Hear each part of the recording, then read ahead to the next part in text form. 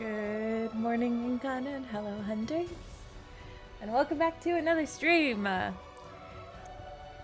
we all are we all ready for the ups, the downs, the lefts, the rights, the laughs, and the tears? Got an emotional roller coaster ahead of us. Hello to Montoya, who arrived super early. Lady Kira, Kachik, hi everybody, hello everyone, hello to everybody who is lurking as well. I'm glad to have you guys here today. It's gonna be a wild ride. Let's go ahead and make sure that everything is working as far as chat goes. Ah, there you are. Chat's working just fine. Feels very FF. It does feel kind of FF. I was trying to think of what it reminded me of. It does kind of have a feel to it. Definitely wild. I'm really excited. I'm prepared. I got enough sleep last night. My IRL work is complete. I made sure to get it all done before stream. My house is clean. I've eaten food. I have water and tissues. I've made sure I'm prepared this time. If Xavier's myth taught me anything, it was to be prepared emotionally and have all my comforts. It's also very cold today. Here where I live, it goes from hot to cold with no in between, so it is really cold, so I have a blanket today too.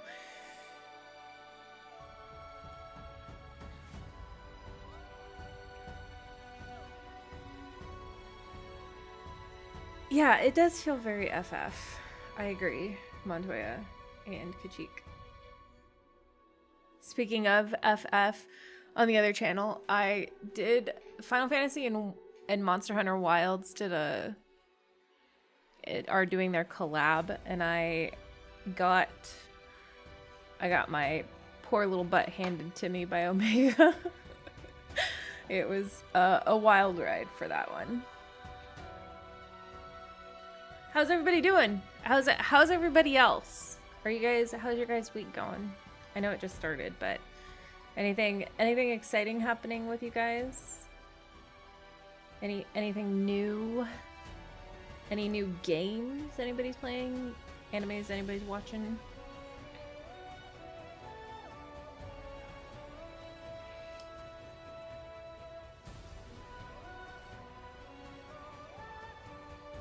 I think blanket is necessary for comfort when reading something. It's gonna be emotionally draining. I agree, actually. Emotional damage blanket. Is that what we're calling it?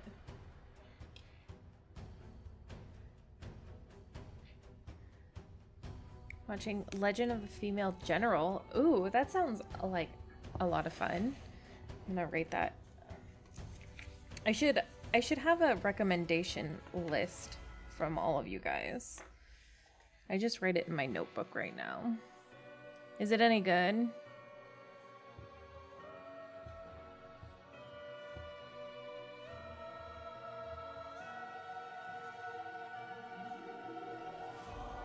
Pumpkin flavored drink.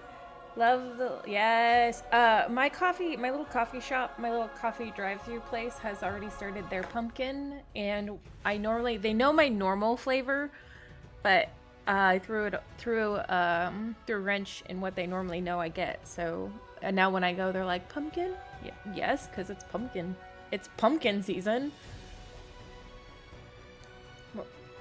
I've mostly been finishing up projects, and I'm going to finish some art while I watch. Yes, lady! I'm really excited to see your art. I'm sure you're going to post it on Instagram. I just got a contact details from a friend I lost touch with over... Oh, wow, that's a lot, Kachik, but that's also super exciting. I'm really happy for you. I know how overwhelming that can be, but that's also super exciting.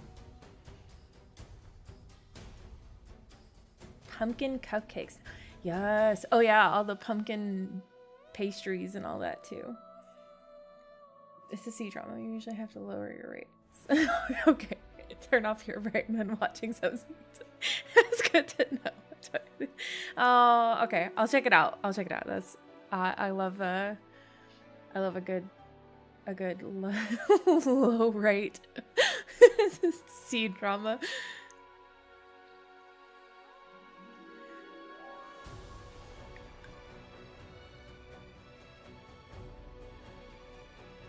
Yeah, I love pumpkin season. I'm normally not someone who's like, oh, everybody else does it, I don't want to do it, but pumpkin is just so hard to pass up. I love pumpkin stuff so much. I normally around this time I'll buy a pumpkin and I'll roast it myself and make like pumpkin overnight oats, because I really like pumpkin. I'm curious what kind of art.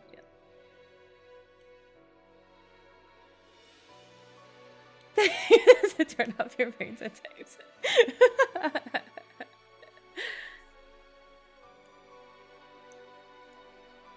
Oh, Montoya, you should find her on Instagram. She has all her stuff on Instagram too. But she can, I mean, she does really good art. I think Lady does really great art.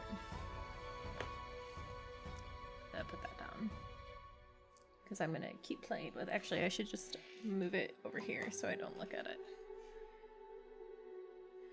We have pumpkin every year here, so whenever my dad feels like it, he makes pumpkin.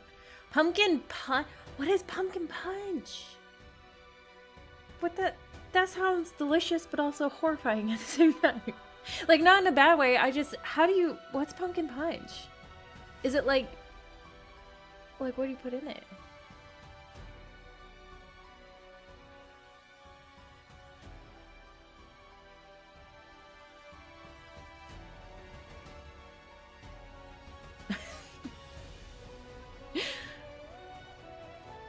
Sometimes with all these social medias, it's so easy to forget where you've posted.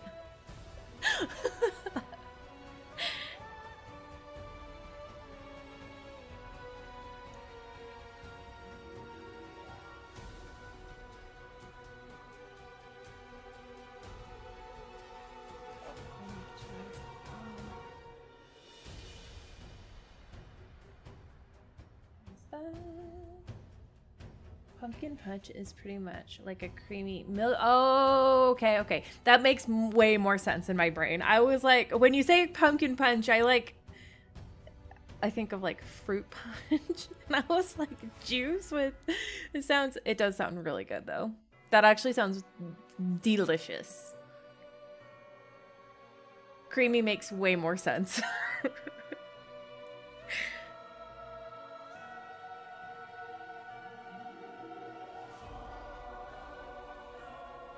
I don't know why I was thinking like juice adjacent. I don't know why I was thinking that. That would be weird, Mira. It's made of combined pumpkin puree with condensed milk, and other seasonings like cinnamon, nutmeg, and other spices too. So basically, it just sounds like a pumpkin smoothie, which I mean is still really good.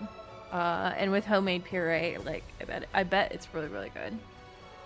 Yeah, that sounds it does sound really, really good. It sounds very seasonal.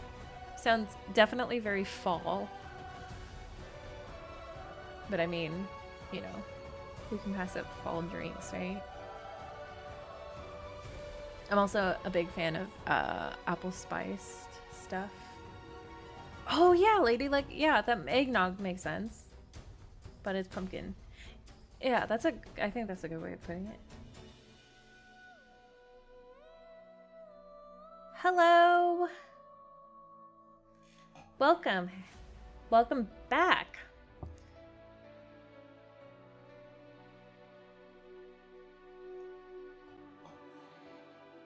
It is very, and was actually craving some. You can make an alternate using whatever vanilla protein shake as a base and then adding puree. Oh, vanilla. Oh, yeah. Okay. Everything seasonal this time of year is the best. It is. Even though I hate fall, I really love all the stuff around this time. It's hard. It's so comforting, though. It's so, like, warm and always so comforting. And my dad has never made eggnog, so I don't know how that tastes.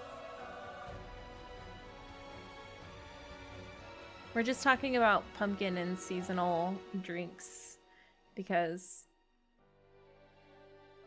it's that season.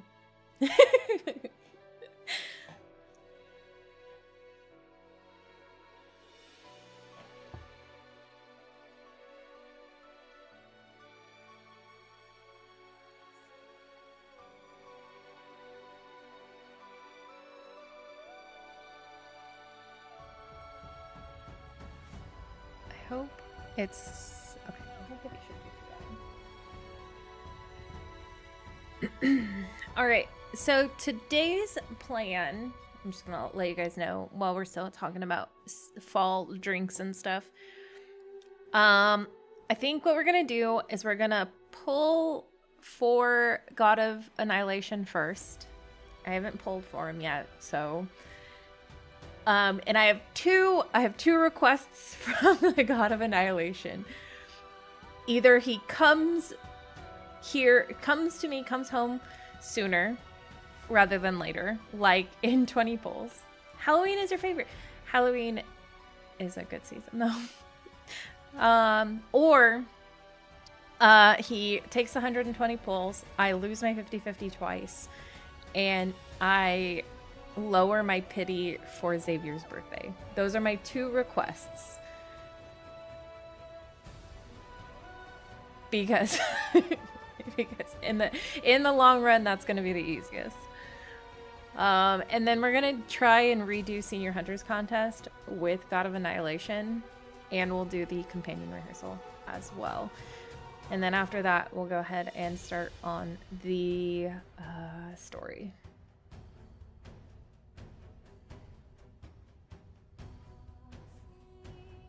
Do you guys carve pumpkins, or do you guys get together and carve pumpkins, or do you just buy pumpkins? Or me and my brother, because we live so close, we always spend Halloween day carving pumpkins and watching horror films, because I really like horror films. We watched Smile last year. We might watch Smile 2 this year.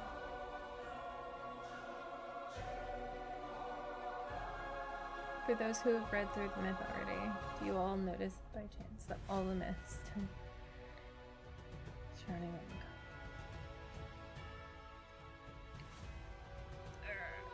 I can't answer that yet.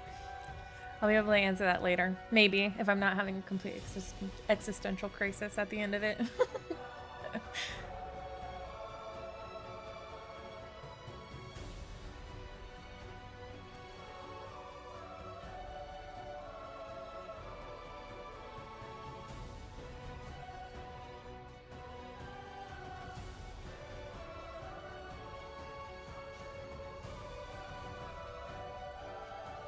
I'd say outside of MC dying, which seems to be the common denominator.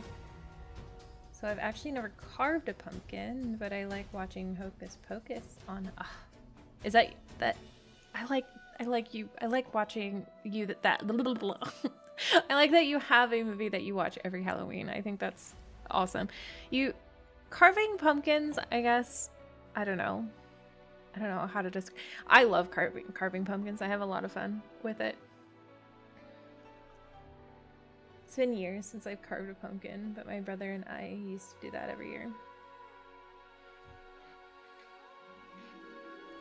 I think it's I have fun doing it. For a while I wasn't carving any pumpkins. I didn't do anything for Halloween or at all. I lived in a place where we didn't really get trick-or-treaters, and I wasn't really close to family, so I didn't do a lot for several years. But this last year is when I started carving pumpkins. I was playing Destiny at the time, so I did a Destiny symbol with a...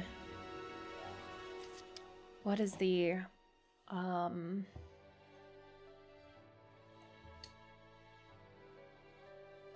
With the 3 eyes, I forgot what the 3-eyed creatures are in Destiny, but I did a pumpkin for that, and then I did a Jack Frost pumpkin from Persona. This year I'll probably do a Love and Deepspace one, I'm not gonna lie.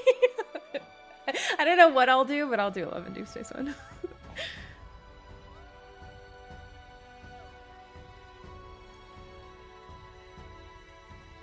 Green, the Smith plays in the future.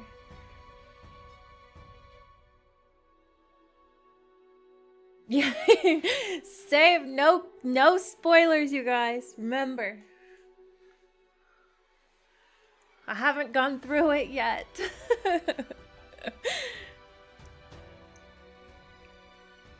Pumpkin matches, yes. I should have done the pumpkin one, but instead I did Jack Frost. I can't wait to see the cosplay MC outfit for this myth.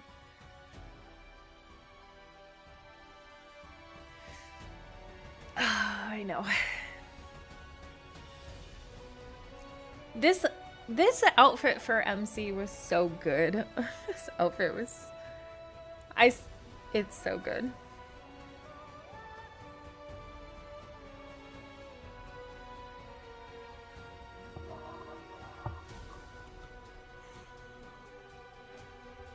I'm glad that everybody liked it too. It's hard. It was hard not to pass it up because it was just.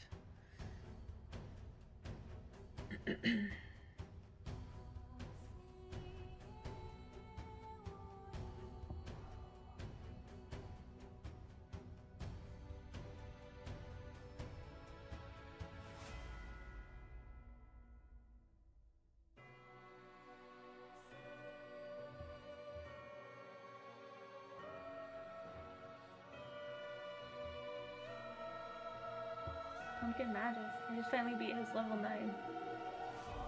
Oh, nice. Oh yeah, Pumpkin Magus pumpkin should be good. I could do a snoozer one too. I could do any. I could do a lemonette one. I hear lemonette in my dreams sometimes.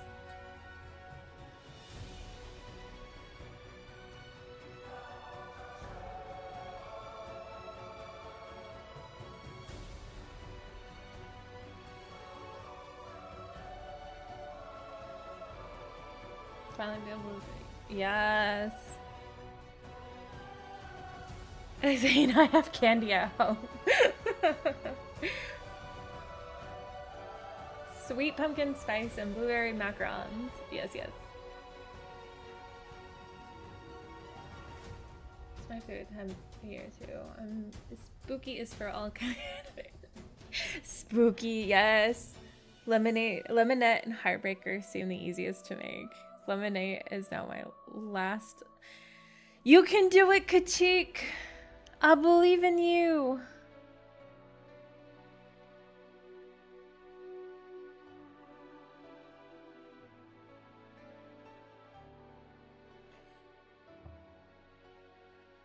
For me, but there's just something about fall season that makes it stand out more. It's the warm spices during the cold season.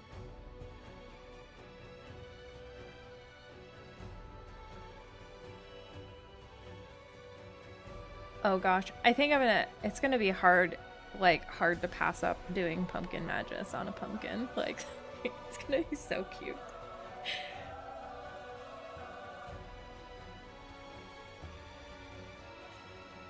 All right.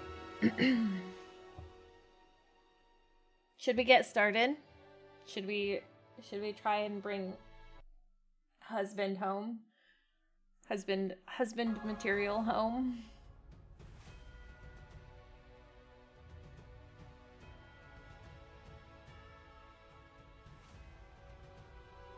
I think I've completed all of the bounty hunts.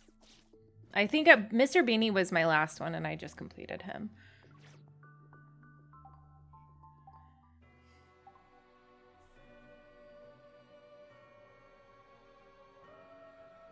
You're like the Addams Family.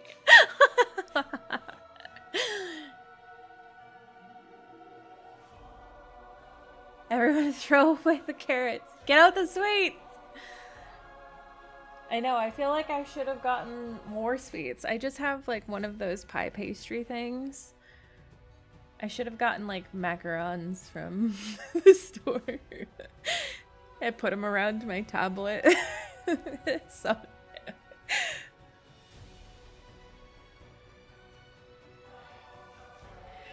all right.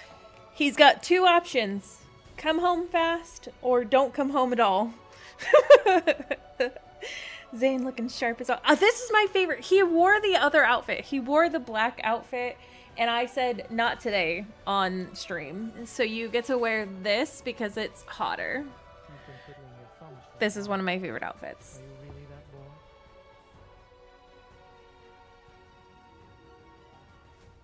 This music is always so loud for the events though. So I'm going to turn it way down so you guys can hear me. Dang, I have Oreos. Does he like those? Yes, he likes any sweets. Anything. I'm more like a tired vampire. Summoning Caleb. Raphael, I have never needed you more.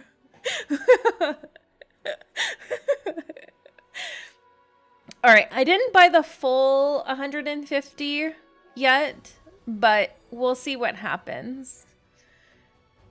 I'm just gonna start. Let's just start pulling. We'd still fit the anime. He's such a role model. All right, let's see. Let's go ahead and see what we can do. I'm like nervous. All right, Zayne.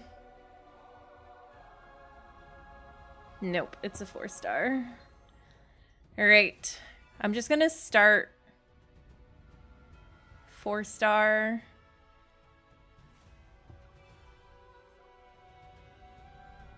Four-star. Okay, we're at 30 so far.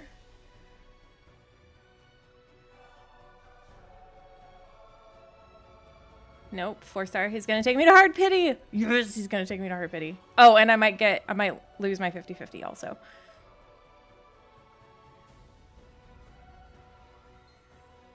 All right, so far we're on good tracks.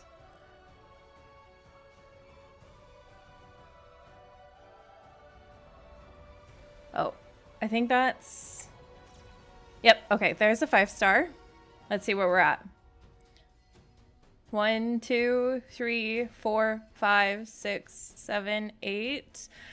And I lost my 50-50. Thank you, Xavier. All right, so we're guaranteed to get him next.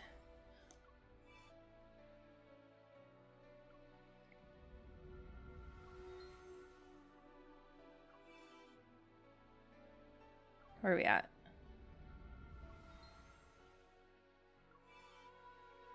Let's see how long it takes us.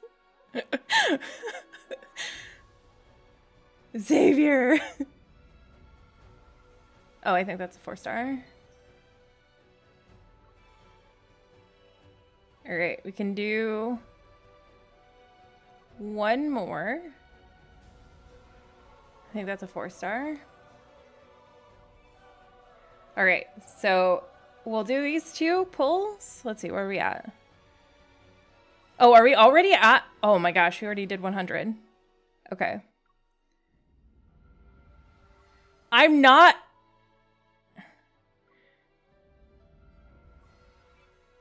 Okay, I'm not. I can't believe he's already taken me to 100 pulls. And I'm not gonna lose my... Oh my god, he did the complete opposite of what I wanted him to do. I can't believe he did that.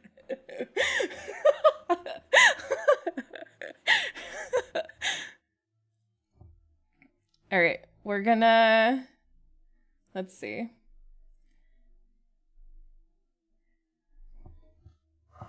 Alright.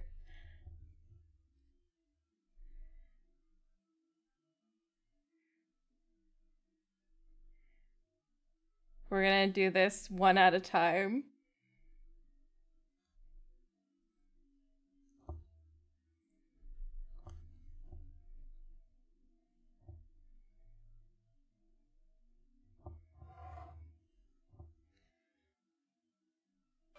All right, let's see.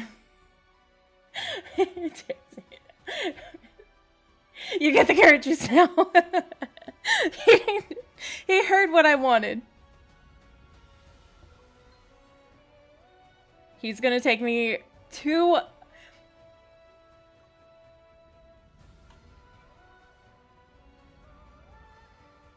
Alright. He's taking me to hard pity.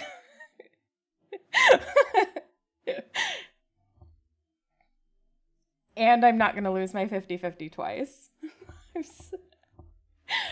I cannot believe this man. I can't even lose this properly.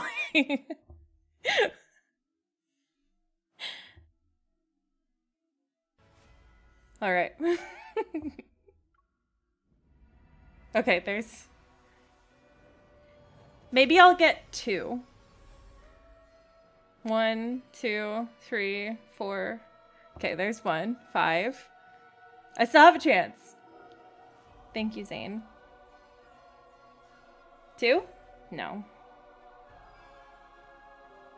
I did get a lot. Zayne!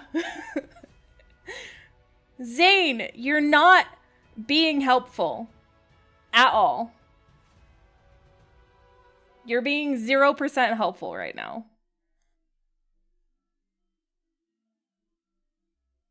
How many away am I? 26? Let's go ahead and just... Let's see.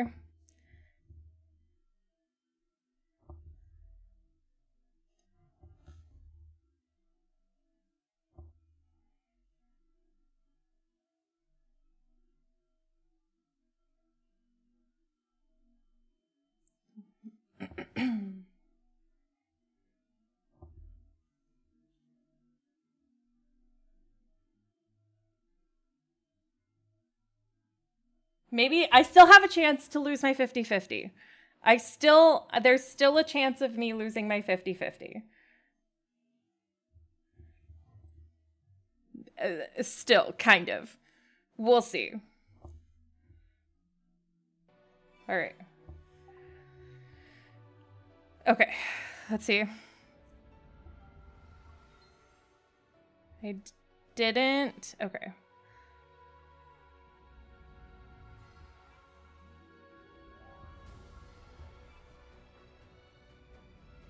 Maybe?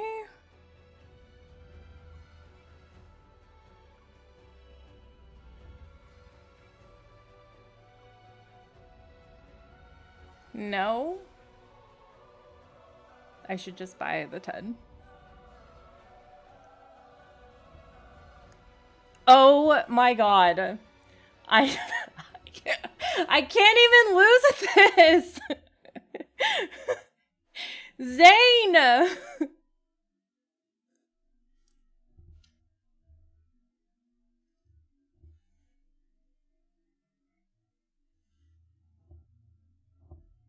Alright. Let's get our last 10. If he comes in this last 10, I'm gonna be really sad. But also... Okay, he didn't. Cool. I didn't lose my 50-50 twice, but... My pity is still down to 37. So... Maybe I'll have a good chance that I can still... get Xavier pretty early. Alright, there we go. We got him. He only half worked out for me.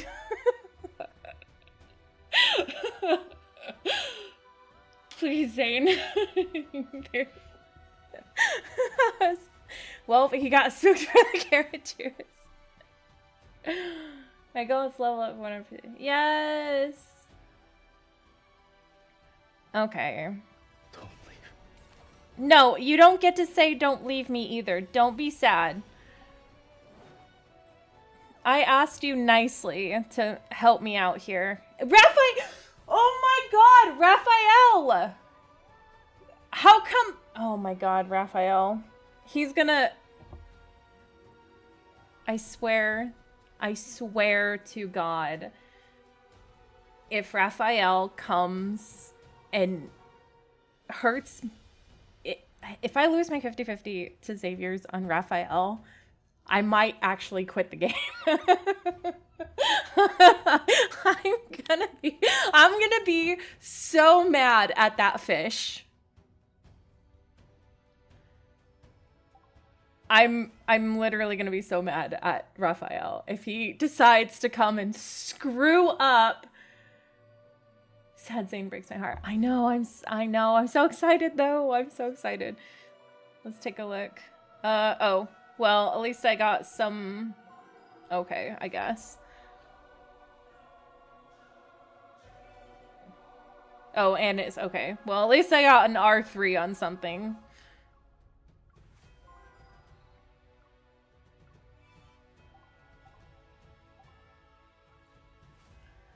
Xavier is gonna have fisher eyes. Seriously. I'm gonna be so mad. I'm just gonna match this at this point. I'll worry about protocors a little bit more later. I am going to enhance them all the way up to 10. I'm... These boys are draining me.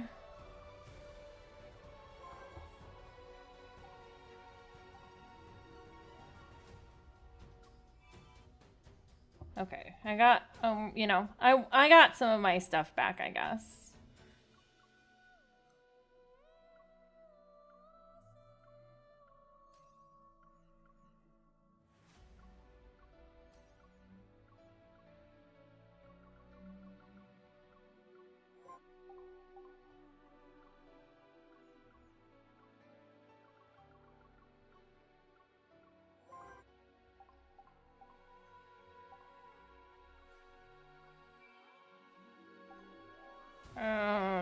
Battle. Overview. Yes. Look at him. He's so hot. And I got my weapon. And I got my outfit. That's not what I wanted. I wanted this. Oh yeah, we have... I'm gonna reset my team. What is it? This one? Auto-equipped? Oh, it still does. Okay. Confirm. I feel like... Oh, what is his colors? His colors is pink. Why is it still... I'll worry about that later. Because we have...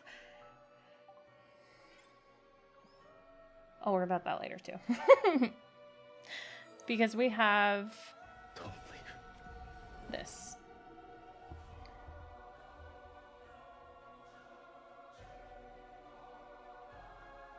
So we're gonna... Zayne is married to me. And he's angry because Silas married me first. Oh my gosh. I couldn't get Silas to marry me first if my life depended on it. Raphael married me first.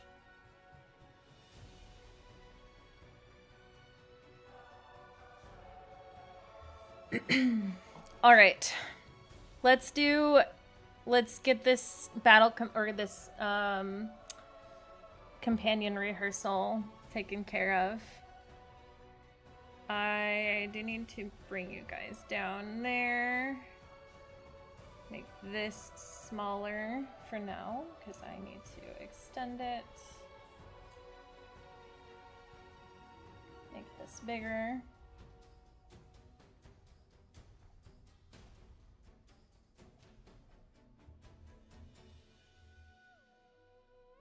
I still have Silas on top of Affinity, but barely. I'm beating back the others until he marries me. I tried so hard, lady. You know what? You are much better than I am in trying to beat back the others. I shouldn't have leveled up all of their myths, because that's really what did me in. I don't think I can get signed to first. The OG3 have the card. They do, yeah. Listen, the 5 of them are battling to which one gets #1 spot, and I love them all. Wait till the 6th love interest. It's gonna be. How do you guys like the companion? I'm gonna tell you guys how I like the companion right now. All right, let's go ahead and get started.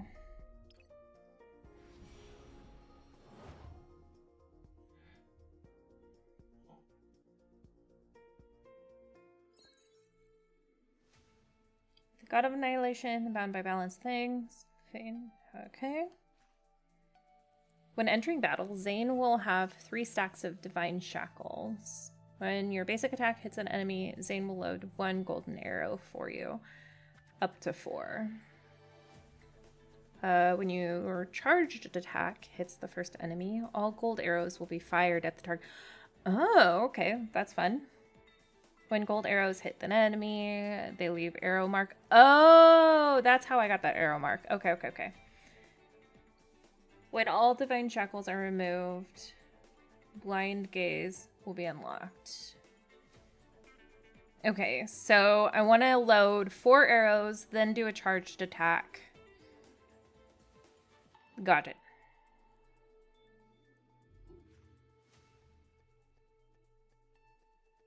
When the exclusive weapon Divine Grip for... Alright, let's go ahead and get it taken care of.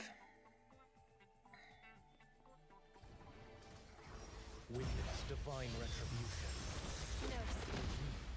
Okay, so I need to do 3, 4. Oh, okay, that's cool. Hello? Divine retribution. 1, 2, 3, 4.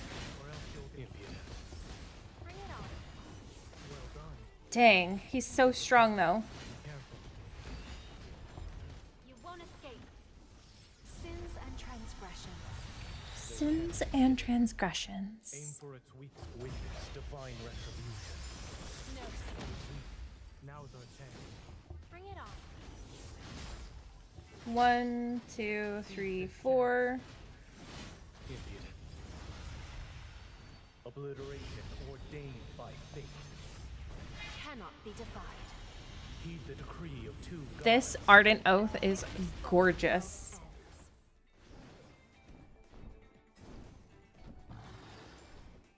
Witness divine retribution. No sin shall be forgiven. 1, 2, 3, 4. Oh. Oh. Stare into the darkness. Cornered beast still fights. Be careful. Oh. You won't escape. It released the fight. Sins and transgressions. Oh my god.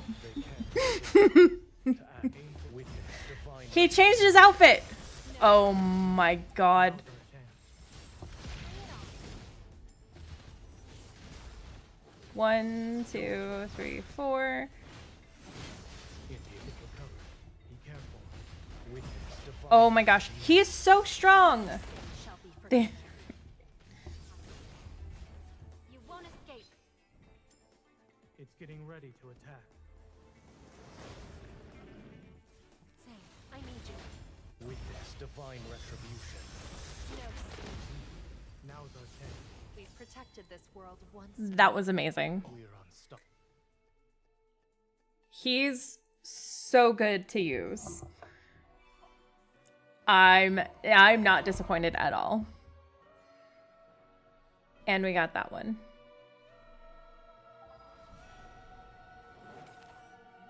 Complete companion rehearsal. Let's get that Ascension Heart. We'll go ahead and pick up a few of our...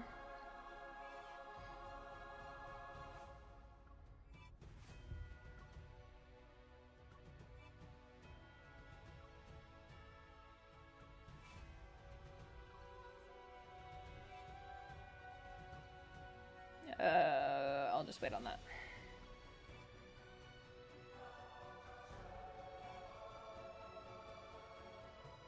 I think that's...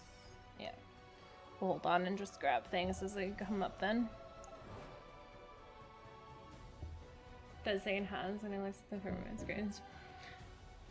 Pick a good God and pray. Only one shot me at least so far.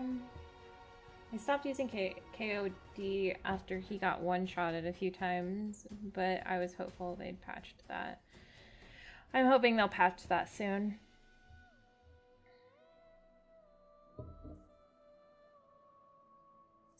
Oh my gosh, you guys are so much further than I am in these. I'll worry about that later. I'll worry about that later too. I think I am just really excited to get into his myths. No, this is sad music. Why would you put this here? Oh no.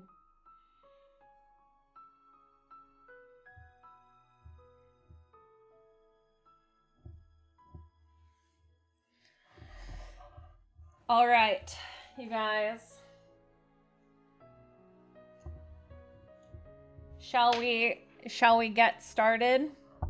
We have a lot of emotions to get through. Oh. Hello? Sorry, give me 1 second, you guys.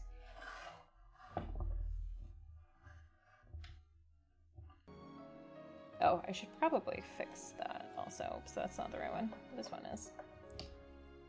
There we go. Let's go ahead and get you guys back up on the screen as well.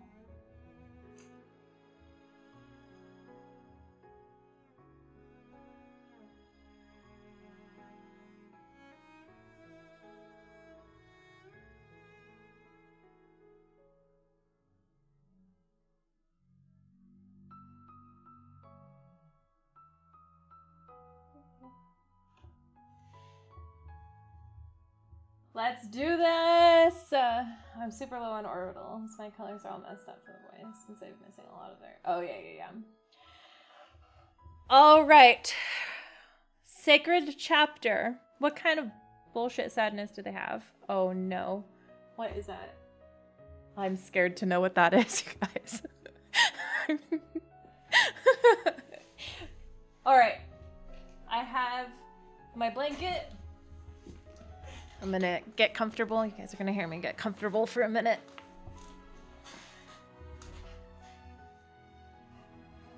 On a side note, so it really is. All right.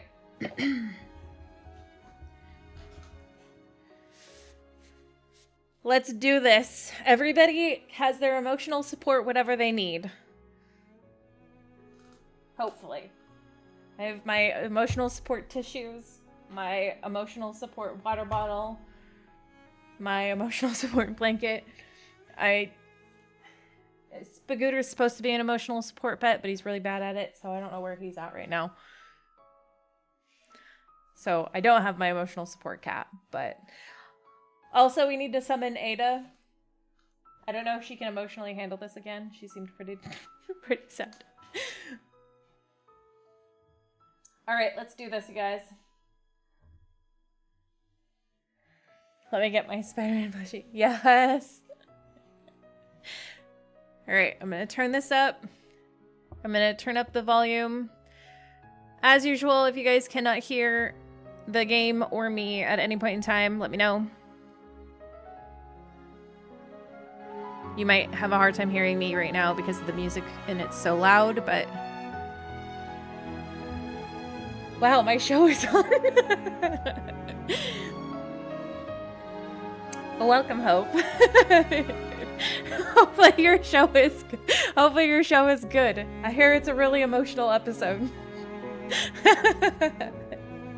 All right. Chapter 1 of Sacred Chapter. Gonna tune in while I draw Zayne MC. Yes. Okay, shoot. All right, let's go. Snowflakes. Oh my god. Death and destruction right off the bat. Oh my god. I don't know if I'm ready. I'm actually nervous about this.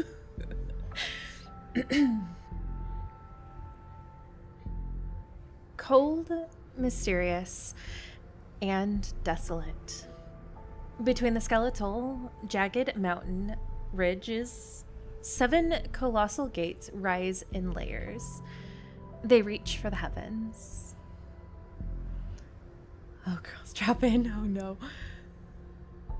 I didn't even ask for emojis this time. Here lies a forbidden realm where even the dead may not tread. And at the end of seemingly frozen time, it welcomes its first visitor.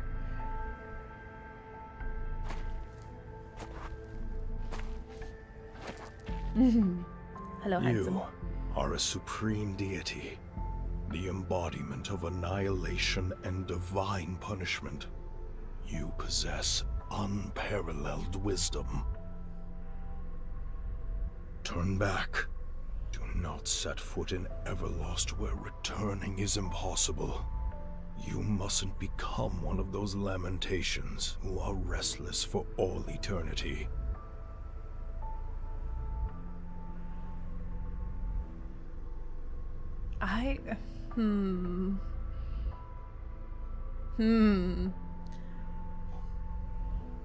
The Creatio Stone from the Primordial Age.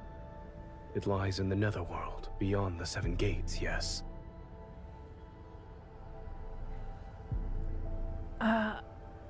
Okay. You already possess supreme power. Why do you still seek the authority of creation? Bye, Kachik. Beyond the 7 gates is a land where neither the sun nor the moon shine. Not even life and death can reach it. Okay, so it's like Oblivion? Your hands may be capable of bringing about the destruction of countless eons, and your divine gaze may see the end of time.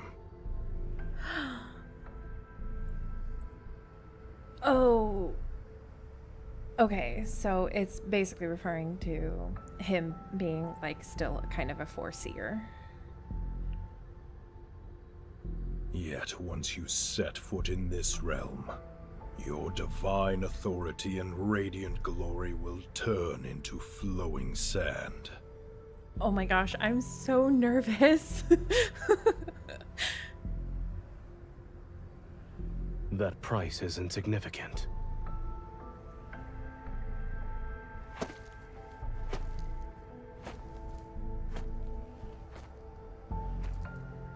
His steps no longer falter. The god crosses the threshold of the first gate and allows the surging waters to devour him. They capitalized him. In boundless chaos, time and space whirl and surge.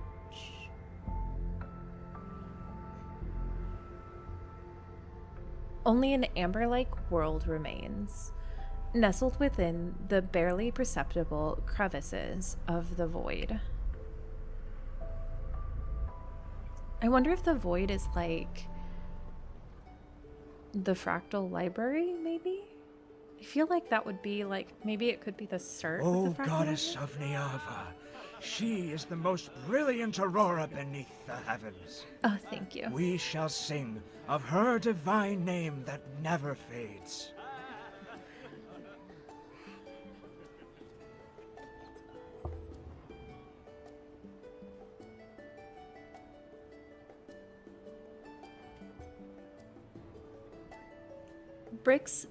Bricks glazed in dark blue for magnificent, beautiful city gates. They welcome countless worshippers who are here to pray and make offerings to the goddess. The poet plucks the lyre and sings, accompanied by music. Offerings flow like an endless stream into the tall, magnificent divine tower. I'm still trying to figure all this out now. Bricks of mud form her body. Her eyes were created from the purest lapis lazuli glaze. Okay, but lapis lazuli is like one of my favorite stones. Urtama, Ingar, the beautiful twin rivers are her flowing hair, while the riverbank's glimmering jade adorns her neck.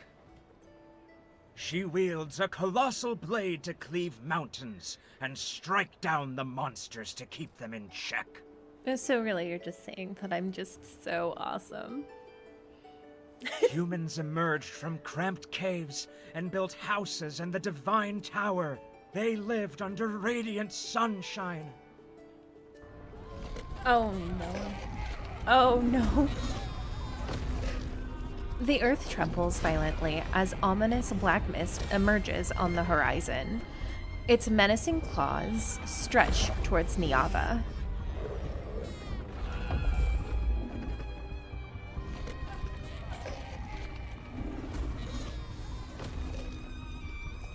In the blink of an eye, dark, heavy clouds fill the sky. Fierce gales whip the river water into turbulent waves. It's from the Vestrian! Run, everyone! The monsters have returned! Chaos erupts at the city's gates as people scatter in all directions. They flee to take shelter. Goddess of Niava, please accept our most sincere offerings and grant us undying courage. Please protect our homeland from the invasions. Lead us to new territory. No, no, my ladder! Oh no. Stop singing! Run! The young man fleeing for his life. Grabs the poet and his instrument before running to his home. A ray of light materializes from the top of the Divine Tower. It transforms into a golden arrow that tears through the clouds. Against the direction of the fleeting crowd, it rushes towards the distant horizon with a force of thunder and pierces its churning black mist.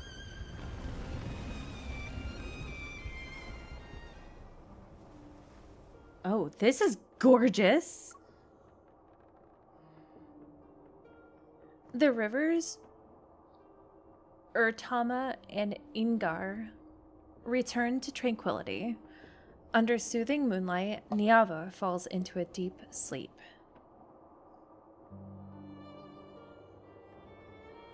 The golden arrow... Oh, that was neat.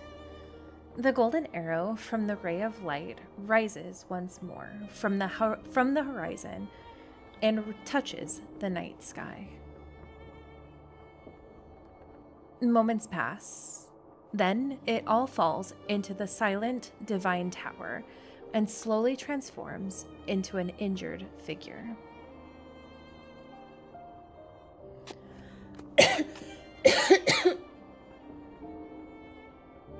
The wounds spread across my body and form an eerie glow pattern.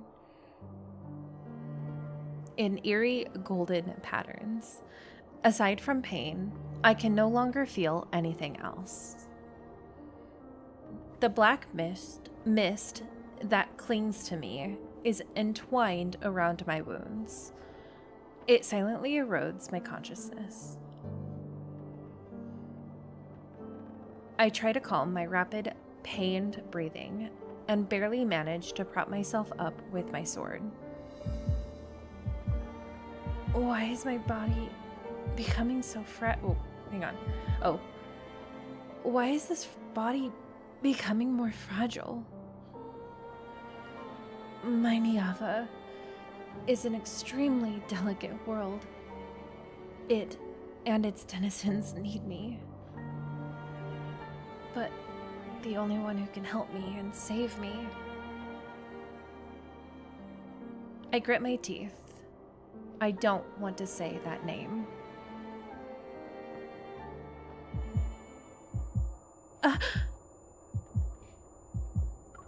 Zay. The tower is silent. No one responds. A name once familiar is stuck in my throat like a thorn. Yet it lasts but a moment, before instinct for survival prevails over pride and resentment. Zayne! Brilliant radiance, containing swift, insurmountable power ripples outward. The biting wind cuts my cheeks. The pain stings. I have told you many times, the Vestrayan is not a place for the living. You shall never get the chance to return should you cross the thorny barriers again. You know that... You know my connection to this world runs deeper than blood.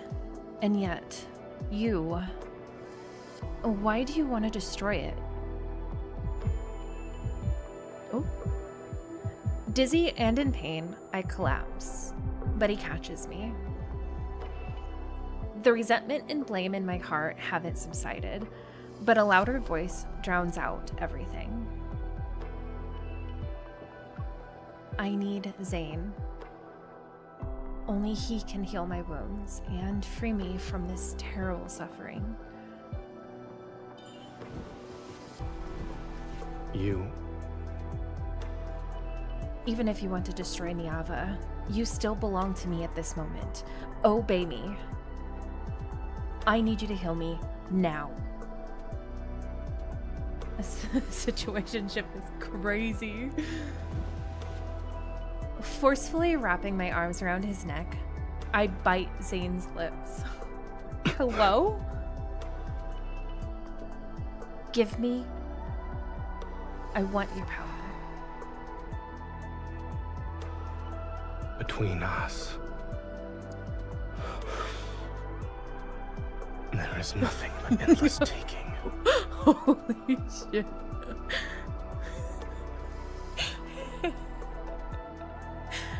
I mean, is it really taking? Girl, reach out. No.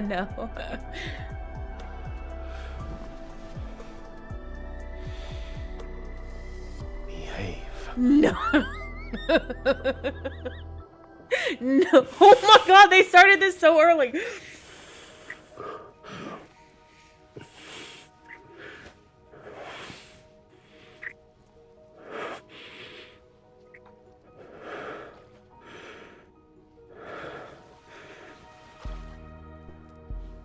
Oh my god. Your injuries.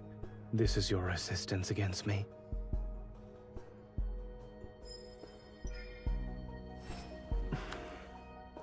They're all because To of seek you. help from the gods, you should let the gods hear your supplications. Honestly, I would be feral for this man too. Understood. Feel this. Remember what I'm giving you.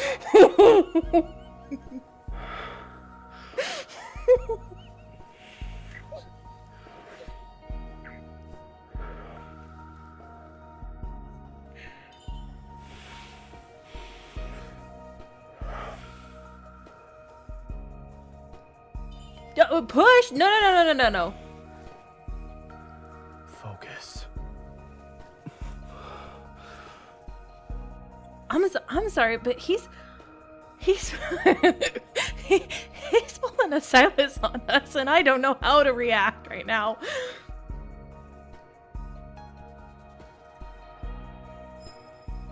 Do I hold it all the way? I'm gonna see what happens if I do it all the way.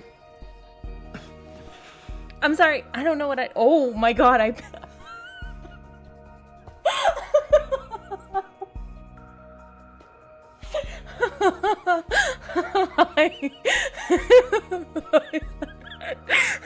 an interval with an intensification. Focus on what my mind is on.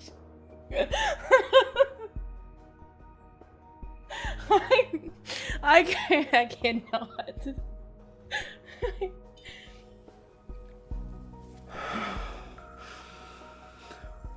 All of this is what you wished for, no? Yes. Can I? What? No. I want another option. I don't want to leave. Just...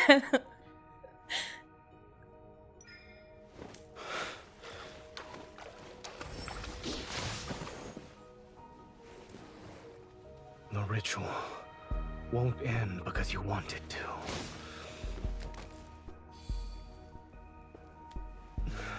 You get something different if you do halfway? Okay. Accept it. This is a power only you can possess.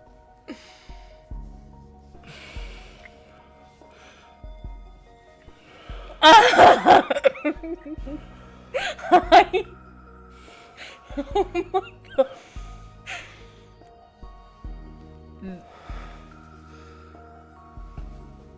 This man has me feral right now. Holy shit.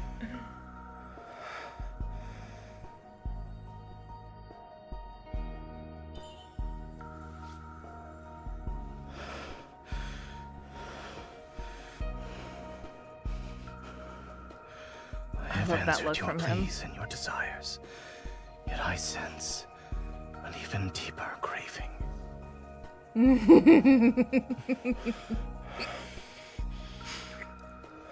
He can sense me through this tablet.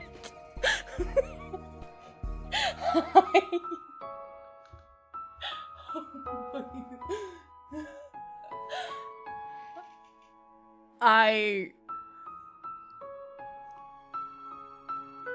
was not expecting that. I thought I was gonna have to work up to that, but they literally just said, "Here, have it."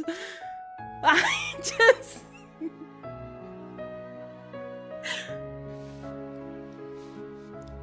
You right, Zayne.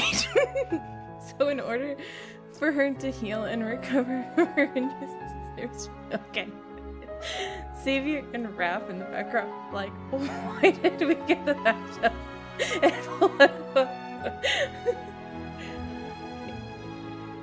Wow, what a minute. It's chapter 1. Zayne, I have a paper cut.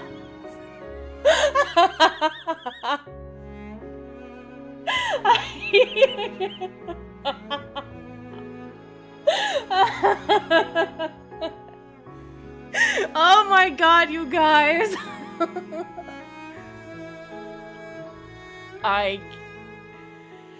Oh my god. I literally was not ready. I'm not upset, obviously, but I was so ready to just wait for a few chapters. Like, saying I've fallen and I can't get up. Saying someone hurt my feelings. Oh my god. Oh my lord. Listen, if that's how my feelings get fixed, okay, I'm not complaining. Also, I will always accept Zayne breathing. I will never question Zayne breathing. No, they really threw that in so soon. Listen, they knew they needed to get it out of the way because there's gonna be a whole lot of sadness later. I was gonna tell you. No, I wanted to know. I think I'm ready for the sadness now. I'll just... Listen, at the end of this, we'll just go back to chapter 1 and re-experience it. It's fine.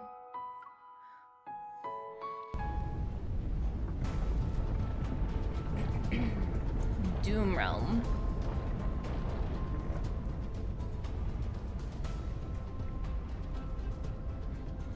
The last ray of heavenly light is about to be devoured.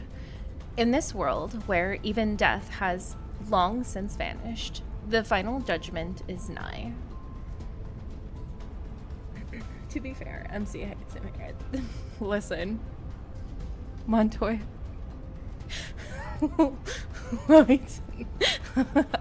I have news for you. Sometimes the hate makes it better.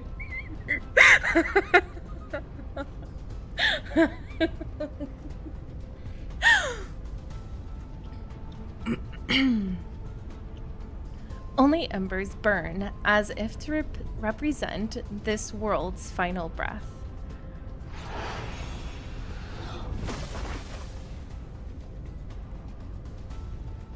The natural order of fate is no more. Stop clinging to what remains.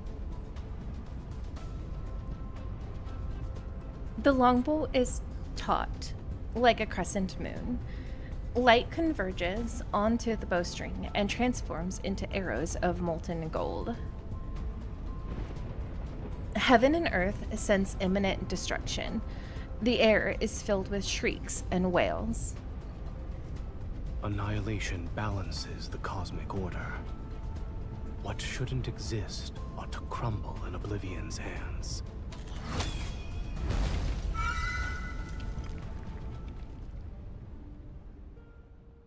The arrows released from the bowstring transform into several streams of golden light. Earth-shattering power is unleashed.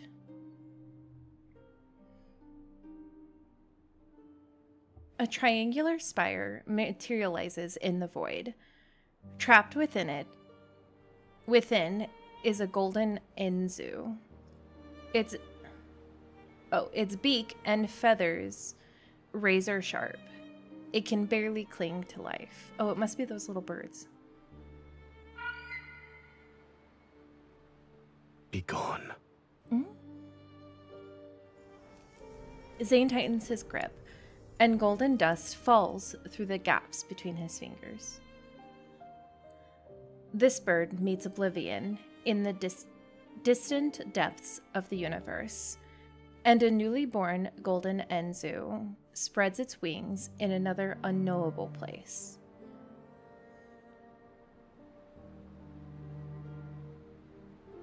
A snowflake drifts from the unknown land, quietly on the back of his hand. It leaves behind a fleeting coldness.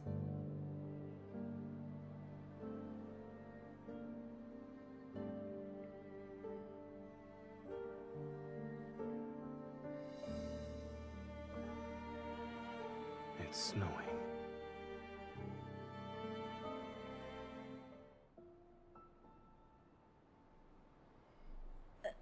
Sunlight filters through magnificent curtains and casts shimmering ripples across the pool. Within the empty hall, only my footsteps break the silence.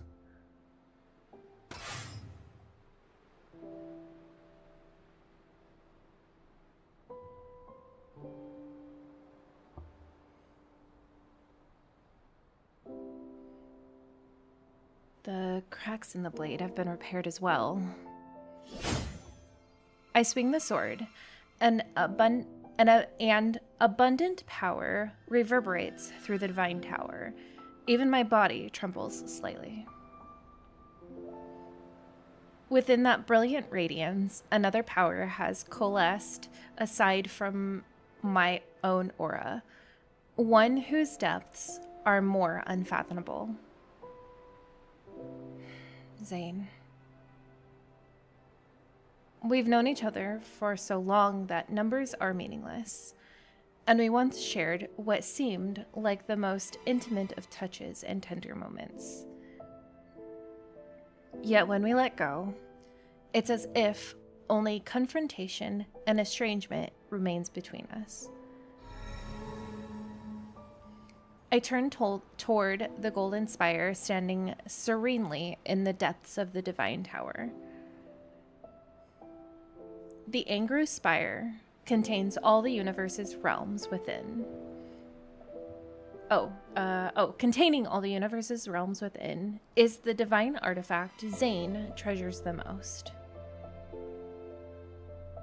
Well, then I'm assuming... I can't believe they got divorced.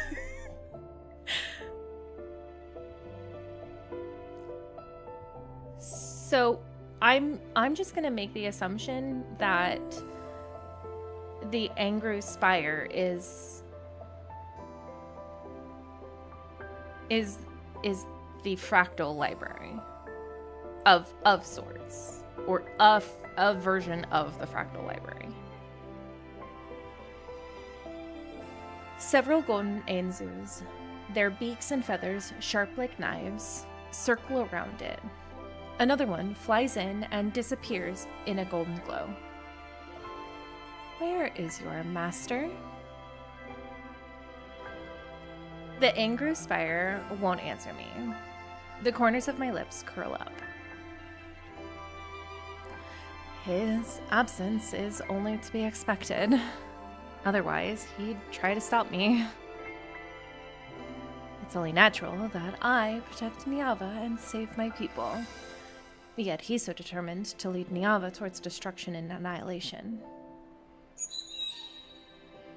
Kind of reminds me of this dimension's version of jazz. The golden Ainzu. Yeah. A golden Ainzu lands on my finger.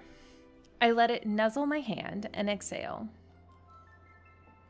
When we first met, he promised to make all my wishes come true and stand by my side.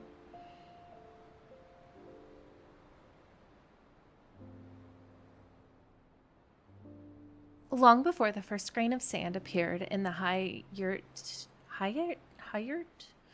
desert, before the first raindrop fell into Urtama's riverbed, my feet had already touched Niava's chaos and dust.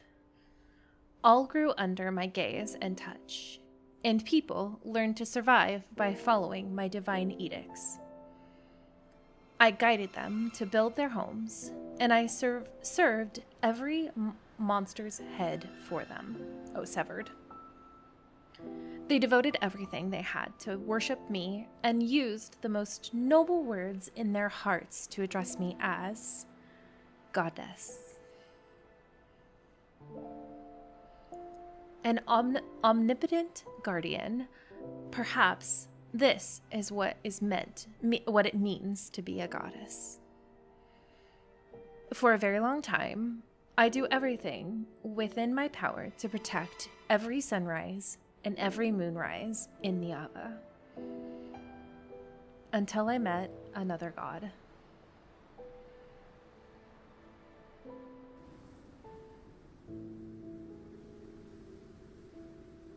Look at that luscious hair. Have you thought it over? I jumped down from the boulder. The god, whose name was Zayne, withdrew the Angru Spire. His expression was colder and harder than stone. I have declined your offer more than once. I shall not carve my name upon your destiny stone.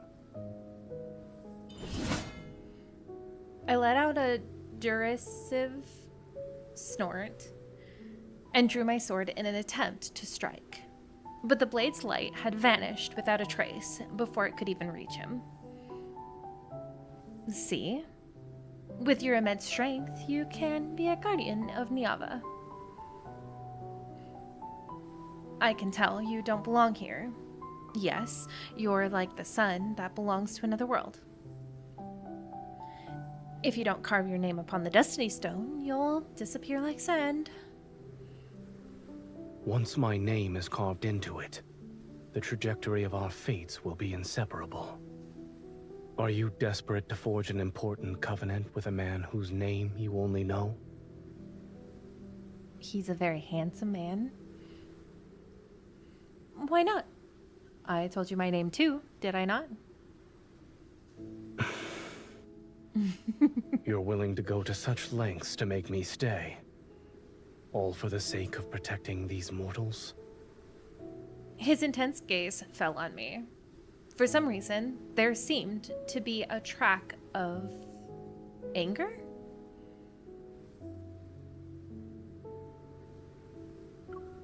Correct. Don't you think humans are fascinating creatures? Despite having a lifespan as fleeting as a shooting star's, they create so many wonderful things and have astounding ideas. I almost forgot. Hello, You've always welcome. been like this. You never change. He turned, walked away. Oh, Stop hello? He turned, walked away, and left behind a cold warning. following me. I shan't stop following you. Of course, I had no intention of listening to him. You still have a little over a week. In this land, people passionately pursue what they desire. All of Niava belongs to me, and Zayne will be no exception. He's standing in the same realm as I am, after all. But before I could catch up to him, an unexpected battle left my body severely damaged like never before. It was also then that I realized my body would deteriorate because I fought. There would be a day when I would perish. And Zayne was actually the only god who could provide me succor.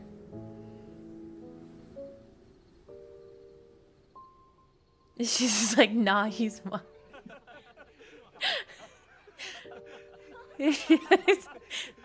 This version of MC's like the version of I licked it, so it's mine.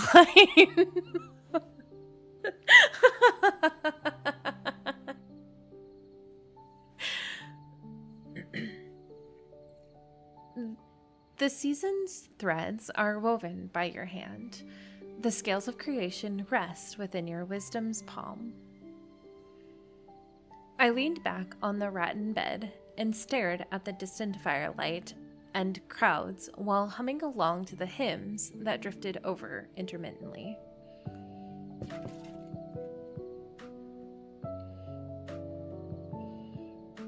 Just more cat-like.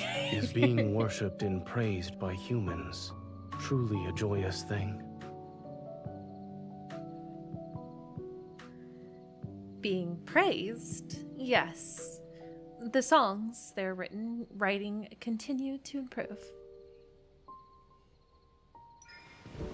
I shift to the side so that there was room on the bed.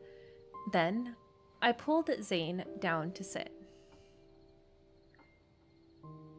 He still maintained that cold, indifferent demeanor. He brushed aside the sheer fabric draped over my shoulder. You're willing to risk your life in endless combat just for insignificant praises.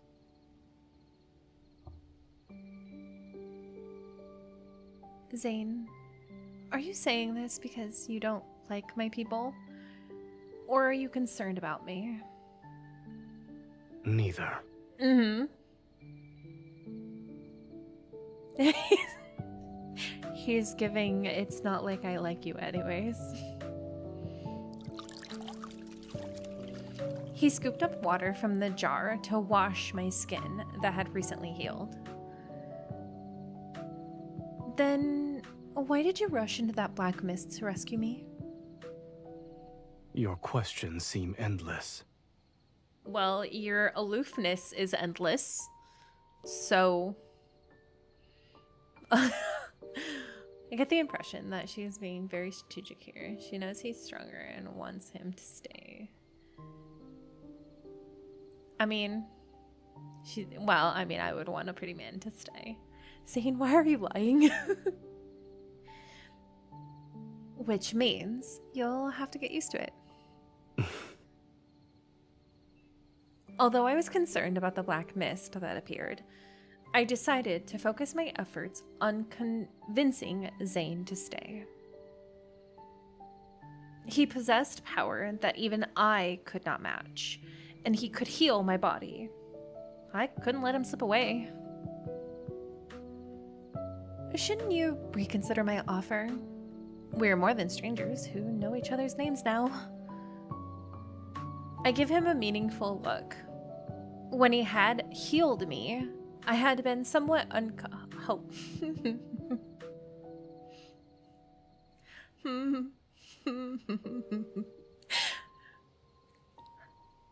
I gave him a meaningful look. When he had healed me, I had been somewhat unconscious. However, I remembered more than he thought. I don't need you to care for me.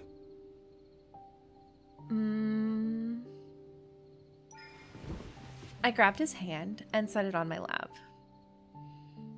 According to Niaba's laws, you belong to me.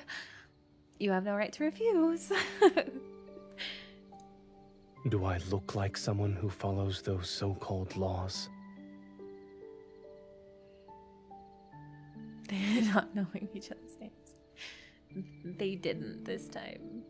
Sir! I smile and kiss his eyelid. You can push me away. You don't know anything, yet you dare to open your mouth. Although he remains calm, his gaze was reminiscent of a dead pool where dark torrents surged beneath the surface to warn me. She Let's came up with assume those the final laws. outcome of us being together is eternal separation, or even obliteration. Would you still accept it? You and I haven't even experienced a beginning. Why are you already thinking about our end? Being afraid of the future that has yet to occur is a waste of time, and it betrays our feelings. Then enlighten me. I'll lend an ear to your desires.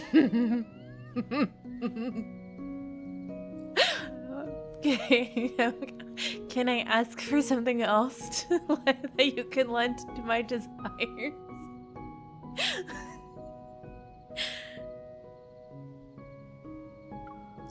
Zayne, give me your name and your fate. I recalled the vows people typically said when proposing and hastily picking one. I shall be unwavering and everlasting. I'll treat you well. I feel like the first one. The first one, or the second one, is what I call a soft requirement. I can't really prove that I'll treat him well, but I'll give him my unwavering and everlasting whatever.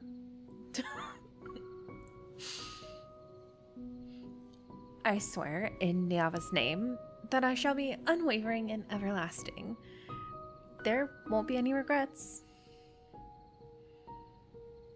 Your vow is rather ordinary. Rude. Nah, I saw that smile though. She should have just said the rules of the land. Say we are married now. He actually likes the second one? Oh, okay. He finally took my hand and slowly spread his fingers until they were intertwined with mine. If I agree, then I want you to stay by my side forever. Starting from this moment. Oh, we're married now. He's actually husband material now.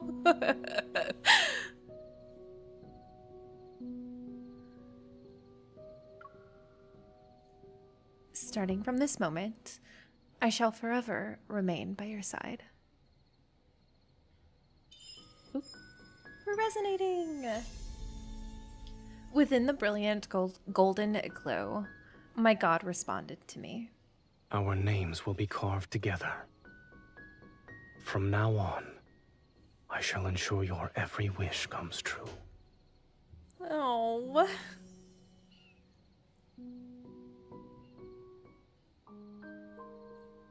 And now we're divorced.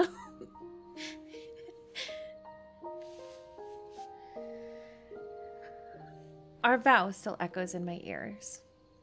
On the Destiny Stone, our names remain closely intertwined. But that black mist, the appearance of the Vastrain, quickly became the beginning of the conflict between Zayne and me. How romantic. He did not protect Niava as I had wanted. Instead, he allowed the Vastrin to bring a catastrophe and devour my people's homes. I was wrong to have those thoughts back then. How could a god who governs annihilation possibly harbor goddess and goodness and mercy towards Niava? I said I'll treat you well because I felt like that's husband proposing to their wife. Like, I'll take care of you, babe. That's true. That's cute. Hope. My fingertips are pecked twice, which makes me return to the present moment. I unceremoniously poke the bird's head. What? You still want to protest on his behalf? The golden Anzu suddenly lets out a shriller cry before pecking my palm with greater force. Fresh blood immediately wells up. Before I can react, it spreads its wings and flies back into the Angru spire. Wait, you...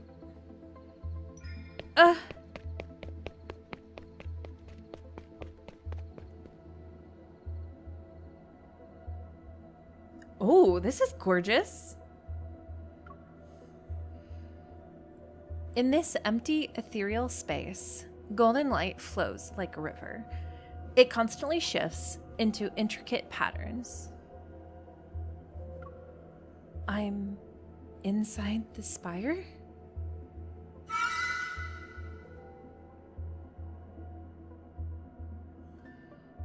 The golden Enzu. My instincts make me immediately chase after it. Yet when I finally see it, I watch as it plummets into the void, and fierce flames erupt when it falls.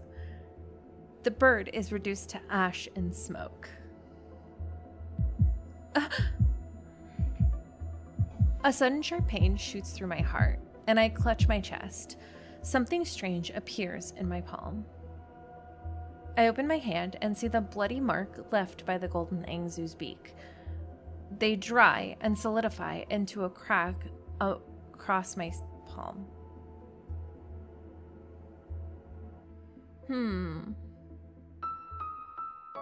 You can do it, Sam. It feels like it's like her thing in the Foreseer Tower. I keep making like references to that, but like, didn't she describe her like pulsing stuff like cracks in her skin? I don't know. It's all very just interesting still.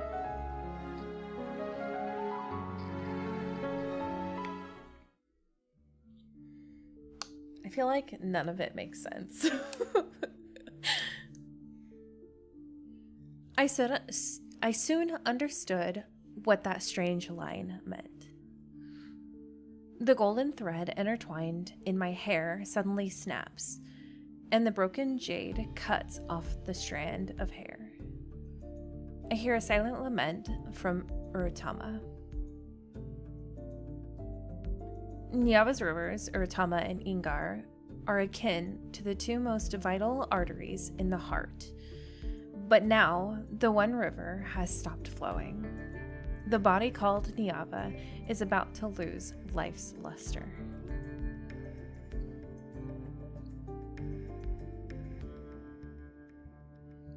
I must save Urutama. I thought that at first too, but it's not the same. Okay. As always, the sun rises. It shines on everyone's face and on the river water that lies as still as a mirror. What are we supposed to do if the river stops flowing and dries up? Don't worry. Our goddess will protect us. Urutama will not dry up. We should hurry to the Divine Tower and offer sacrifices. Only then can we ask the goddess to bestow her divine guidance. Sacrifices? No. I don't want anything sacrificed in my name. Hold on. Wait, can we talk about this first? The crack reminded me of Roth's scales that grace her neck. Yeah. She had a disease that slowly froze her, if I remember correctly. Right. Okay. Walking along the riverbank, I can hear people discussing Urtama's strange condition.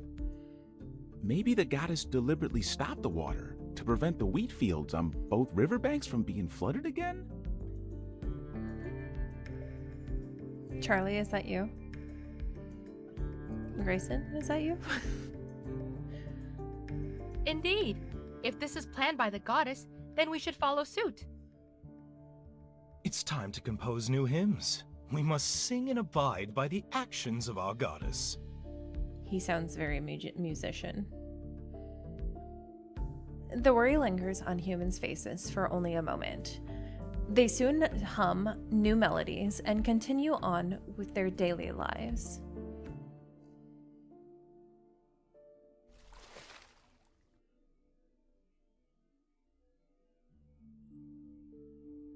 I stir the river water.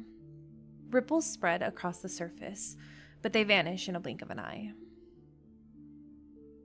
They're disappearing too swiftly. This matter isn't simply a problem with the river's flow. Something is messing with Urtama. Samira throws several small stones. The ripples are fainter and disappear faster. How strange. Hi, The river gorgeous. water is stagnant. Is this truly the goddess's will? It isn't. At least, I believe it isn't.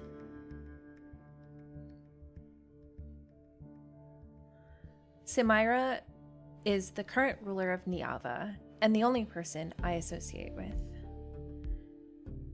However, I only tell her that I'm the goddess's messenger. I always disguise myself as an ordinary person when I meet with her. She is very pretty. The goddess should already be aware of Urtama's condition. She won't let a disaster strike. Of course. Everyone in Niava believes our goddess shall give her blessings and protect us from evil. Even the most unruly waters will inevitably yield and obey her. The beautiful ruler respectfully bows. She intends to make me convey her reverence to the goddess. That mischievous mirth I know so well appears in her eyes. I wonder, how is our goddess? Have our offerings of gold and jade brought a smile to her face? She is well. Why do you ask? You've told me before that she is deeply troubled because of a man. Men! Back then, it was because I wanted to break into the vast drain. Zayne and I didn't speak for a long time. It just so happened that Samira was leading a group of worshippers at the Divine Tower. I couldn't help but share a few things. I didn't expect her to still remember. It wouldn't be appropriate for me to inquire about such matters. I tried to gloss over it, but displeasure and helplessness surface in my heart once more. I love the gossip about Zayne, honestly. She's a girl's girl. She's like, we girls never forget when tea is, so come on. Samari's like, spill it, girl. Give me the tea. It's gotta be piping hot. After treating my injuries, Zayne vanished without a trace again, and at some point, he also took the Angru Spire from the Divine Tower. He certainly returned to the Divine Tower, yet he won't even see me. How infuriating. but I'll admit, I have never truly understood him. In addition, I even know less about what he wants to do. That man must be exceptionally outstanding to win the goddess's favor. I mean, he is pretty hot, though. Stupid hot men. Beautiful roses always have sharp thorns, but everything under the heavens belongs to our goddess. A mere man will certainly bow down at her feet. But he is no mere man, that's the problem. You're right. Our goddess is omnipotent. She will never admit defeat in front of him.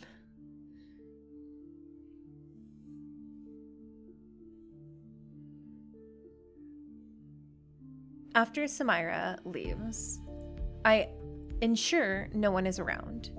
Then I cup a handful of water and blow on it. The water in my palm floats into the air strand by strand. It unfurls into a flying carpet. Hello? That's as soft and crystalline as a cloud.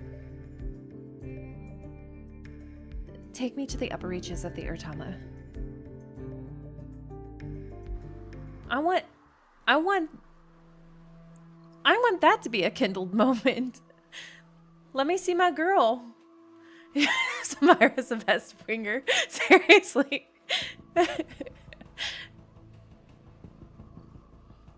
I don't think they said it, but what was the name of this planet?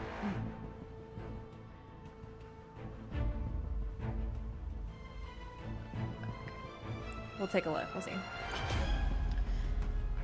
Mist spreads. Oh.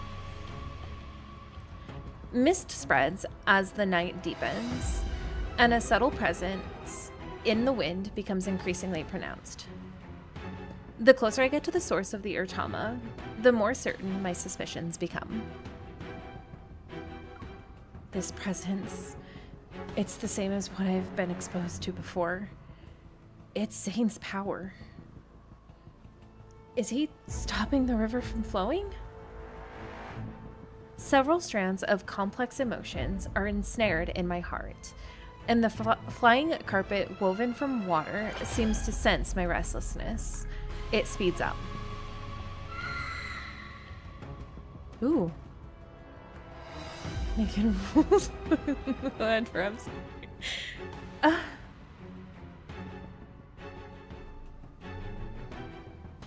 Suddenly, the river's surface, shrouded in mist, is slashed by golden blades, and several golden Ainzus soar. Golden Ainzus. Zayne's here.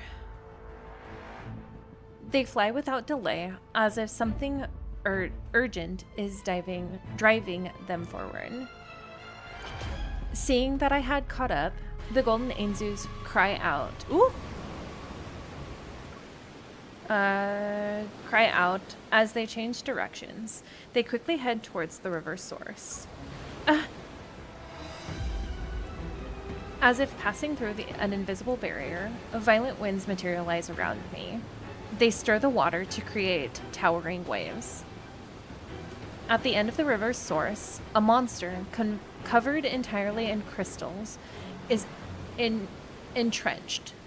Strange, chaotic streams of light swirl around its body. Its mountain-like physique is blocking the water's flow. No wonder the river is stagnant. It's hideous, and unlike the ones in Vastrade.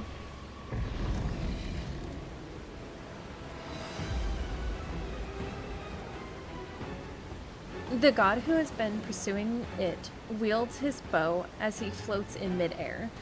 The mist is stirred, and it swirls around his body. Under dim moonlight, Zayne's expression is cold and ruthless. His golden arrows are aimed at the injured, roaring monster standing in the water. This is where you shall perish. Struggling is a futile endeavor.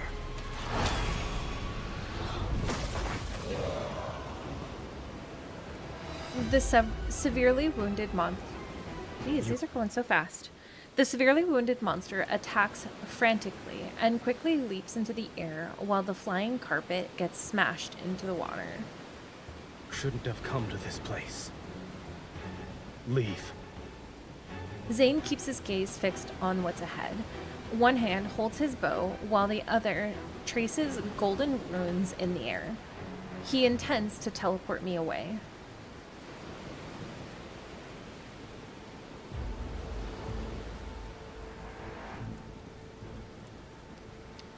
Well, I don't want to, like, leave. I'm not gonna leave. All of Niava belongs to me. I can be anywhere in this world if I so wish. Over here. Don't give it another opening. I grab my sword and fly towards Zayne's side. The monster... Oh my gosh. The monster pivots and charges toward us. Perfect. Let's see how sharp my repaired sword is. Zayne raises his hand and summons the Angru Spire. Brilliant light spills out from the golden divine artifact, and a burning mark is etched into the monster's body. Aim for its weak spot. I see it. My vision is consumed by refulgent light as the power of resonance imbues my blade and tremendous energy. I swing my greatsword to attack. Meanwhile, Zayne's fingertips on the bowstring blaze with a spectacular radiance. The longbow is drawn, its appearance akin to a perfect full moon under tremendous force. Let's make this quick. Golden arrows carry apocalyptic... Hang on. Gotta make sure you guys can hear me. There we go. Golden arrows carrying apocalyptic power pierce the monster's body. At the same time, my sword strikes where the mark guides me. That should finish it. Something's not right. Violent tremors, accompanied by agonizing roars, shake the land as the riverbed and area under the monster crumble. The dying beast bursts forth with terrifying energy, as if it's trying to devour the space around it. Go. Several golden runes quickly become entwined around my body. They're about to push me toward a distant place. By some uncanny impulse, I tightly hold onto his hand. Our surroundings disappear like rushing river water during our rapid descent. Before my consciousness is devoured by boundless darkness, I only remember that trace of warmth I'm clutching tightly with my fingers. I refuse to let go.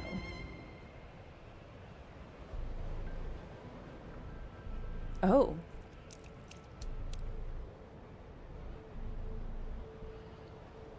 Bone-chilling coldness washes over me again and again. I curl up. In the cracks between the universe and time itself, golden eternity's gaze lands on me.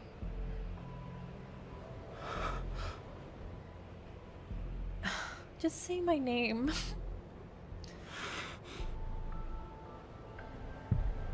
Who? Is that my name? I want to see the voice's owner, but my hand suddenly covers my eyes. Oh, but a hand. There's no need to rush. You need to sleep for a long time.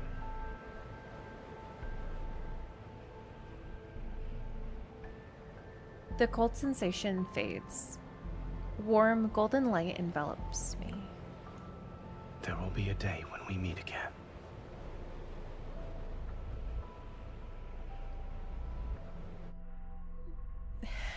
No. No. It's already sad. Oh no. Yeah, so I agree that scene would have been really cool as a Kindle. They need to do more fight scenes like that.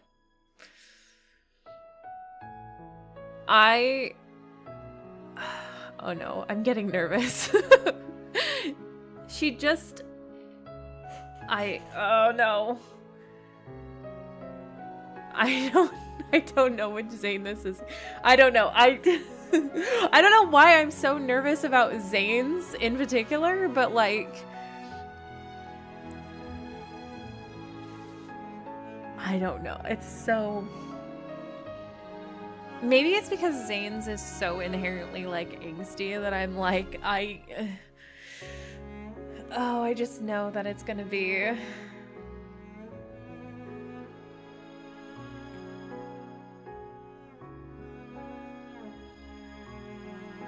okay. I think we just need to keep going.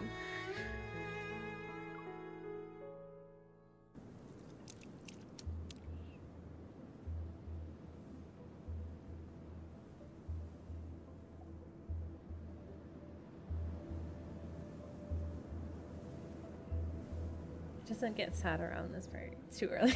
It's true. It doesn't get sad until the last two parts. Warm liquid is splashed onto my face. There's a moist sensation, and the metallic scent of blood fills my nostrils. I open my eyes. Hi! If you had woken up any later, you would have been swallowed by the sea of sand. Yes, please whisper in my ear. This man's whispers.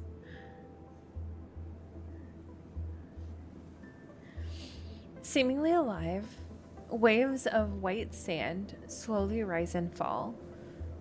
They surge they surge towards us again and again. Looking at the arm around my waist, I lift my head. Zayne is sitting against a black stone about half a person's height. He's holding me in his embrace to an extent. Oh no, your coughing ritual.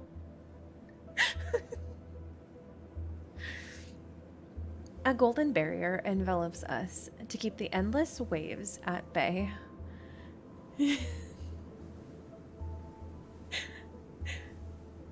Where are we? Inside that monster's stomach? Worse, I'm afraid. This place is inside its protocore. Hold on a second.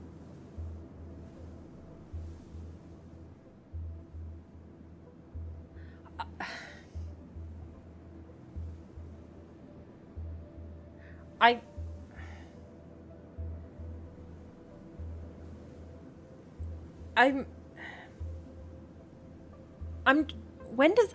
That's never happened before, has it?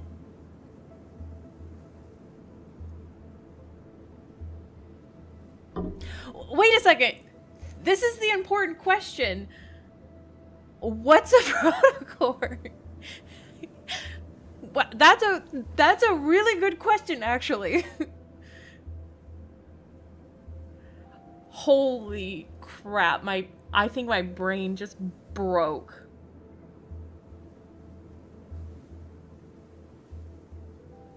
This is like a protofield. That's what they're trapped in Zayne's story. Okay. So the protofield, so are we saying that a protofield, because if he's saying if it's inside a protocore, are we saying that a protofield is inside of a protocore?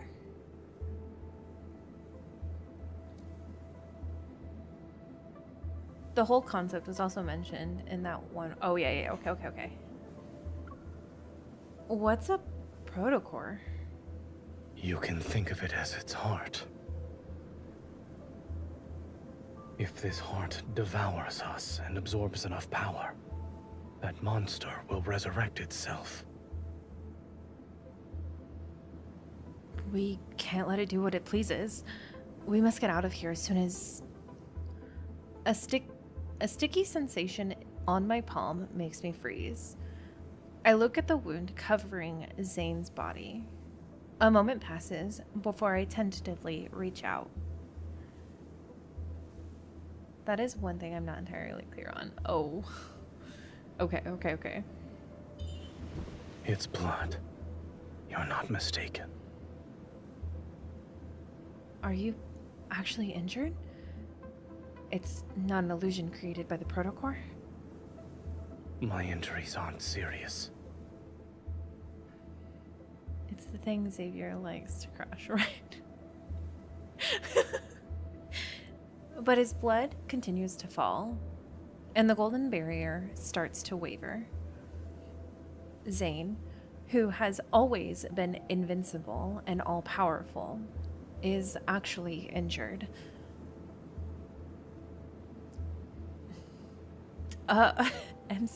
MC, is now the time.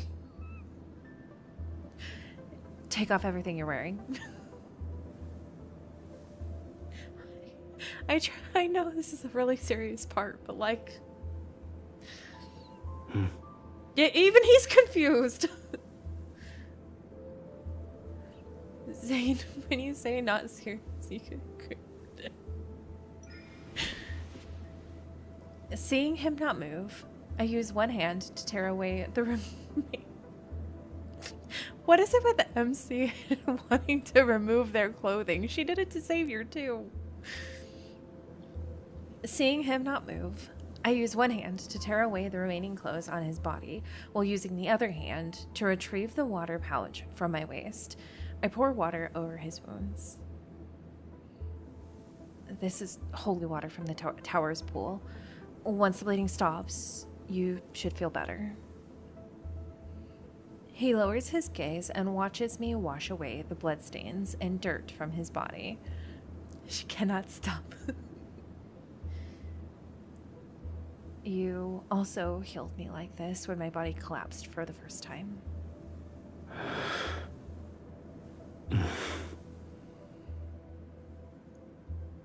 He now also gonna examine.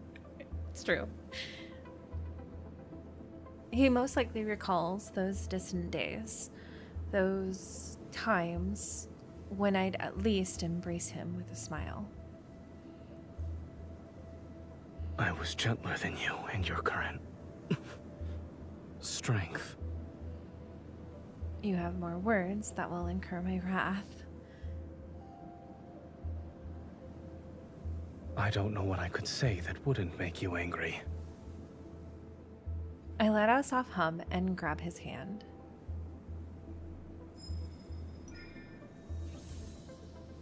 Why are you helping me? Because I love you. Look, they're very bad at admitting their injury. Also, Zayne is barely wearing much anyways. When you were fighting that monster, you set up a barrier to defend the village by the riverbank, correct? The river's water stagnation isn't related to you. You helped Niava, so I will help you. I release his hand and notice something unusual. I gave him a large amount of power to heal his injuries, yet my body doesn't feel any discomfort. On the contrary, it's Zayne who, despite possessing power far greater than mine, was actually injured to this extent. Was the monster truly formidable? Or is this cursed place affecting Zayne? My doubts gather in my mind. I decided to ask Zayne about it.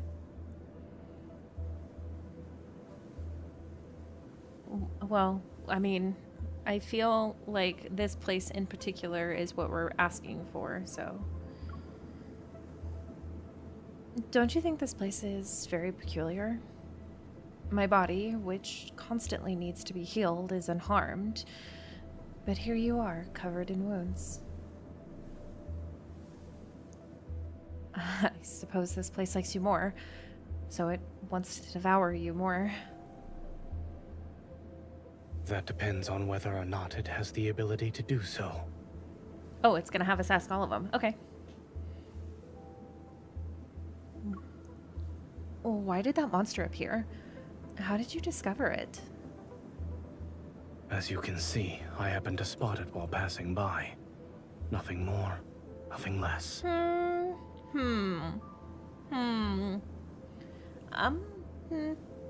That seems, I don't believe you.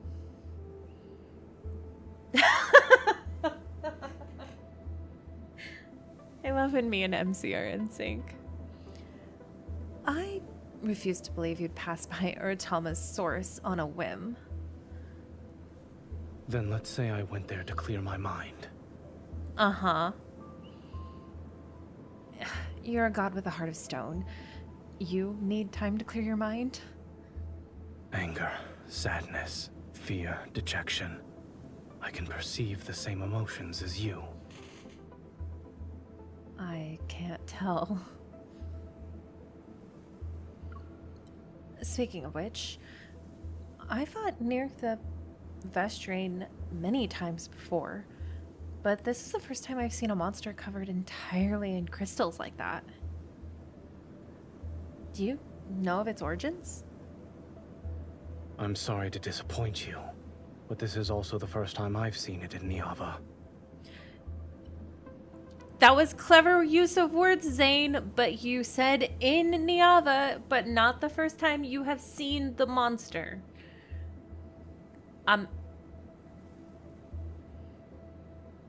I know that wordplay.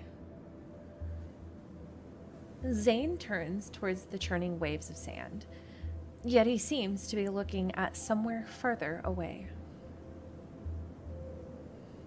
I follow his gaze, but there's only an endless expanse of white. Hopefully it'll be the last time, too. Zayne traces another ruin in the air, and the barrier immediately becomes wider and more expansive. It envelops a larger part of the desert. Why so dodgy, Zayne?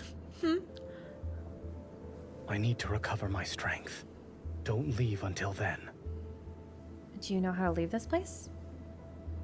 I don't, so we might as well destroy it. How is that difficult? We don't need to wait for you to recover your strength. I grab my sword's hilt, and a gentle power flows through my body. Its unprecedented condition gives me more confidence. Leave it to me. Wait.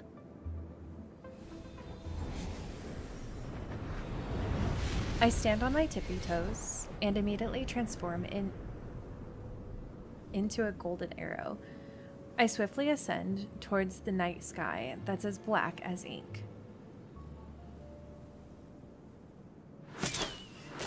One moment later, Zayne watches the golden arrow fall like a meteor. It returns to his side and transforms into a figure he's most familiar with. Dust and sand swirl.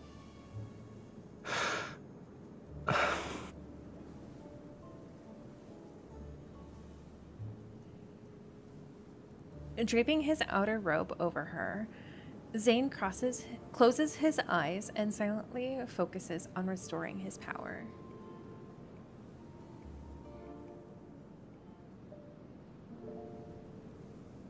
Zayne spends the day meditating to heal his injuries. With nothing else to do, I can only wander around the desert that's covered in golden light. Within this strange place, there's no distinction between day and night, and the color of the sky isn't clear. There is only a faint strip of white behind the distant clouds. It could be the outline of a spire's top or a broken crescent moon.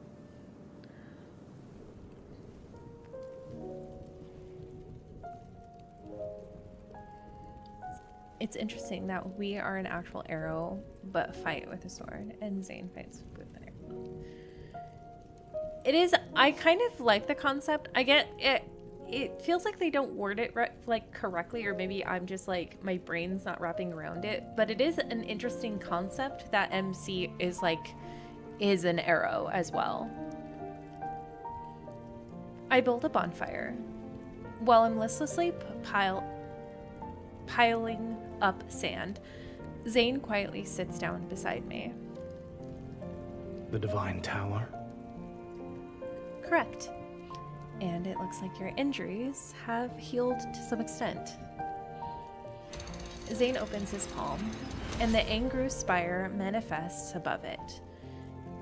Aside from the light being somewhat dim, there are no other abnormalities. Here, drink some water. Gilgamesh Zayne, yes. He looks at the water pouch I'm holding, but doesn't move. My hands hurt.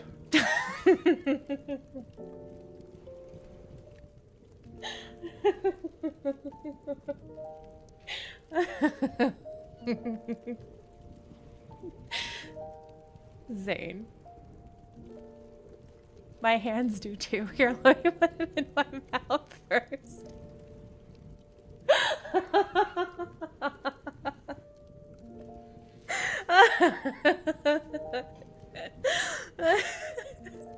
That explains why I do too. I love when Zayne acts like me. Okay, sweetie. Haven't you recovered? Do you typically argue with the injured?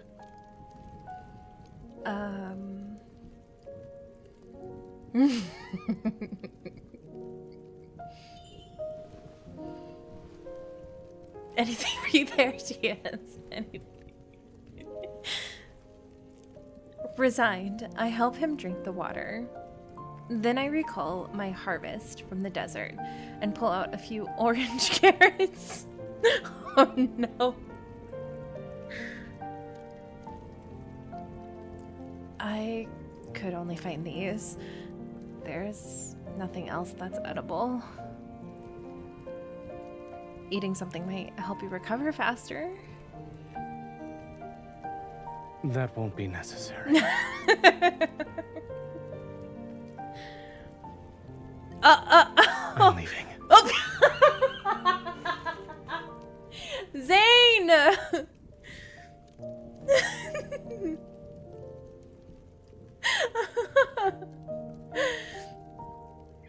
He cannot escape them. He quickly returns to the black stone side, sits down again, and dawns on that dignified, serene expression. I'm left alone with the carrots.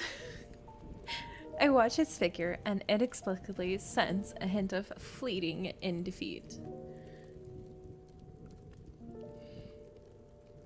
He is hilarious sometimes, Hope. Like, where is he going? He went back to the Blackstone. He like scooches over. I'm leaving, turns away and scooches. Where are you going, honey? 2 days later, I lose interest in sand art once I build an entire city-state out of sand. I soon find a stone slab. What can I say? There is no sunrise or moonset here. Keeping track of time is meaningless. I'm not keeping track of time. Then what are you doing? I'm drawing you. I blow away the debris and dust. I point out the crooked lines like that vaguely resemble his figure. This is how you appear when you were injured, and this is you when you let me give you water, and over here is how you looked at me while recovering. When we return to the tower, I'll put it in the most prominent places. You'll remember, such disheveled moments whenever you see it. Childish. You like it. Don't lie. Let me show you something that's not childish then. Using my memory, I carefully draw symbols in the sand before me. Here's all your L's. Several rocks here had these. It was almost like someone carved them. Assuming they're text, their symbols don't belong to the Niavan language. Can you read them? This space doesn't truly exist. It's simply a shadow cast from somewhere else. These symbols might be from the past, or perhaps they exist in a more distant future. In either case, they're of no use to us. But what are the symbols?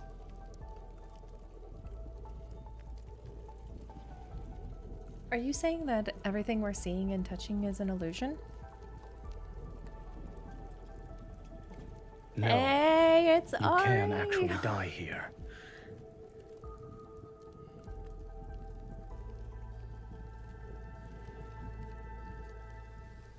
Thorn under the moon.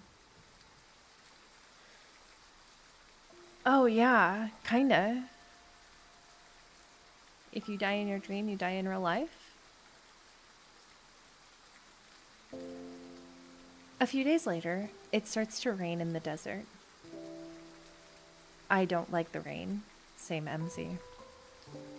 It represents rust, shameless mud, and sometimes overflowing rivers.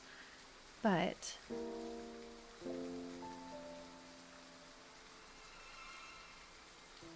the rain here is beautiful. Countless fluorescent blue raindrops fall like stardust from the distant realms. They cascade through golden halos, and their splashes leave shimmering glimmers. Actually, that's kind of pretty. If what you said is true, then do these droplets also come from the past? Or the future, perchance? Neither. They are time itself. I don't understand. He raises his hand, and the Angru spire gleams with golden light. It's more brilliant and dazzling than ever before. In other words, Zayne has recovered. We'll leave once the rain stops. All right. How strange. I don't feel the joy I expected. There's only a subtle melancholy. When we return to Niava, will we go back to how we were before? What do you mean? Well, we'll only appear to be cordial when the reality is that we're emotionally distant, like strangers. Do you want us to be like that?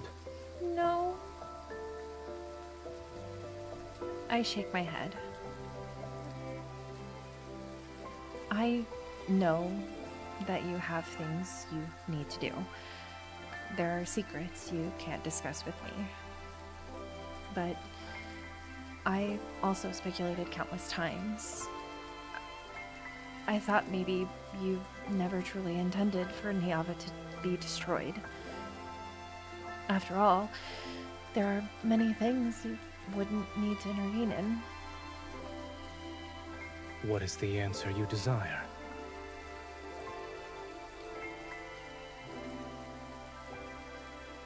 What do I say? What do I say? I hope I'm right. Maybe which one do I have to, I don't want to mess this up. I hope I'm wrong. Maybe I'm wrong. I'm gonna wait for you guys to. I don't.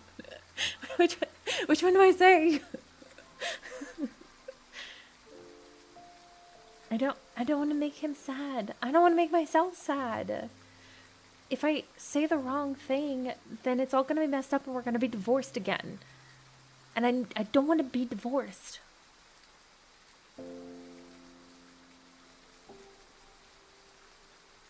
There is no right answer? Okay.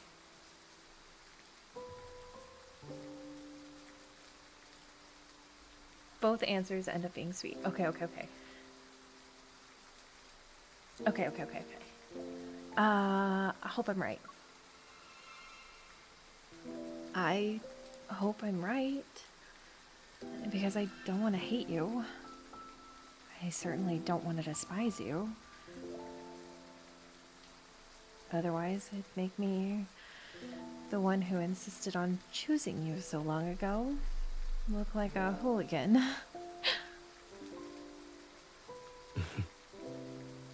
Then allow me to prove to you that the choices you've made have always been correct. No. The rain's gentle pitter-patter has ceased before I realized it. The clouds have thinned, and the white glimmer has become a little more clear. Zayne withdraws the golden barrier, perhaps sensing its impending destruction. The desert falls into an unusual silence. Go back. Niava is waiting for you. Once the words leave his mouth, a tiny, cold droplet suddenly falls into my palm.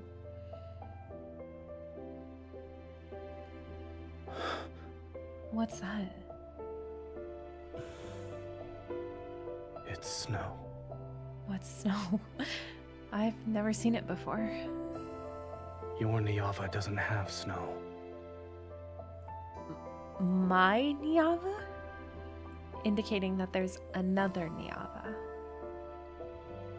It's so very...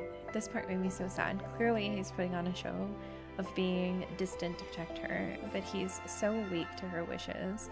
If she wants him to be sweet like this again, he will be. If rain is time, then the rain turning into snow means time slowed. Oh, that's... Yes! Oh, that's a... I like that, actually. After the first one falls, a multitude of those cold white flowers, flower-like specks, drift down.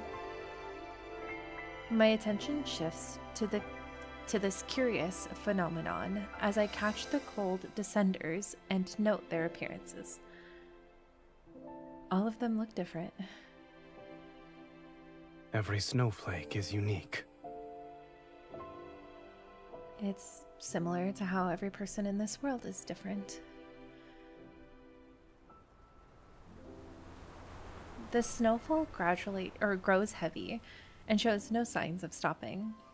It mixes with the white sand and doesn't melt. I crouch down and scoop up a handful. Pure sand and snow. They're indistinguishable from each other. Once they fall, they're fated to melt. Everything in existence cannot escape decay and annihilation. He holds my palm, and the cold wind immediately blows away the sand and snow from my hand. But destruction is the only force that can bring a new life. Yes? I catch a falling ice droplet again.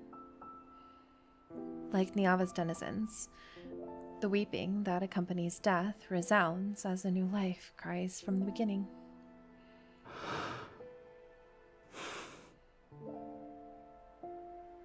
It's time to go. I think it's more like referring more than one Niava. Oh, what do you mean, you're Zayne?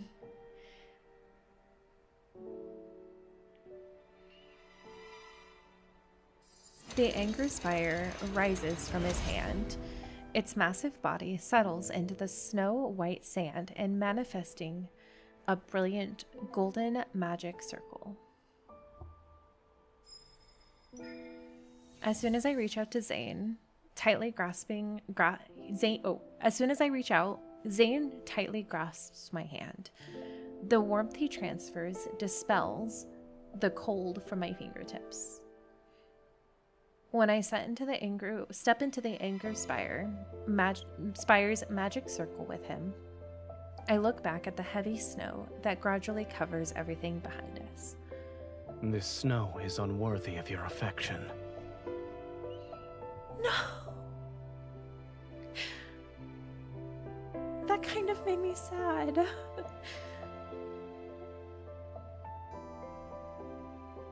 The violent tremors and blinding white light make it seem as if the world is collapsing. Then I'm pulled into an embrace that's as cold as snow.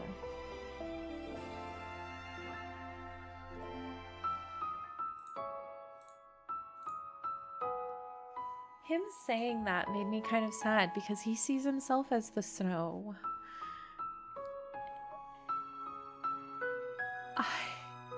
That kind of broke my heart. Like, Zayne, please.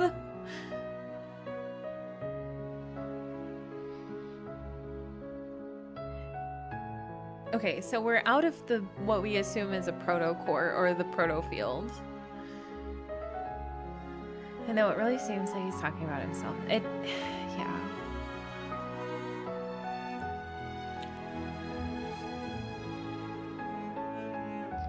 And I'm gonna assume the Anger Spire is the Fractal Library. I don't know. There's like so much. Zayne, please, you are important. I know.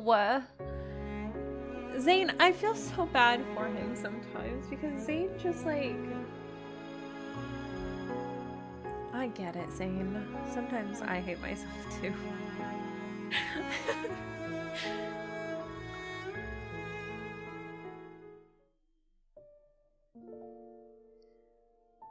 I would still remember those brief, dreamlike days long after they passed. In my memories are the silvery sea of sand, the luminous blue rain and swirling snow, and the warmth from Zayne's palms and embrace. I had a hard time picturing what the spire actually... They don't actually say what it looks like, do they? Urtama begins to flow again. People gather beneath the divine tower to thank the goddess for once again granting them shelter and hope. However, a vague sense of worry and unease still lingers in my heart. It spreads with every drop of blood that flows and diffuses into blurry nightmares.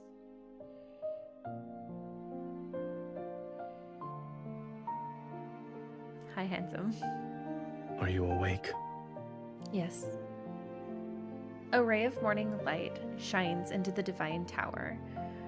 It draws a sharp line of light and shadow across the smooth tiles. Groggy, I sit up in bed and watch Zayne dress himself.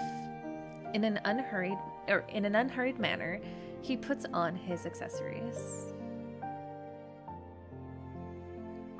I think it's the pyramid you see in his hand when he does ultimate. Oh, okay.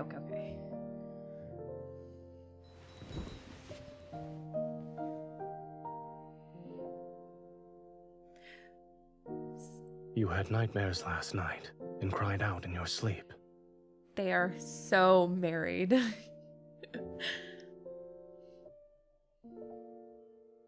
I suppose I did have a dream. It's most likely a terrible one, which is why my subconscious doesn't want to remember it. What did I say? I only heard you cry out, Niava. Then... you gave me a good wallop.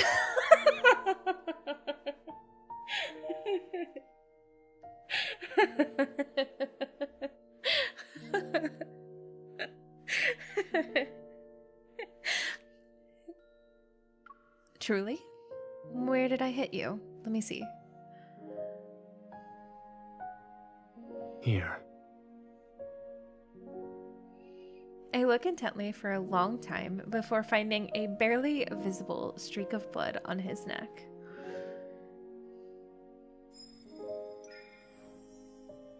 Is it better now?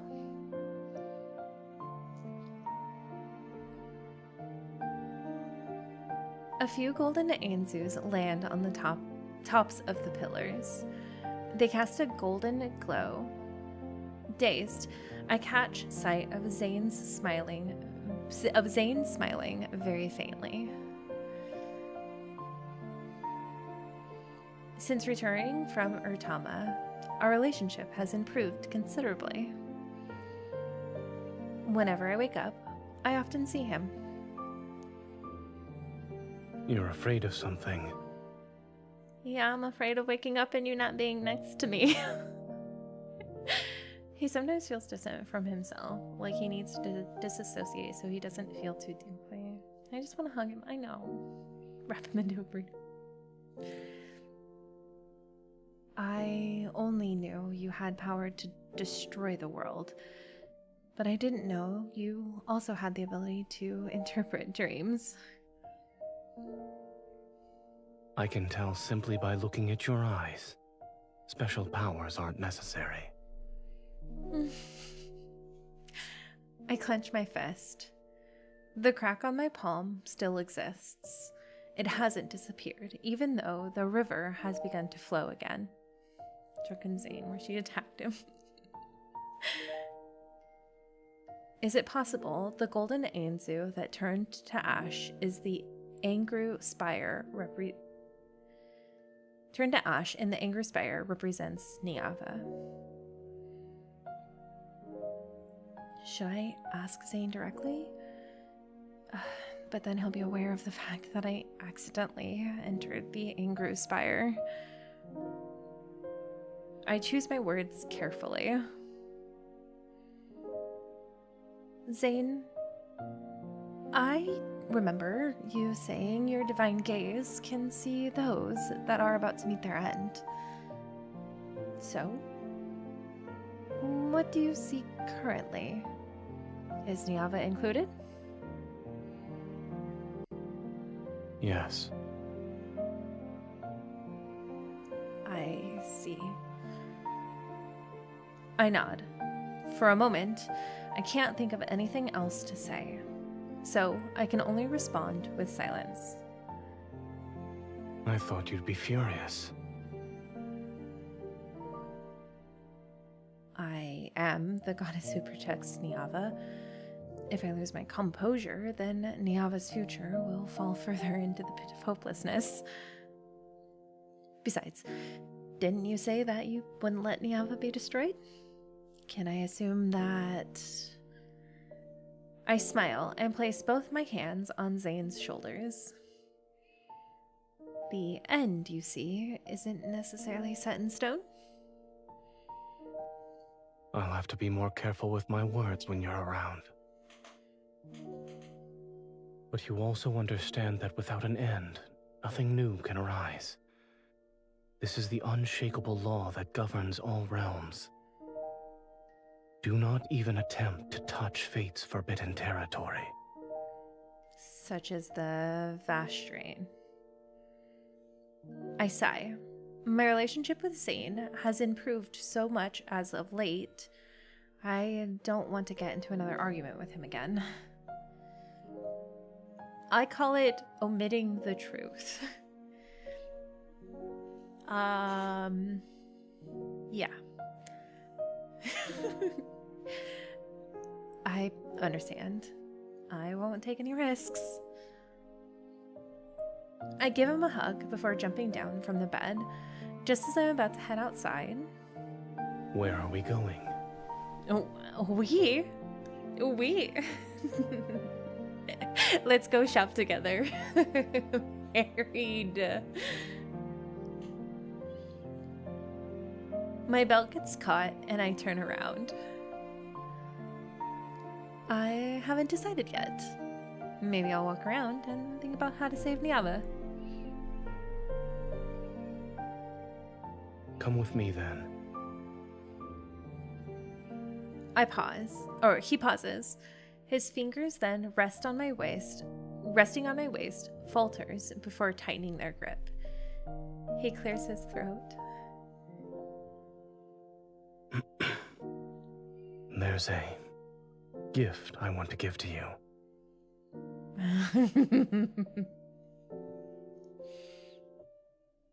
I'm sure it's an actual gift, but like... Zayne, you're all the gift I really need. Zayne leads me through the city's alleys. On the streets and by the riverbanks, there are busy, ecstatic, there you go, ecstatic humans everywhere. Like, where's she going? Zayne covers his eyes, and I wear a veil. At this moment, we're simply two lovers walking hand in hand amongst the crowd. That veil, though, is so good. What is this gift? What kind of gift is it? This is the third time you've asked this question. Well, because you won't tell me. I'm doing my best to restrain myself for the third time. Curiosity about the gift overshadows the slight unease in my heart. Yet, what I'm more interested in is... Giving gifts isn't something you do. Where did you learn this from? Many humans do this. It's not hard to learn. While speaking, he walks to a wooden stall and lifts the grass cloth curtains to provide a shade. Oh, that provides shade. Is Sagria here? High Priest? It's been a long time since I've seen you. An elderly woman walks out of the wooden stall with trembling steps. And when she sees Zayne, her wrinkles are filled with happiness. I'm here to collect the honey and dates I requested before. This amulet is for you. Place it by your pillow. You won't have headaches anymore. Oh! Oh my. You still remember that. Zayne is so... He's so sweet. The elderly woman thanks him repeatedly. After accepting the amulet, she brings out a jar of golden honey. Upon seeing me beside Zayne, her smile widens to the point where her eyes are almost a thin line. You have a wife now. You two suit each other very well. That's Come. me. This bottle of mead is for you both. It's a wedding gift. Wait. Oh, I mean, she can be a little late for a wedding. It's fine. It's fine. It's cool. No, you're right. Listen, they won't call me his girlfriend, but they'll call me his wife, and I'll accept it. Oh, it definitely feels like old ladies would love Zayne. It's true.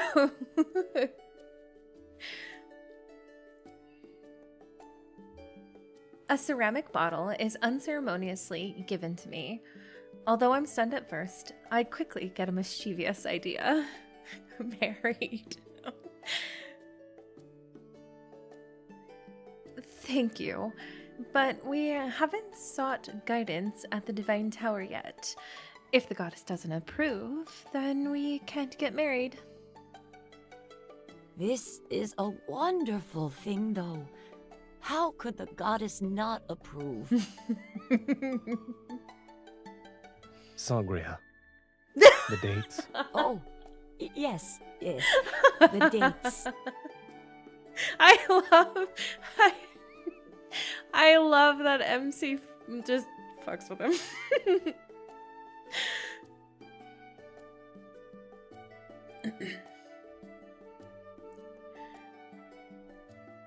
Like, girl once and instantly knows how to use it.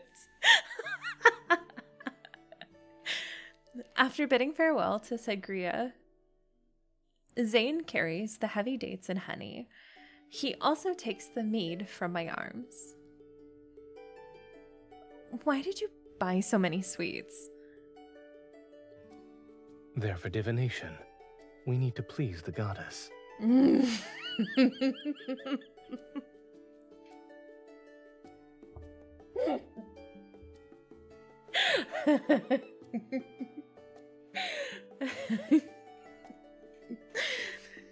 Stop! Oh my gosh. They did all of this boarding on purpose. How can you be so certain that the goddess will like them?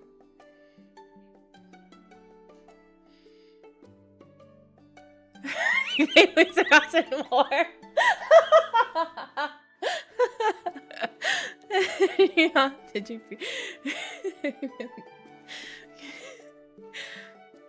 We can find out. He holds a date out in front of me. In all of Niava, Sagria's pickled dates taste the best. Would you like to try one? Full of anticipation, I eat the one from his hand. I don't know what kind of expression that is. It's sweet enough to slay a goddess.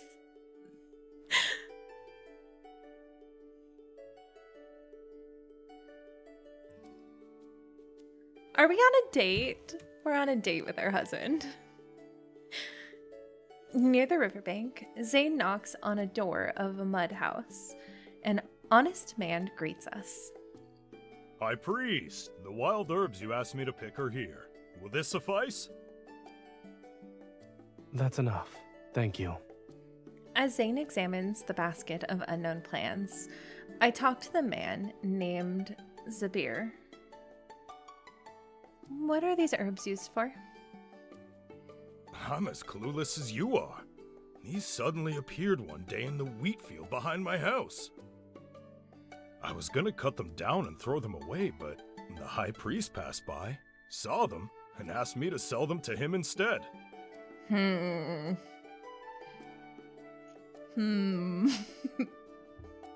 He also paid me to set aside a small plot of land. I was told to let the wild herbs grow there. Now he visits regularly to buy them. If Zayne treats them as important, then could the herbs have special properties? A date ending with a gift. Oh yeah, that's right, we're getting a gift. I take a small piece and taste it. It's bitter with an unremarkable texture, and unlike the plants humans might forage. Zayne turns towards me. The herb is poisonous. Oh! Spit it out. Zayne, why would you allow me to do that? Are you sure? My response is accompanied by my gaze. I'm the goddess, after all. How could this tiny plant possibly poison me? But Zayne immediately reaches out and grabs my... Will you do it yourself? Or do you need me to provide assistance? No, no.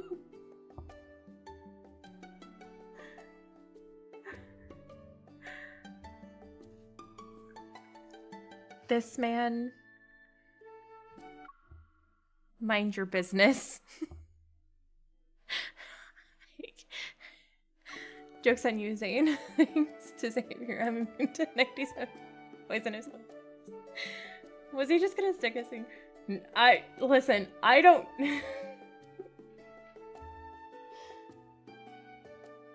I don't know. What do you... Hope! You can take it right out of your mouth. Listen, all I'm saying is that he could talk to me in that voice and I would be sad.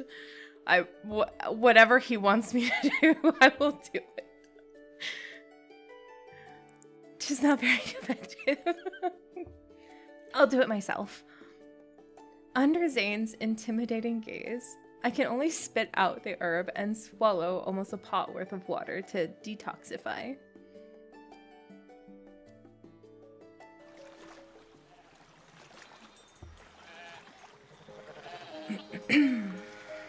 We continue walking downstream along the riverbank. The clamorous voices fade to an extent, and smoke drifts from the tranquil villages. After Zayne exchanges a few words with the shepherd, we gain a ewe as a companion. Honey, dates, a ewe, and this basket of wild herbs. None of them look like Zayne's gifts. Resting in the shade, I use a bundle of fresh grass to distract the ewe and prevent it from eating the basket of poisonous herbs.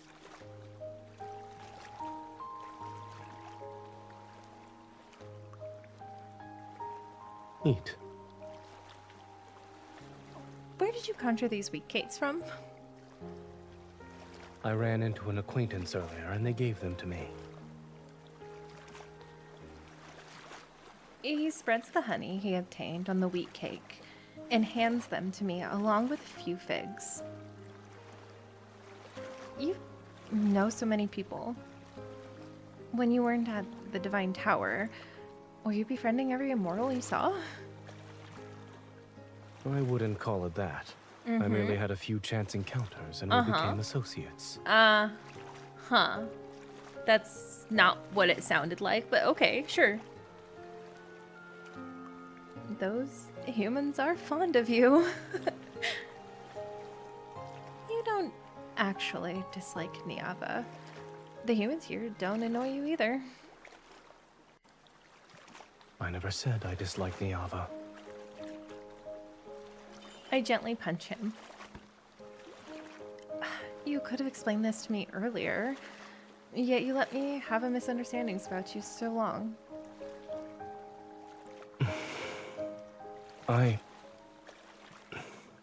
Yes, it's my fault. Unable to tell if I'm more annoyed or amused, I poke the corner of his mouth. Remember, your mouth isn't just for eating and drinking, it's also for explaining and saying kind words. And other things. And kissing me. I understand. The ewe, having eaten her fill, settles drowsily by my feet and dozes off. I gently stroke the soft wool on her head.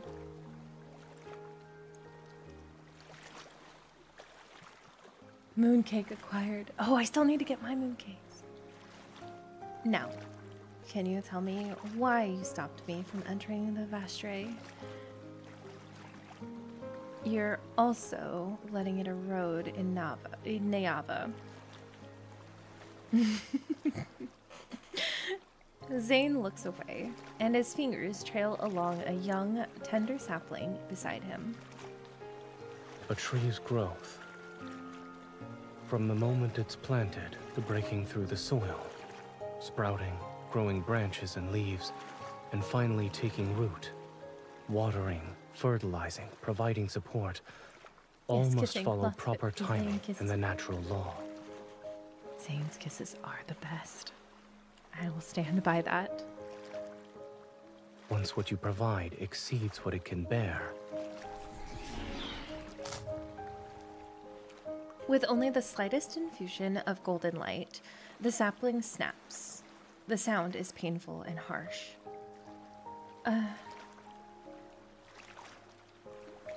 You're saying that taking action against the Vastray would only accelerate Niava's destruction.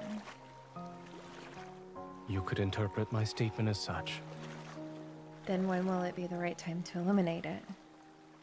Not at the present moment. That's not that. Okay, whatever. That doesn't answer my question, but I'll leave it to you to be avoidant. These backgrounds are so pretty. After passing through another wheat field, Zayne finally brings me to our destination, a home that belongs to farmers. After unloading the items the ewe had been carrying, a weathered woman welcomes us into the home. High Priest. How has Nagan been these past few days? I followed your instructions. I carried him to the river each day to wash him and fumigated his room with torches. He's been awake for longer periods, but the evil presence on his chest still hasn't disappeared. Let me examine him first. She is an envoy from the Divine Tower. She shall bestow the goddess's blessing upon your child. I feel a gentle push at my back. Realizing what's expected of me, I nod respectfully to the woman. She wipes away her tears and bows to me in return. May the grace of the goddess descend upon this place. Come with me. Okay.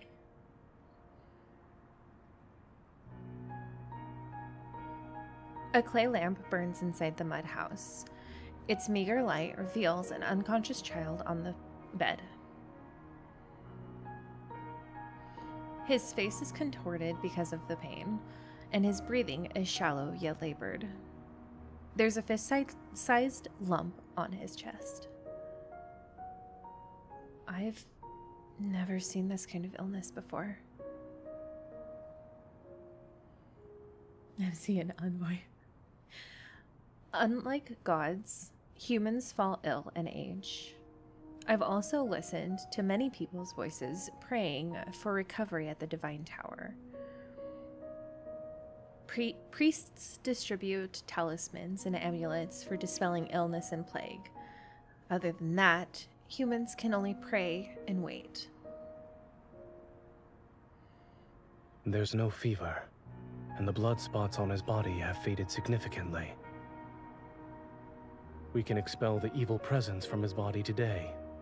Have you examined this child many times before? Yes. Before entering, I noticed several rolls of linen in the corner of the courtyard. They're burial shrouds that were apparently prepared for this child.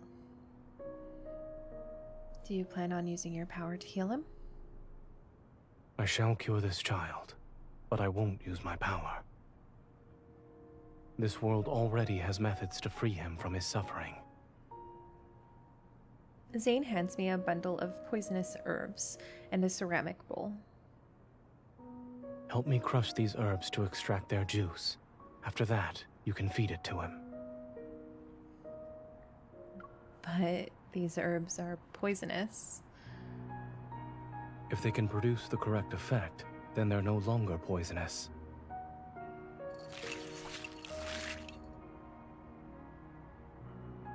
I feed the viscous juice to the child. Then I turn to see Zayne taking out that jar of honey again. After driving away the evil presence from his chest, we need to apply honey. What you'll need to do won't just be bestowing the blessings of the goddess. Amidst the tearful prayers of the mother outside, Zayne heats a thin blade over the flame for a moment. Remember everything I do from this point forth.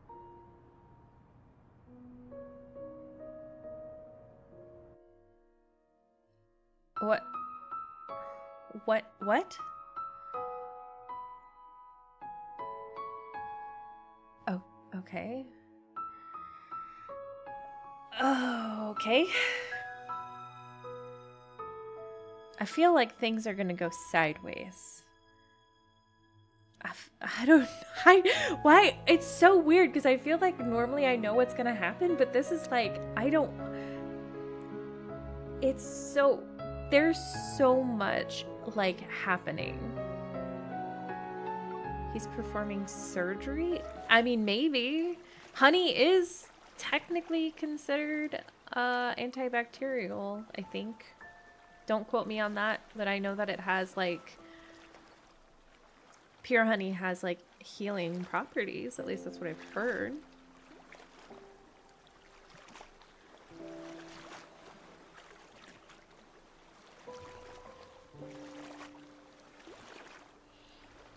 There is no moon tonight, and the stars scattered across the night sky are like glimmers of light on a dark river's surface.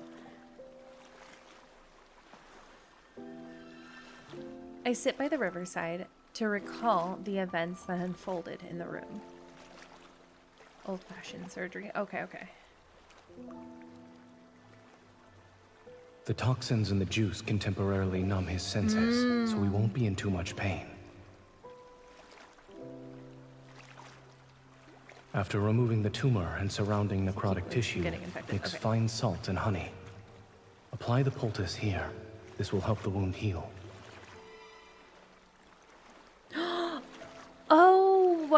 I don't... I'm so dumb, you guys, sometimes. Zayne's a doctor. Duh. This is basically him, like, doing surgery for... Then use sheep's milk to detoxify him and nourish his body. Zayne's voice was calm and quiet, his movements composed. With his care, the child's pained expression gradually disappeared. He will survive.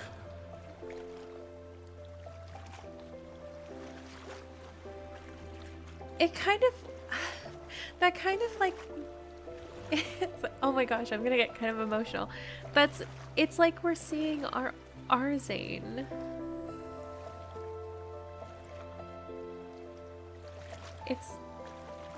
It's like we're seeing our Zayne though.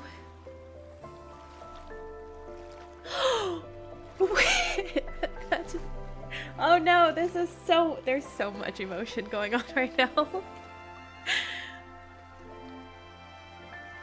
Zayne's actions feel unfamiliar to me. In the depths of my heart, there's always been a faint tremor. It's as if something is about to break through the soil and emerge from the earth. Clean his body every other day, but don't touch the wound. You can feed him your sheep's milk. Zayne gives the ewe to the grateful woman before walking towards me.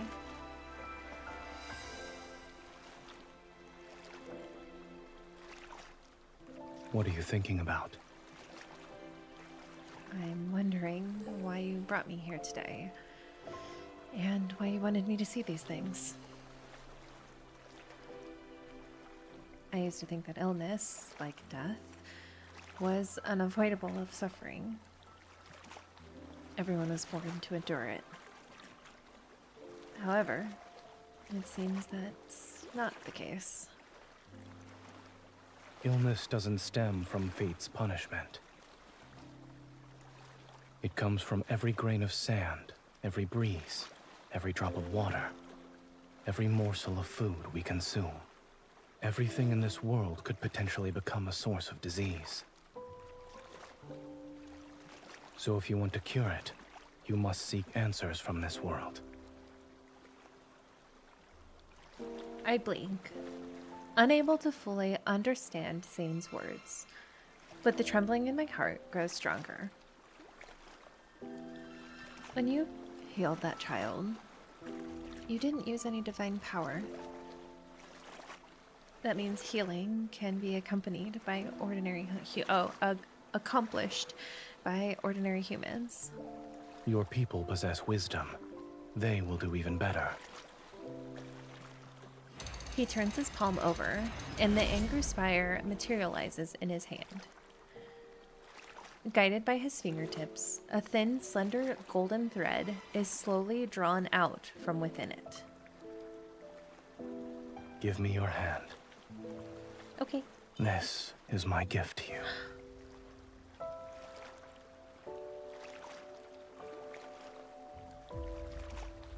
Oh, the winding golden thread extends into my palm and touches that crack. Your gift has a name. The Principles of Medicine. When the golden thread intersects with the crack... Oh. Tell me. A brilliant radiance suddenly spreads across my vision. What do you see? I see a vast expanse of flames. The people of Niava have lit bonfires. Listen carefully. Why are your people no longer cheering? I can't hear their voices. Beside the bonfire lies countless people with agonized faces similar to that dying child. They're convulsing, struggling, bleeding from their bodies. Black clouds buzz and writhe around them. They're pulling torches from the bonfire to chase after those black clouds. Then they set them ablaze. The crimson flames ignite the black clouds, and they soar and shriek as they rush towards my divine tower.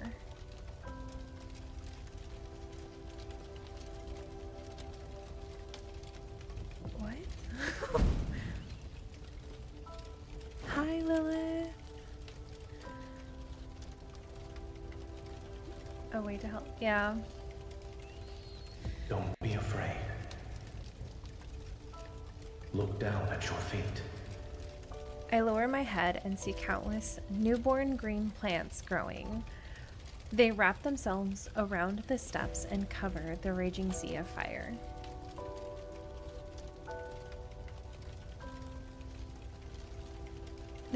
No problem. People harvest them, draw clean water, preserve the flames, and sterilize sharp blades with fire. They do it in the same way Zayne did. All of this, everything you see, you can call it medicine. It's a tangible form of the principles of medicine. Knowledge meant to heal diseases and recover from plagues. From now on, your Niava will never again be driven to desperation by disease.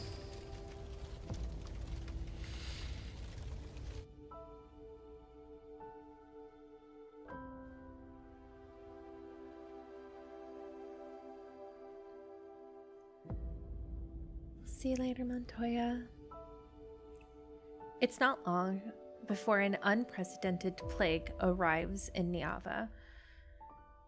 I taught these principles of medicine to Samira in the form of a divine prophecy. Soon, the suffering people lit fires, killed insects and flies, gathered unfamiliar plants they had never before recognized, and consumed their extracts. They began to ask about how the blood in their bodies flowed, why their hearts are able to beat, and how their bones support them.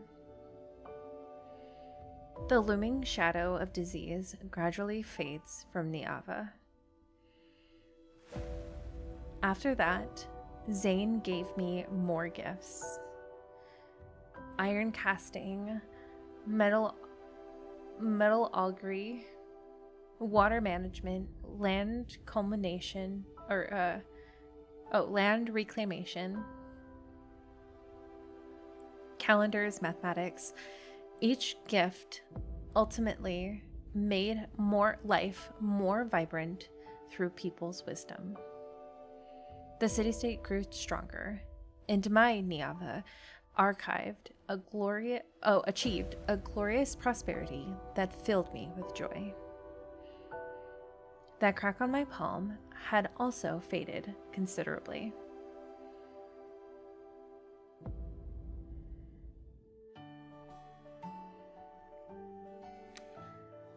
Zayne, he helped.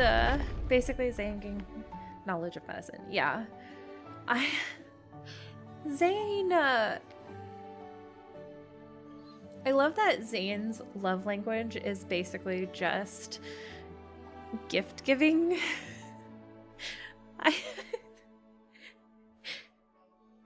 He doesn't know how to use his words or his emotions, but if he gives you something, come on, you know that he loves you so much.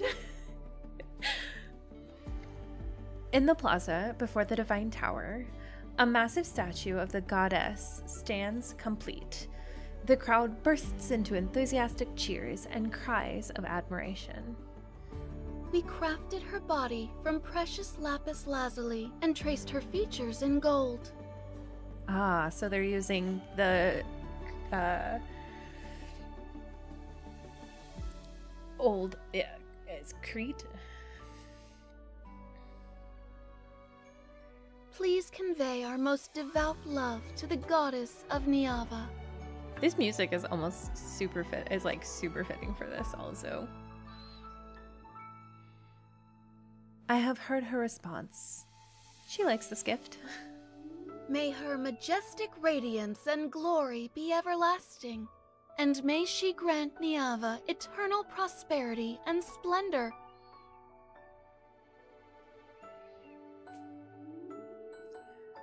Samira and I stood amongst the elated crowd. We smile at each other. And may this statue, like your appearance, never be touched by the erosion of time.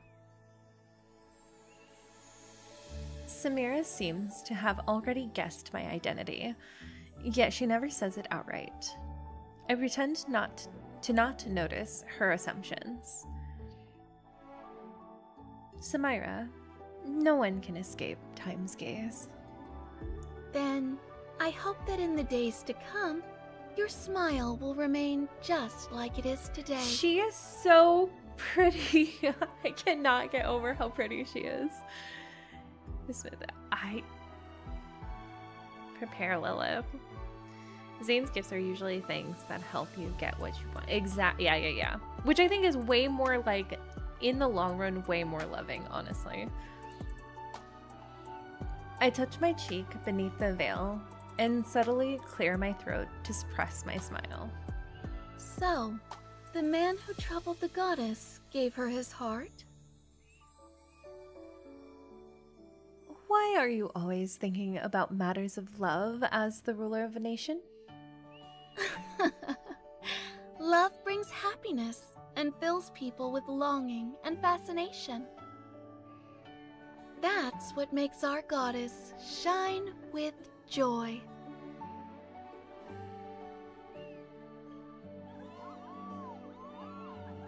Under the bright, radiant sun, everyone is dancing and singing.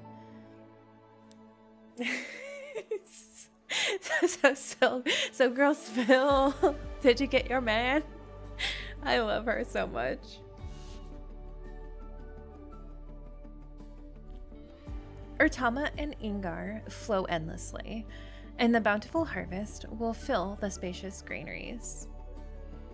The city's walls, made of lapis lazuli, are glazed, and glazed stone become more magnificent, and the poets' melodious songs travel with ships to distant lands. I gaze towards the top of the divine tower. I know Zayne is also looking at Niava, at me. Ready to wave at him, I raise my arm.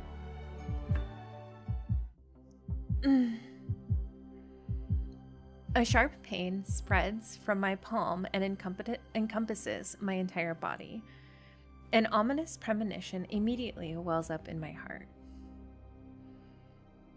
I open my slightly trembling palm. That crack that had been troubling me turned into an open wound. Oh no. I should start being worried.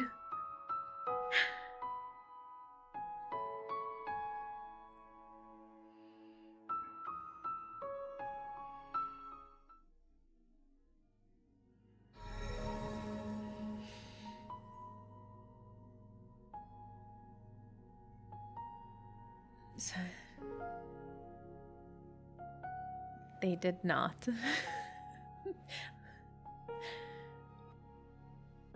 While cheers surge like the tide in the plaza, the angry spire, deep within the divine tower, emanates several shrieks of light.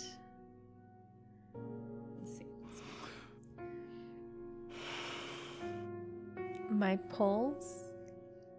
My pulls went not how I wanted them. It did go to 150. He took me to hard pity and 150, and I only lost my 50-50 once. He was not very nice to me.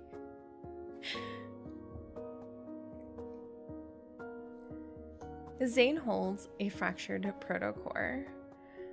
The monster that had been entrenched at Urtama dropped it.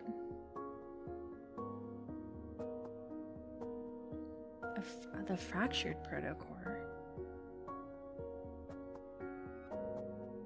At the time, he followed the Anchor Spire's divine guidance and traveled to Urtama's source to destroy the magical array he had once created there. Unexpectedly, the array, originally meant to separate two realms, had transformed into a massive monster after accumulating energy for countless years. If I don't destroy the remaining magical arrays, she and Niava will face an even greater disaster. Oh, he said like a bunch.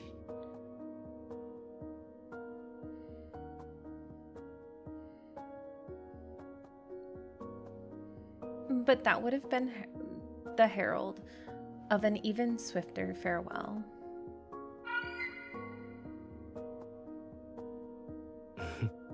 Why are you sad? Before everything was created, the ending had already been written. For her, its early arrival should be a better fate. The golden Anzu softly calls out as it flies away from Zayne's finger. It once again disappears into the Anchor Spire's rotating ring of light.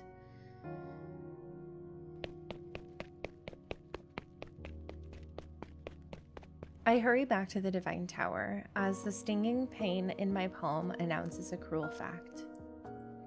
The gifts that Zayne gave me, which were actually facets of a civilization, did not change Niava's path toward destruction.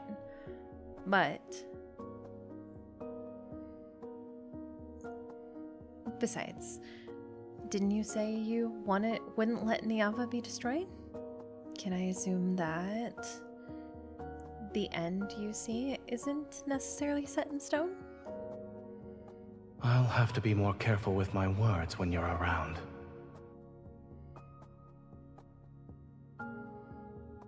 Zayne wouldn't make empty promises. He gave those gifts to me because he has a plan. Zayne, what do you intend to do? My intuition tells me Zayne won't say anything. So, where will I find the answer to this mystery? It really is. The golden Anzu's call passes overhead. Following its shadow, I spot the Angry Spire in the distance. The mark on my palm appeared after I accidentally entered it. If I enter the Angry Spire again, will I discover something new? We're going against Zayne's wishes!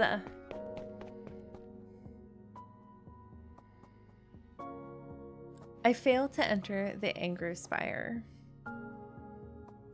An invisible barrier blocks my path, and the runes that appear on its barrier on it bear the same pattern as Zayne's golden ornament. Perhaps I need to obtain the key that opens it for Zayne. Zayne locked us out of the Angry Spire. The following evening. Oh, hug him. Act cute. What are you doing? I wrap my arms around Zayne's shoulders and see him holding a reed pen. He's drawing on a wet clay tablet. The outline looks somewhat familiar. It reminds me of the new statue the humans carved for me. I'm drawing you. He looks at my eyes and he looks at my eyes and eyebrows before carving 2 more lines. The statue is grand and beautiful, but the face is too rigid. It's lacking a certain charm. Be cute, he can't resist. The hair is so good. The hair is so good. His gaze flits between my face and the clay tablet. Now I can say it's 70 to 80% accurate. Oh, that's good.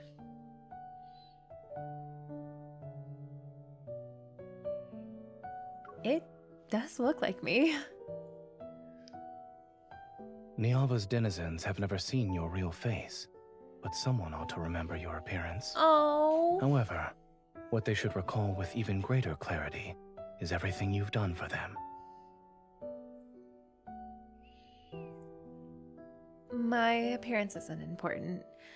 Humans remembering what the statue looks like is enough. Zayne smiles faintly and carefully sets the clay tablet aside. So this will only belong to me. I look at his chest where one pendant stands out conspicuously among the gold ornament. It's the same as the runic pattern on the barrier of the Angry Spire. If I get it, I'll be able to enter. I feel slightly guilty, but I must know what Zayne plans to do.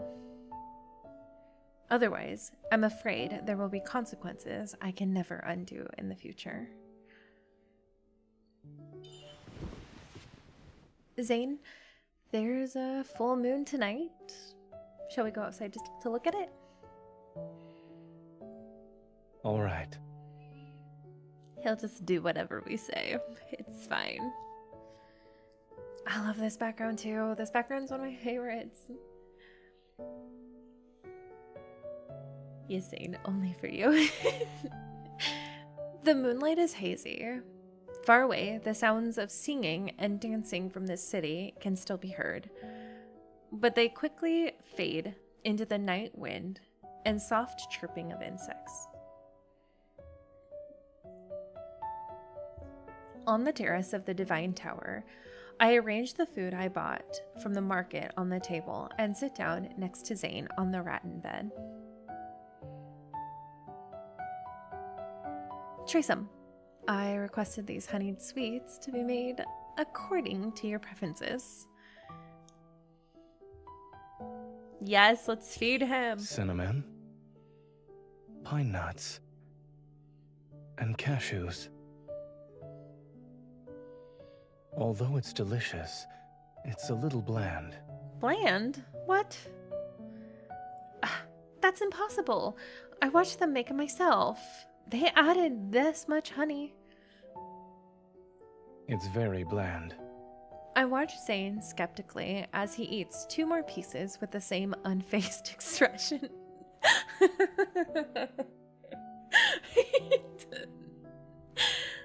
I think for a moment before tentatively leaning in to give him a kiss. Zayne is every time. It's true. Welcome back.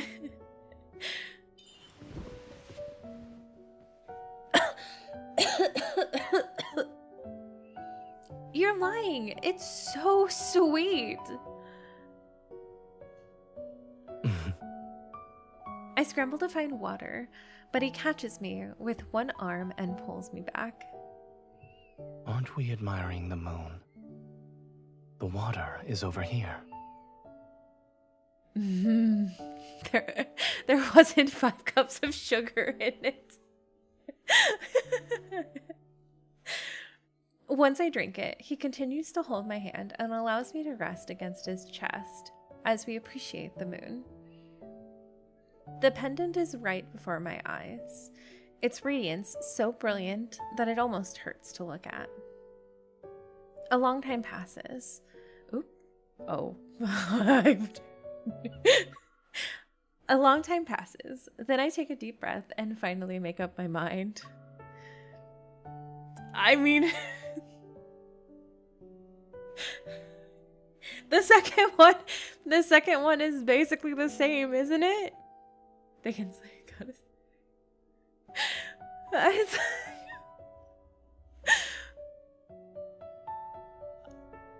I kind of want to do the first one. I've had things backfire on me with Raphael. Joke's on you, Zayne, I have the same love of sugar as you do.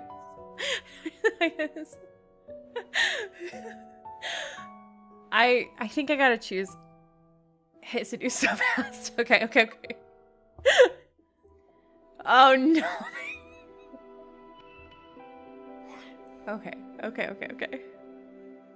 They changed the music.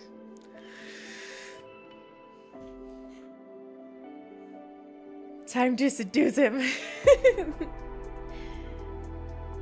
Zayne.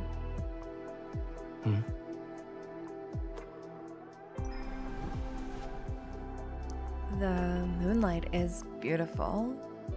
Wouldn't it be a bit of a waste if we didn't do something? He's caught off guard. His gaze drifts to the places my clothes conceal.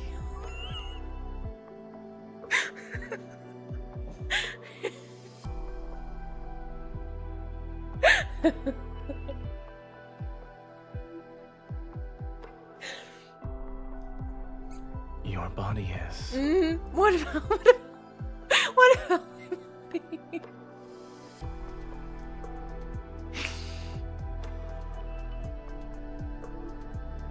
Does it only have to be when my body is on the verge of collapse?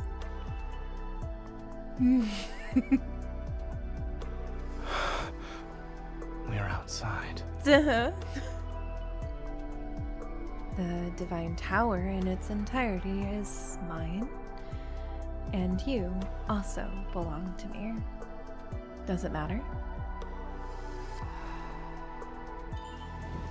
To keep him from finding more excuses, I put a sweet in my mouth, wrap my arm around his neck, and lean down.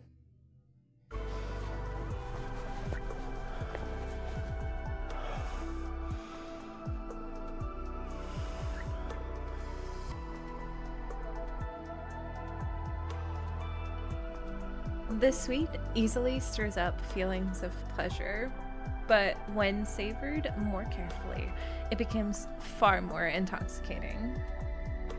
We're outside. I don't think outdoors has ever stopped this one. In the narrow space between our mingled breaths, Zayne slightly turns his head away to avoid my eager pursuit. No, Zayne, stop! The kiss that misses its mark lands on the corner of his lips. It draws out a deep, lingering breath. Is this a gift for me, or a new punishment? I lower my head and rest my cheek against Zayne's shoulder. My lips touch the spot where his heartbeat pulsates against his neck. With each syllable, I can feel his skin becoming damp beneath my breath. Do you want me to stop?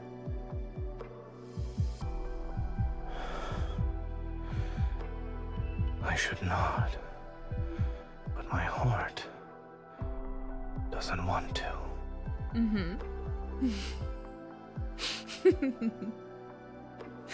Zayne kiss sounds are the best. His arms that are wrapped around my waist tighten. Silent waves surge and churn in his eyes. They scatter with the fine golden flecks from the candlelight.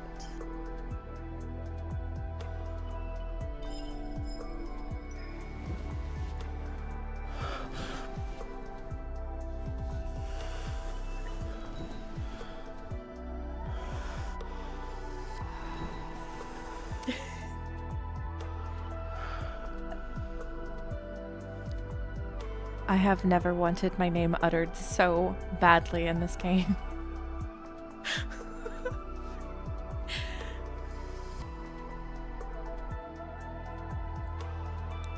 My name, held between his teeth, melts faster than the sweet on our lips and tongues.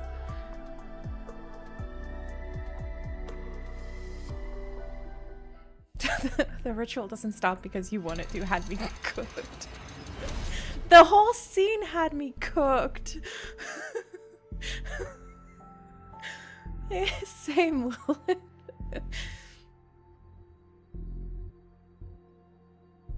Again, in full. You could have made another full scene, Tammy. You have a lot of money. After helping Zayne settle into a comfortable position, I carefully remove the pendant and approach the Angru spire. It operates silently. I look up at it, but I hesitate because I realize I'm about to see the truth. Perhaps I'm overthinking this. I shouldn't have deceived Zayne. No, I must know Zayne's true purpose.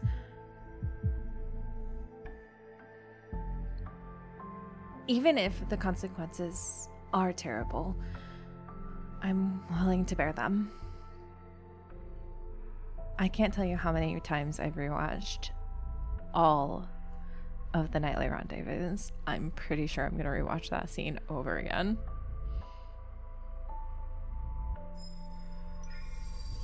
When the pendant touches the ruins, golden flames spread out from the Angru spire and envelop me. I made it my lockets. My vision blurs. My consciousness falls before this golden light, and the cracks of the world open before my eyes.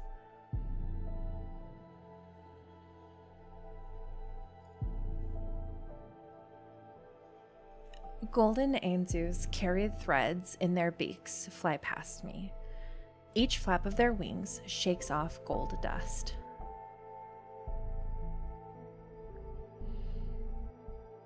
Those particles gather at my feet and spread out into countless, endless rivers in the blink of an eye.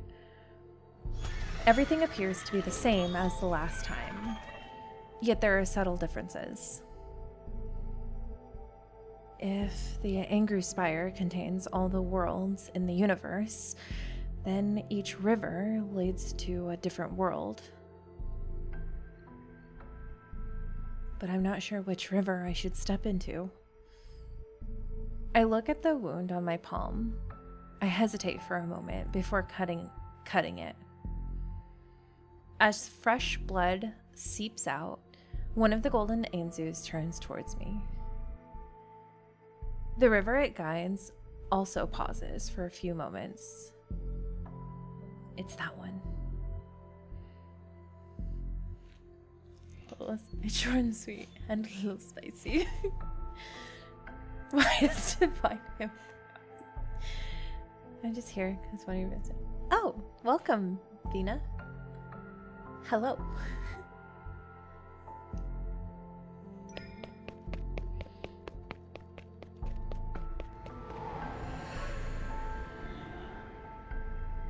That's what I was thinking, Ada, is that it's just the fractal library in a different form. That's what it's giving, at least.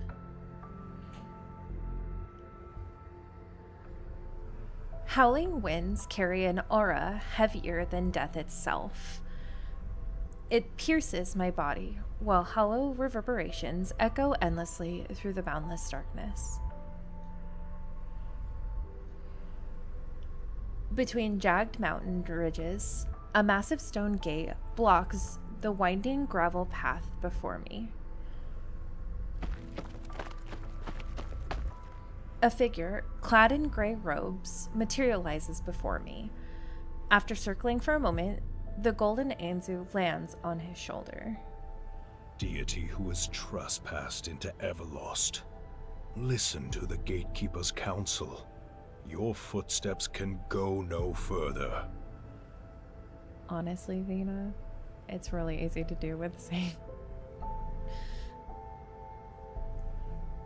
I seek whatever lies behind this stone gate. Please don't block my path.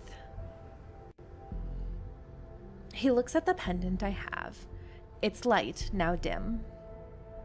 You're not the first deity to set foot here, but Everlost shows no mercy to visitors. It's only 10 hours long. Why does it say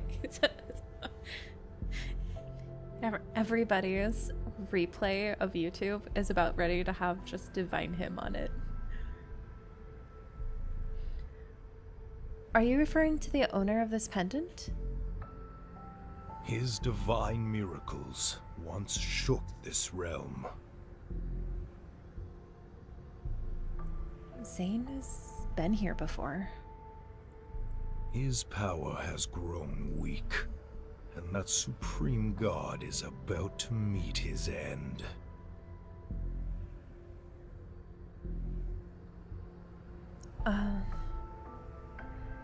Unable to tell if my thoughts were frozen from shock or from the cold, I hear my own stiff voice. What brought that god here? Beyond the seven gates, a stone was nestled in the Netherworld's bosom. The Creatio Stone. It could create life and resurrect the dead. Oh my god! Zayne stole the Creatio Protocore, and that has to be what this is. That has to... No, I refuse to believe any other option.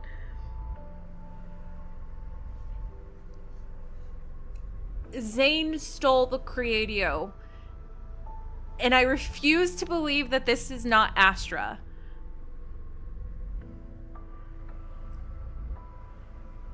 And that's why he's being punished. And the Foreseer has the Creatio Protocore because he's like, if you want the power so bad, then you're going to have it, but you have to follow me.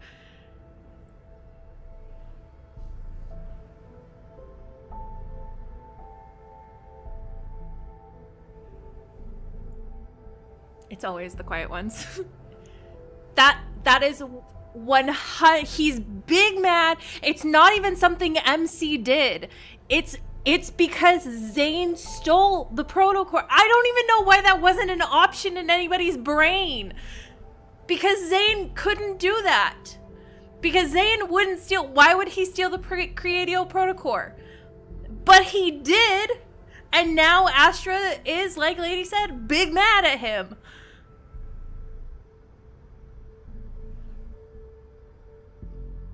Oh, that's right. Oh my gosh. Oh my gosh. Okay. We have to keep reading. But It rested in an eternal slumber until that god took it. Creating life, resurrecting the dead. What did he do with the Creatio Stone?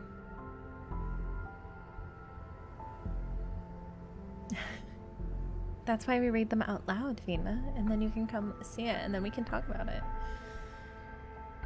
So maybe Astra's the sixth love interest. That would be interesting. As soon as the question leaves my lips, a truth vaguely reveals itself in my heart. Only a divine soul of a certain weight can resonate with it. Oh my god! Oh my god! Oh, I'm sorry, guys. You totally just got hot mic'd, but oh my gosh.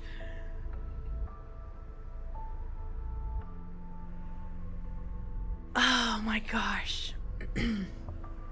Goddess, who bears the order of the Creatio Stone.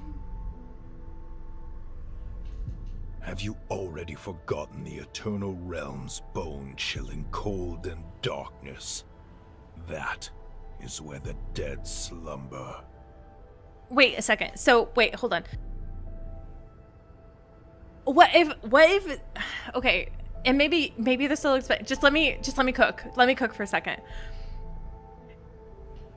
Zayne is the point in time. Okay, he knows everything somehow, or there's different hymns that he knows of everywhere, right? And the Foreseer has the Creatio Protocore, which I'm assuming is the Creatio or the Creatio stone, right? Okay, we're getting there. He knew as the Foreseer that MC could resonate with it. That's why he gives it to her at the end of the Tower of Secrets, and she like sucks it into her heart, right? He stole it because he knew it was going to help MC in the long run, but he couldn't give it to her. So he gave it to Foreseer and was like, here, hold this until you meet her, and then give it to her. But that still doesn't explain why Astra didn't want her to have it in the first place.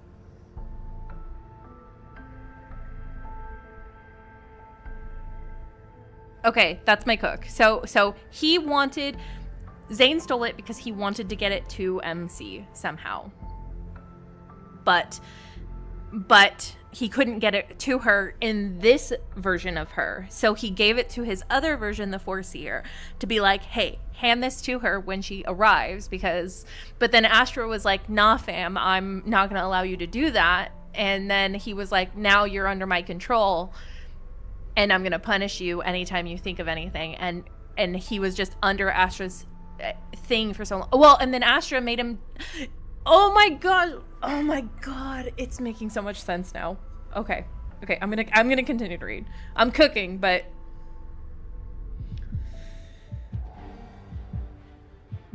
When those words fall, my heart stops for a moment.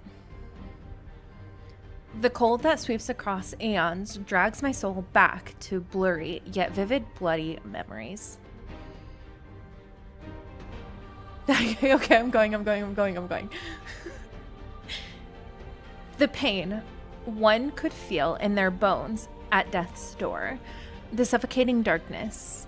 I can't remember anything else. It's fine. There's no reason to be afraid of death. That has long since passed. I steady my breathing only to realize something.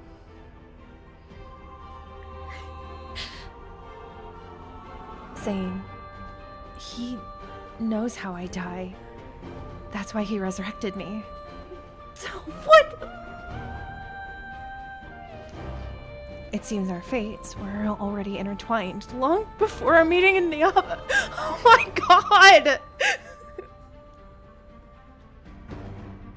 The Creatio stone is precious. When he took it, he must have paid an equivalent price. I could almost see the heavy stone gates slightly open. That familiar figure enters without any hesitation. Zayne, what price did you pay to resurrect me? What did you lose?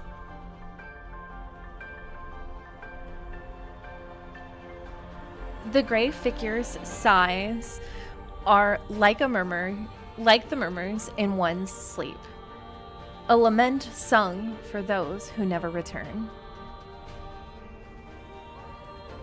Goddess who has been resurrected, if you dare to endure the gaze of each stone gate and withstand the erosion of darkness, I can let you witness it with your own eyes. The past that has long been obliterated. I'm willing.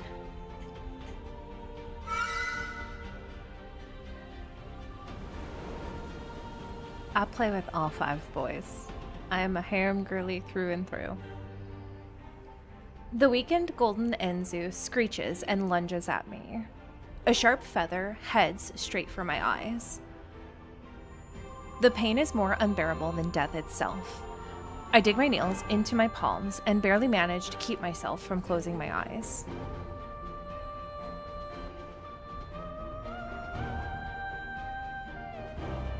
While I'm in a daze, the golden Anzu seemingly carries me through the mist's dark barriers. It soars to those looming, layered stone gates. White bones dance wildly. Ooh.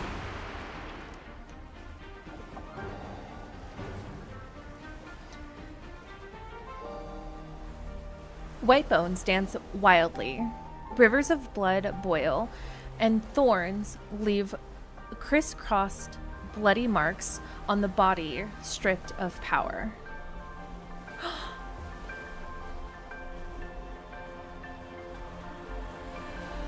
Okay, thanks, Vina. Have a good day.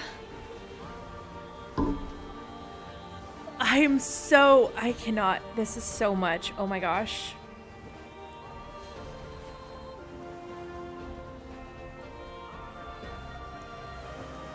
I see that his figure silently passes through one massive stone gate after another. Only a single golden Anzu is by his side. Nice to meet you, Vina. Warm blood splashes onto colorful flowers that rest on the countless bone fragments beneath his feet. It's quickly absorbed. Countless greedy whispers echo around his ears. They wait for the moment he falls so that they can devour him.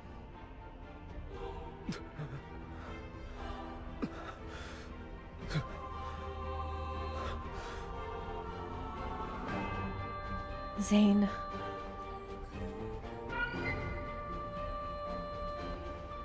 You shouldn't have followed me here.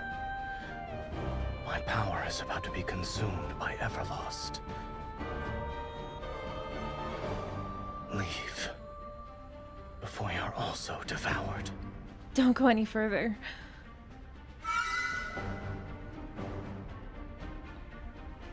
It's as if my spirit possesses the bird by his side. The words I speak transform into shrill bird cries. I'm unable to stop him.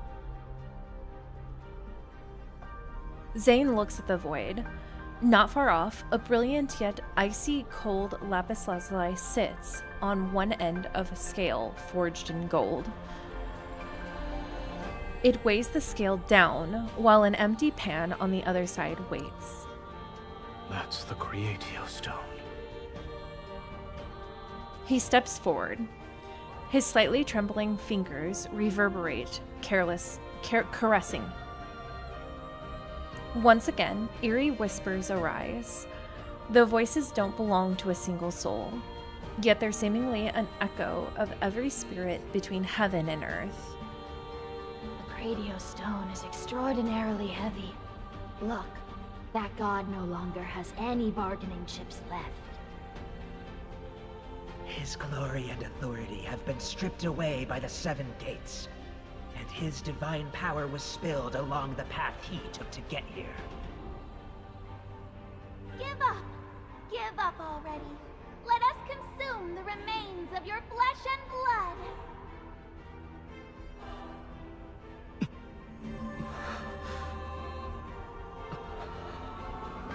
His remaining power coalesces in his hand. He places this faint glimmer on the other side of the scale, yet the beam doesn't budge. It's not enough. It's not enough. Nothing is more precious than the Creatio Stone. Do it, Deepspace. In his palm, a mass of fresh blood swirls like crimson mist to become another weight on the scale. The golden beam tilts ever so slightly before returning to its original position. That's enough, Zayne! My words can only become the Anzu's mournful cries. I don't want to... Radiant light illuminates the vast netherworld. When the heaviest object from his body falls upon the pan, the balance tilts.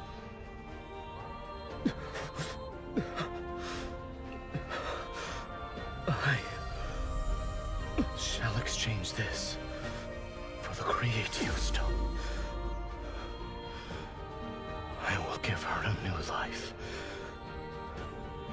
and a place to rest. The translucent gem falls into Zayne's hands. As he struggles to take out another equally brilliant crystal formed from fresh blood. The crystal slowly melts into warm divine blood and drips onto the gem,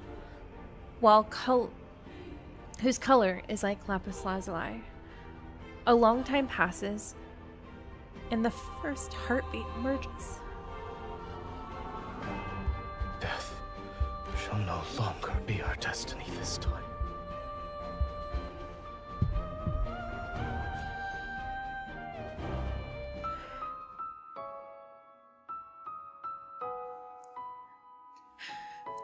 I was not expecting that.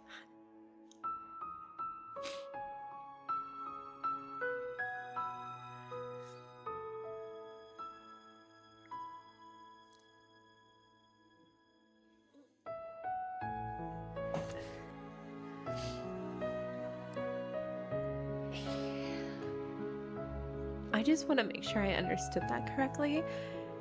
He actually gave up his heart for that.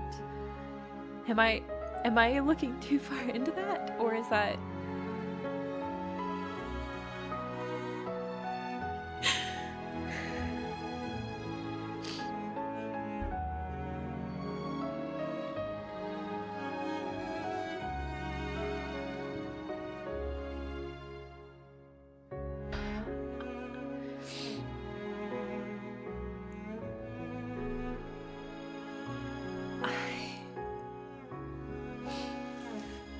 I don't know.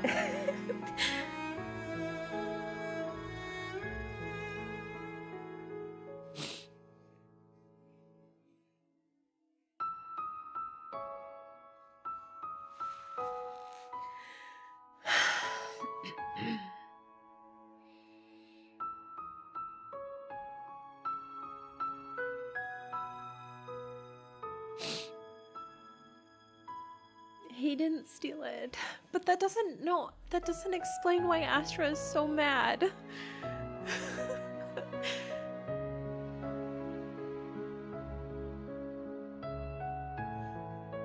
Why is Astra so mad? We gave up everything. Oh no. They saved it all for the end. Okay. Here we go.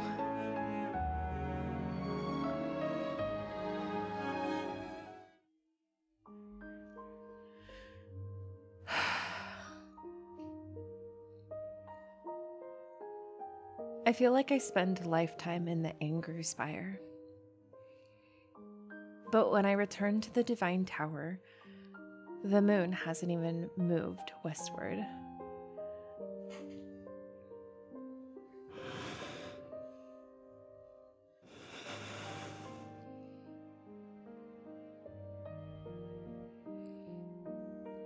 Carefully placing the pendant back, I can't help but gently smooth his slightly furrowed brow.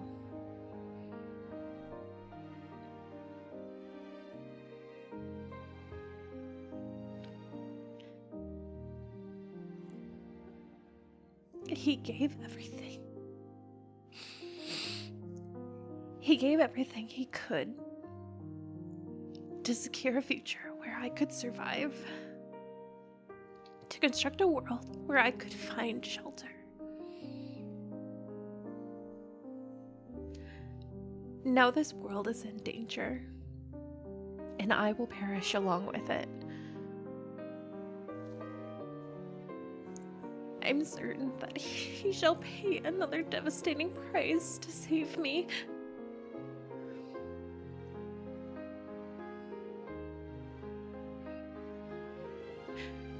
I used to be sad before.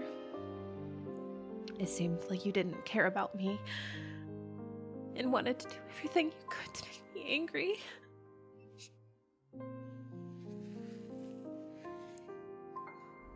But now, Zayne, I regret it.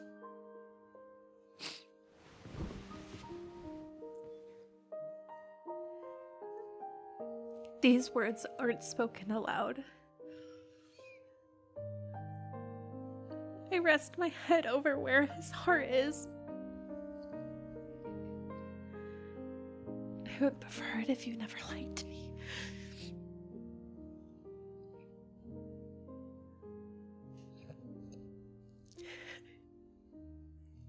I'll stop you this time. I will face my fate, Niava's fate, and my own.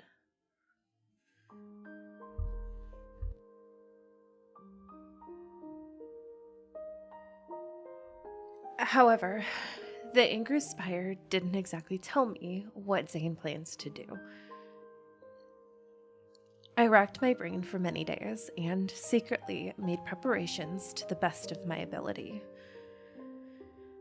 Although I wished Zayne was more straightforward and told me everything, he never gave me the answer I wanted, no matter how hard I tried to probe indirectly. So, when Zayne suddenly invited me to go to the Vastrain, that day has arrived. A premonition of separation and indescribable melancholy welled up in my heart, but I put on a carefree smile. All right, let's go.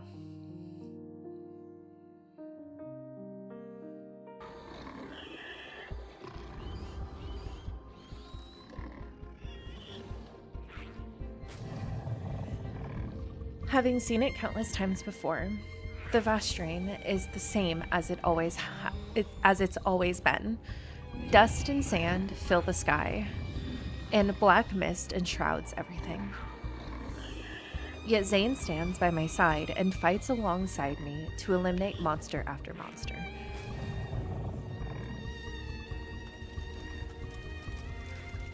When I asked you before, you said the Vastrain couldn't be destroyed yet. Is today that time?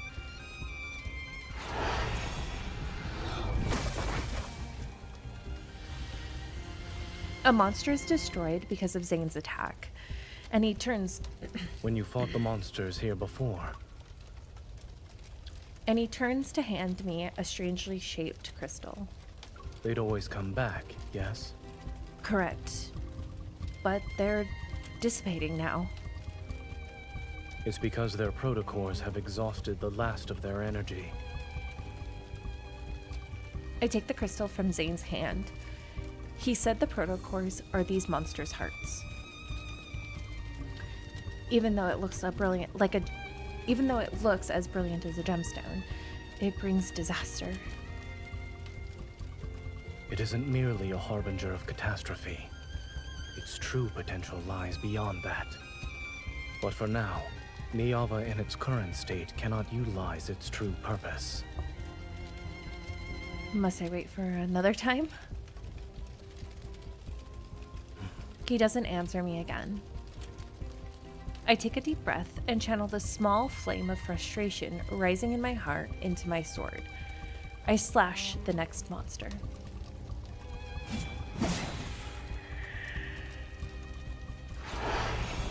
The time spent in these fierce battles is fleeting, yet extraordinarily long. The last monster is annihilated. In the blink of an eye, the black mist and thorns vanish. I just realized what the black mist and thorns are. The corrupted land that once brought countless disasters to Niava is seemingly swallowed up by an invisible vortex.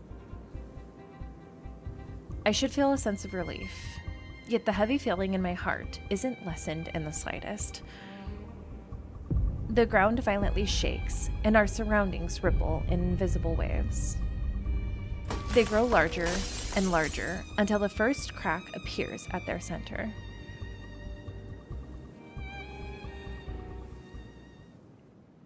What is this? The Vestrayan has vanished. Perhaps this fissure can be considered a wound left after removing a malignant growth. He stops before it and turns to look at me.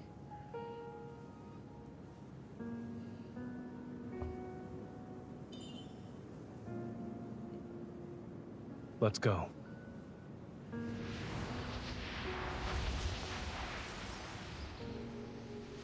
Oh.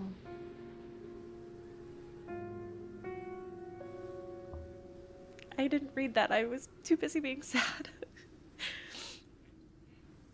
The evening breeze stirs up gently.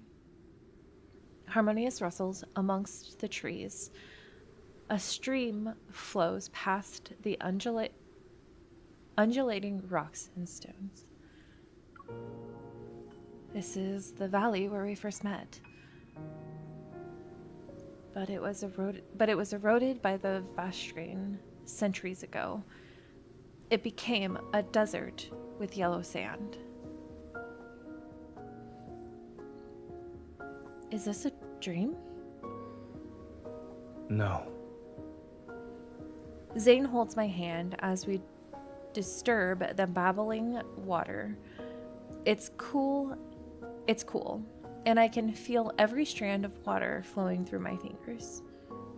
I remember you saying you wanted to claim me as your own when you first saw me. And you planned to take me back to the Divine Tower. You drew your bow and knocked an arrow, and then projectile penetrated the mountain. I had never seen someone so powerful and handsome before. I guess I couldn't let you escape.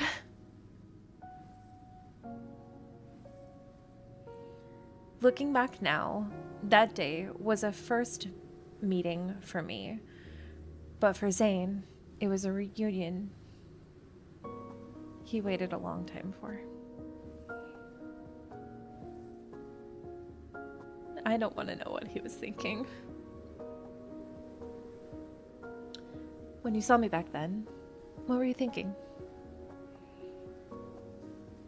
I thought I was very fortunate.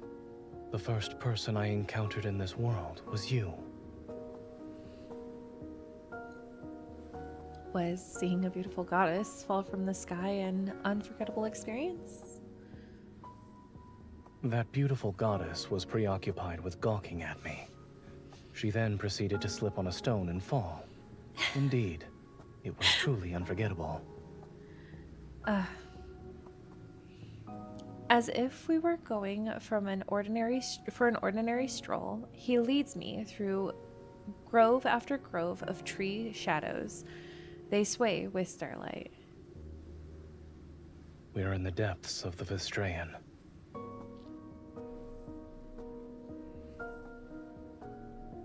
If we go through here, where will we find ourselves? Do you want to know? I don't. I stop in my tracks and tightly grip his hand. If we reach the end of this world, he might leave me. I want to stay here. I don't want to go anywhere.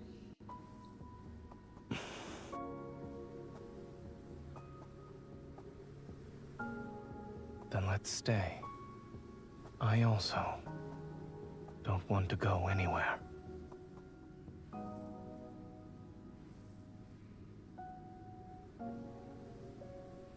The passage of time becomes insignificant.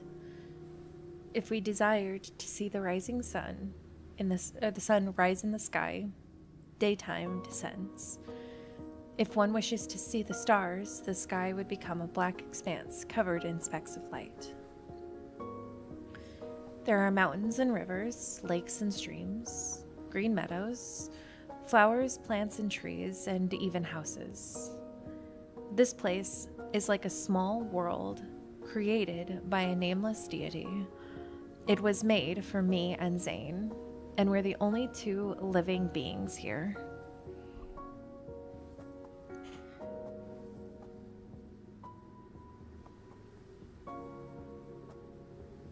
Zayne and I have never been apart from every moment we've spent in this space.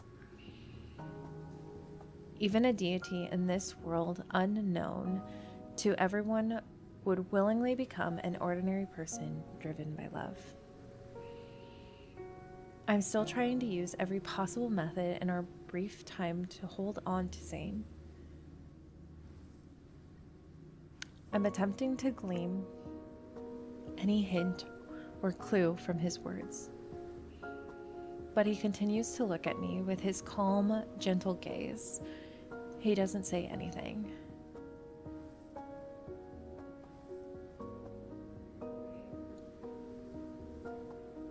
This is for you. I place a clay figurine made from the river's mud in front of Zayne. So that's why you were digging up mud by the river for several days. He takes the figurine and examines it carefully. Is this me? It resembles you, no? This is the most handsome one among all the clay figures I've made.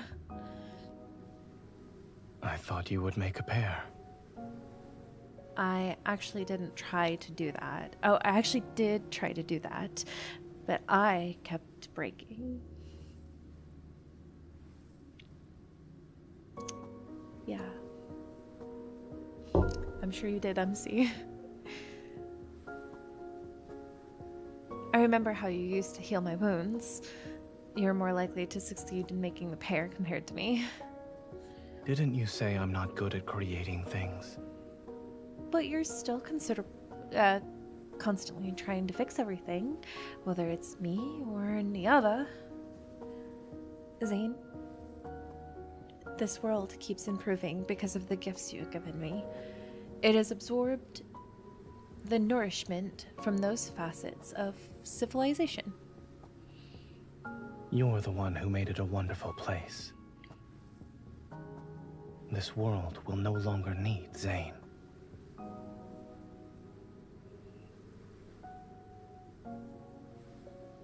He's planning to disappear again.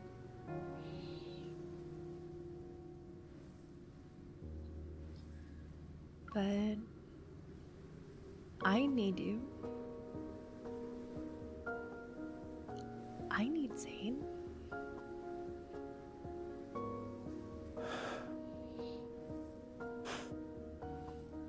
Our surroundings are quiet for a moment. Did our time here make you happy?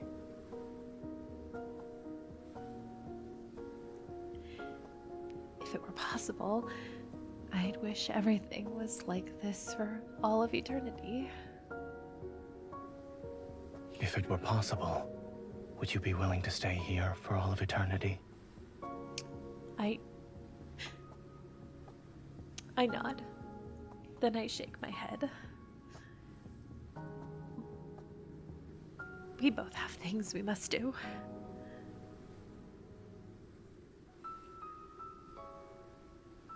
You're going to leave. Am I mistaken?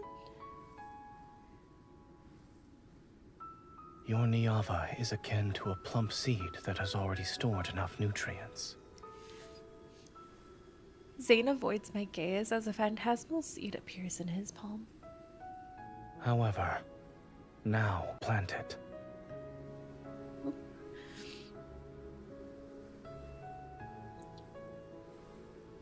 Hang on, I think I'm having some issues, guys. I'm so sorry. I don't mean to cut this off. Hang on a second. I have to restart the game.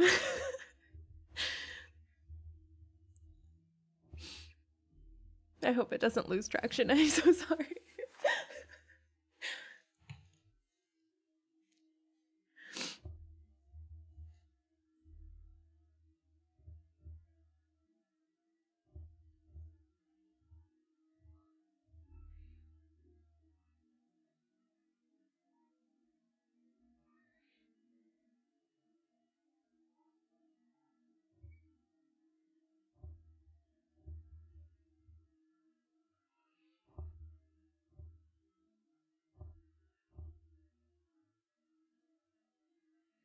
The hard work can't take the depression. It's true. I'm gonna try and get to the part we were at. Hold on one second. Let us breathe. I can't take the depression. It is. I restarted though. Let's see if that helps. Router got the virus.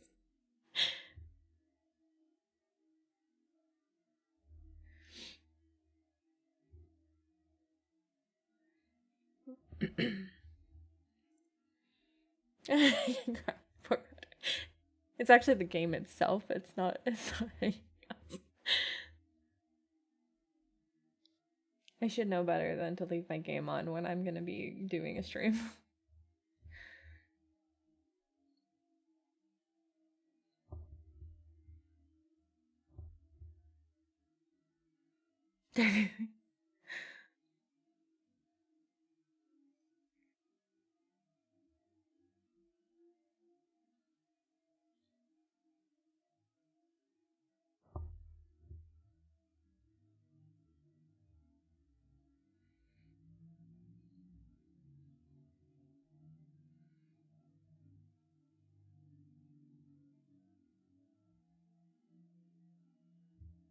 We're almost there.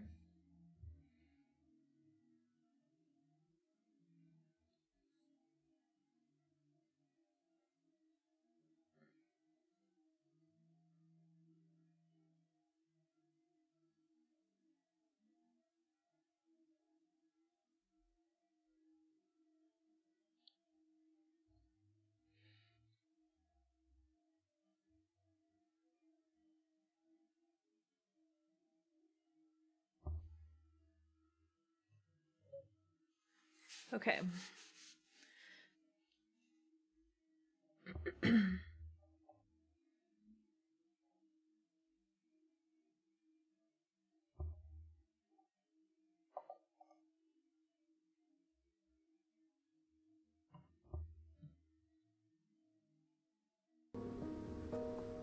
Alright. They should be back.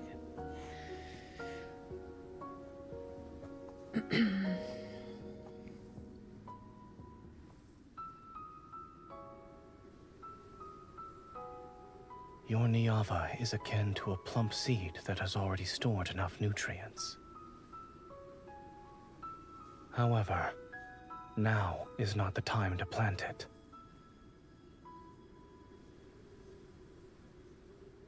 We're officially kidnapping Zayne. In a place that's infinitesimally far from this world, there are errors I must erase. He closes his palm, and when he opens it again, golden light has gently enveloped the seed.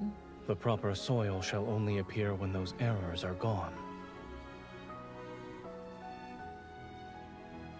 Only then will this seed break through the soil, sprout, and grow. The time you spend in Niava will seemingly last an eternity. You'll be happy.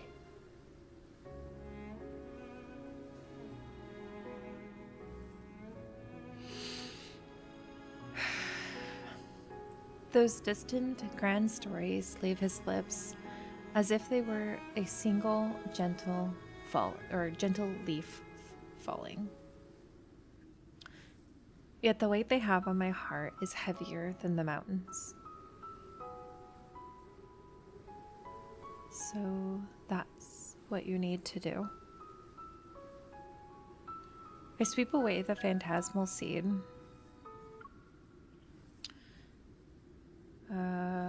And force my voice to remain steadfast. You'll protect Niava and me so that nothing can get through. And you'll face the dangers and death yourself. Is that it? Why would you think I could accept that sacrifice and devotion with a clear conscience? I'm sorry. But even if it is selfish, I shall always make the same choice. He presses down on my hand. A golden light flickers, and an object emerges from beneath our overlaid palms. Destiny Stone? Panic floods my heart. I struggle desperately to break free, but my body won't move.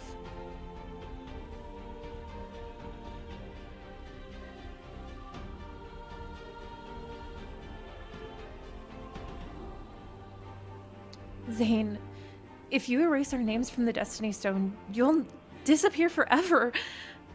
You'll never be able to return to Niava. Familiar gold light pours out from between our intertwined fingers, and the power within my body surges. On the black stone tablet, surrounded by gold radiance, Zayne's name is being erased bit by bit. You promised to carve my name. You were the one who wanted to stay with me forever.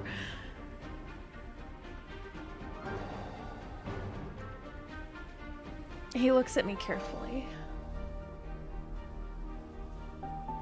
His focused gaze makes me feel as if he wants to etch my appearance in his memory before it fades. From now on, this world no longer needs me.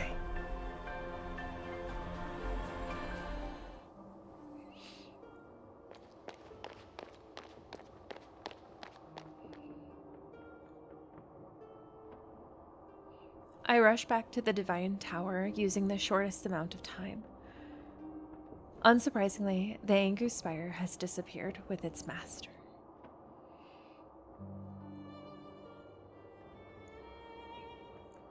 My footsteps echo through the vast hall, yet when I realize I'm the only one in this tower.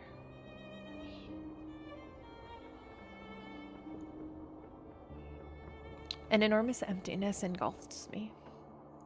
It's like Zayne had never existed.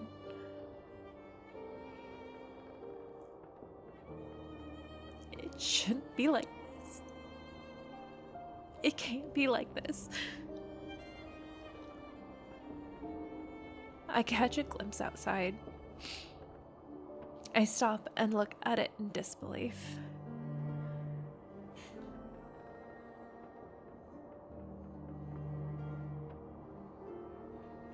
Your Niava doesn't have snow.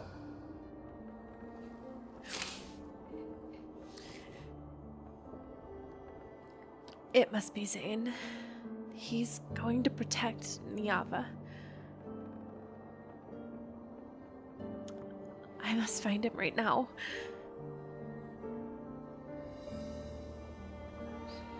I almost stumble as I run behind the altar and turn the mechanism hidden beneath the floor tiles. In the small room beneath the altar, the golden Ainzu that once carried me through Everlost is huddled in the nest I built for it. My apologies. I kept you confined for so long. This is one of the preparations I made in advance. Once Zayne leaves, I will never be able to track him down again. I contemplated my next move. I can only rely on the Angu Spire.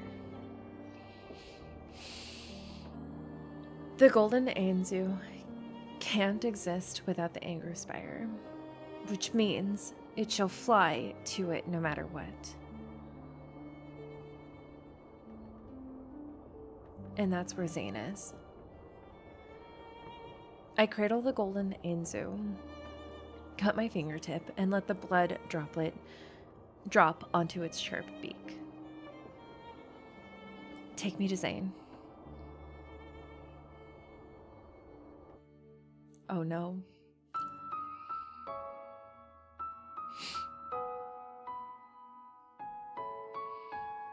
Take me to him. Alright, let's just rip the band-aid off.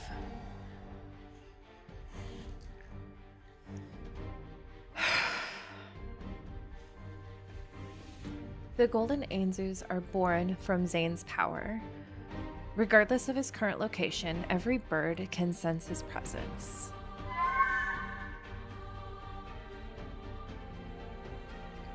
The bird I brought back from the Angru spire staggers before flapping its wings.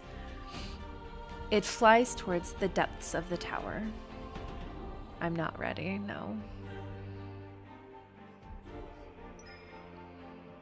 It seems Zayne is still in the Divine Tower.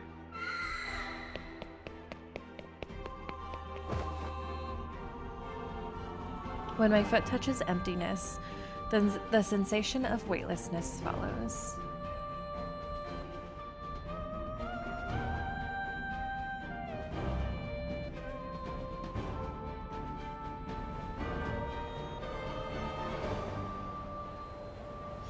Golden answers weave and dance before my eyes. The sight doesn't surprise me, but there's no river paved with gold dust this time. The rapid descent doesn't cease. Golden threads from the bird's mouth crisscross, interweave, and extend into fragmented images. My snow won't melt.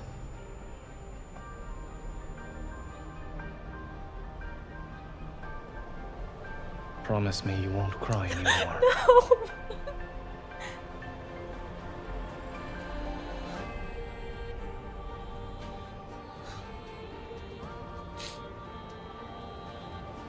Follow the jasmine's fragrance.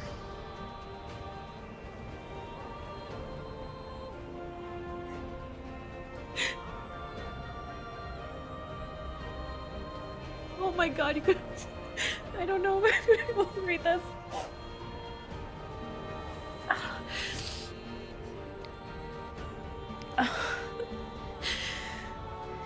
These scenes without order or causality spread out for me.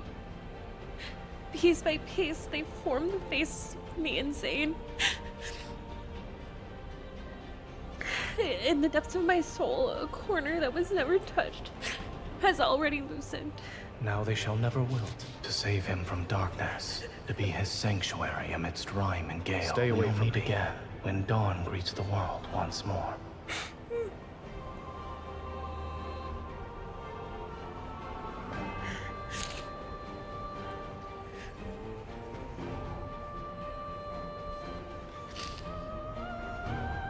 He's immobilized by black ice crystals.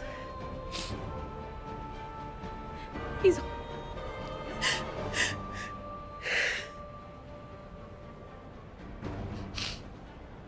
I need you guys to give me a second.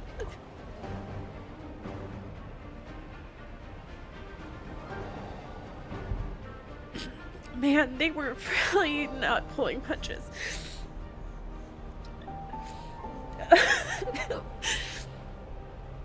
Spagooter came out because he heard me crying.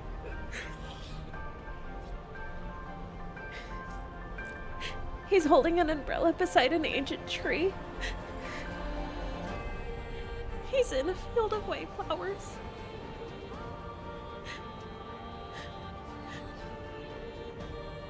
He's in an endless expanse of thorns.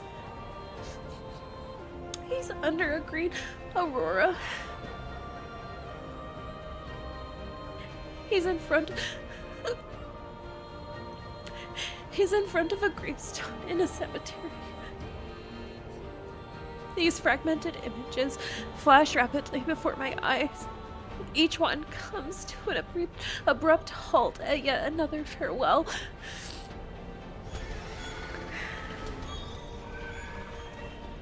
The golden Asus, bound to these broken scenes, let out shrill cries of sorrow before fading away. My eyes burn, and the tears that scatter are swept away by the falling wind.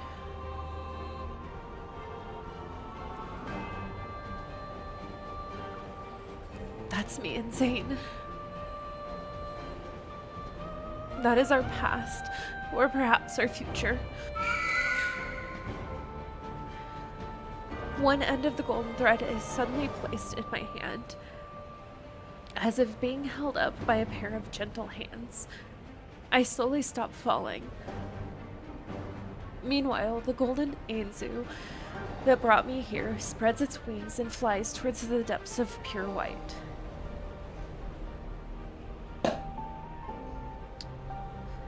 tightly grasping the golden thread in my hand. A brilliant magic circle slowly materializes in my peripheral. He's waiting for me there.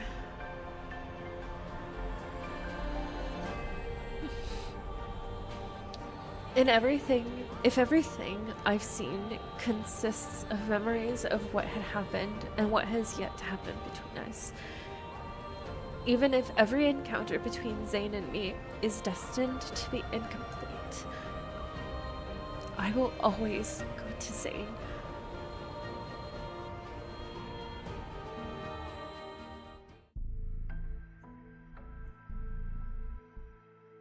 My gaze, overwhelmed by light, slowly recovers. Yet I feel like a suspended wisp in this overly bright white room.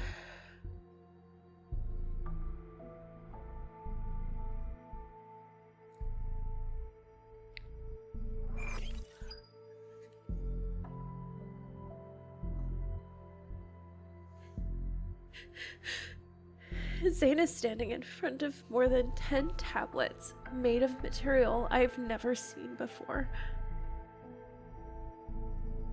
Images I don't understand flicker across. He's here, but he can't see me. Angru, perform another calculation. I have received the command. Conducting calculation attempt number 271,828. The images on the tablets change rapidly in silence. Countless calculations flow across them.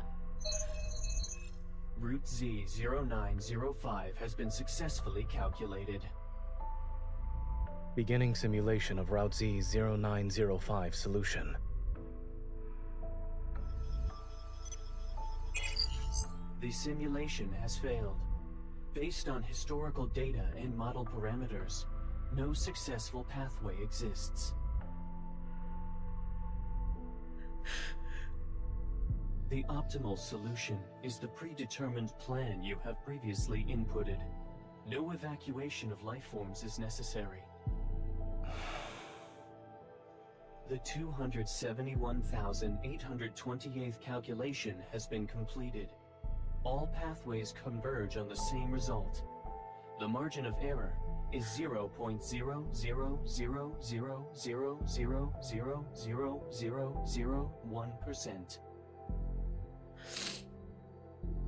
Should I flag the fatal flaws in this pathway?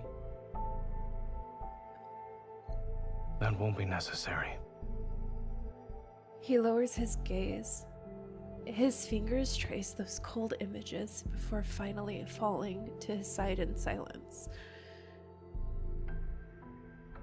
In all the time we've spent together, I've never seen Zayne reveal a complex, indescribable expression.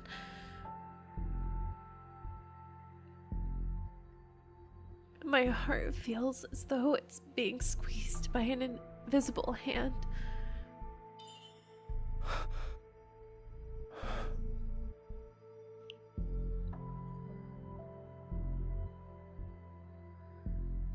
What? You're allowed to hide everything from me, but I'm not allowed to catch you off guard for once? Zayne, you're a... Before I can release the rest of my frustration, I'm pulled into an embrace. You shouldn't have come here.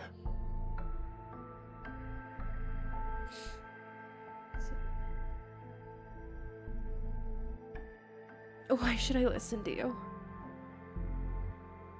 I want to counter with the fiercest tone I can muster, but the uncontrollable hitch in my voice makes my words sound unconvincing.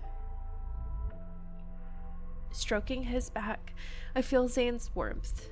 It's real and tangible. Time passes. As for the amount, I don't know. Before these images vanish, a bell-like sound rings out. We slowly return to our senses and gradually let go of each other as if we woke up from a dream. Neither of us speaks for some time. Then my frustration gets the better of me, and I can't help but give him a good poke. I told you, mouths are for explaining. I asked you so many times, and gave you so many chances.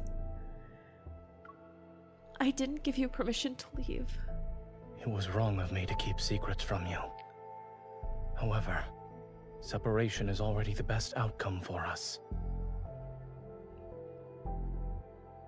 Says who? I hate separation most. Nothing about this is good.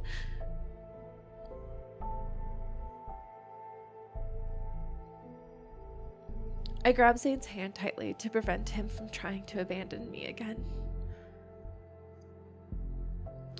Niava is the world I'm meant to protect. No matter what happens, I should be the one standing on the front lines. Even if the only possible ending is destruction, I refuse to let you face it alone. All right.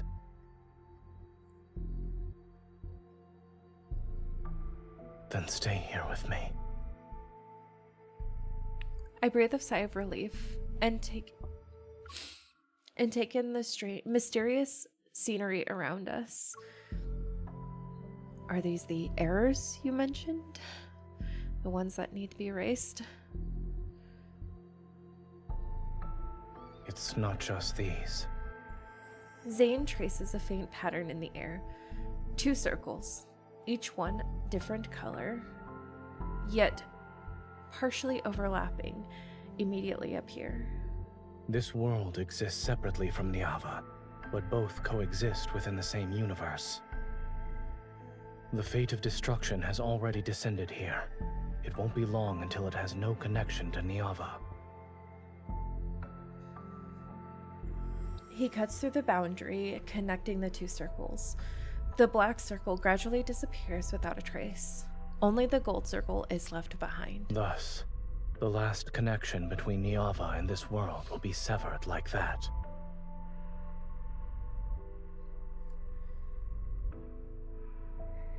If it disappears, then Niava won't be destroyed? Something to that effect. As for where we are at the moment, you may think of this place as my divine tower. You're not just a god of Niava. You're also a god here. The ground beneath our feet shakes without warning. Sounds akin to rumbling from underground echo from outside the room. Be careful. When Zayne pulls me to his side, the shaking stops. Is your divine tower collapsing? Yes. This place is already in ruins. It could collapse at any moment from those kinds of tremors. In the pause between flickering lights, Zayne pulls open an inconspicuous door in the wall and leads me through it.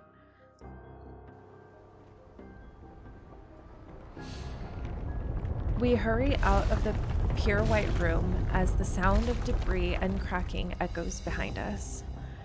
Before us stretches a long, dark corridor where wind whistles through fissures in the wall. Its mournful reverberation resounds.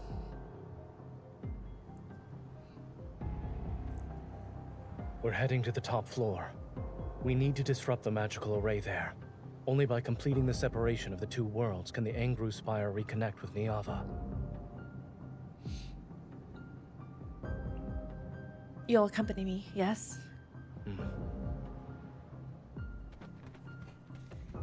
He takes my hand and begins walking through the dim corridor.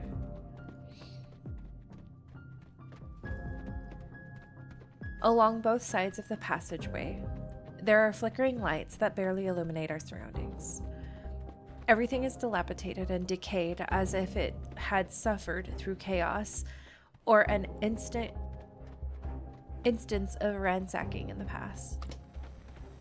I don't know where my foot touches, but the wall in front of me suddenly flashes with scenes I've never seen before. My lord, why do you no longer show us mercy?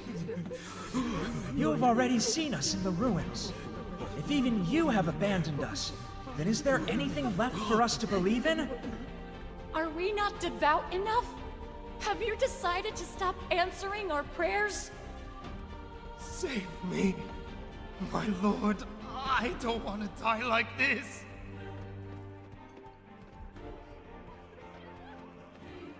The sounds from the images on the wall reverberate against my eardrum. Shocked, I grab Zayne and stop in my tracks. And all those angry, desperate, anguished faces turn towards the same person.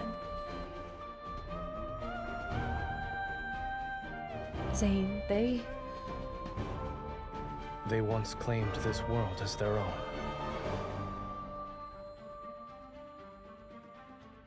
There are more secrets hidden behind straightforward words, and the fragmented light casts shadows across Zayne's profile. Do you want to continue listening to this story? It might be a tale that will tell me what I've always wanted to know. Everything about him. If it's about you, I want to hear it. All right.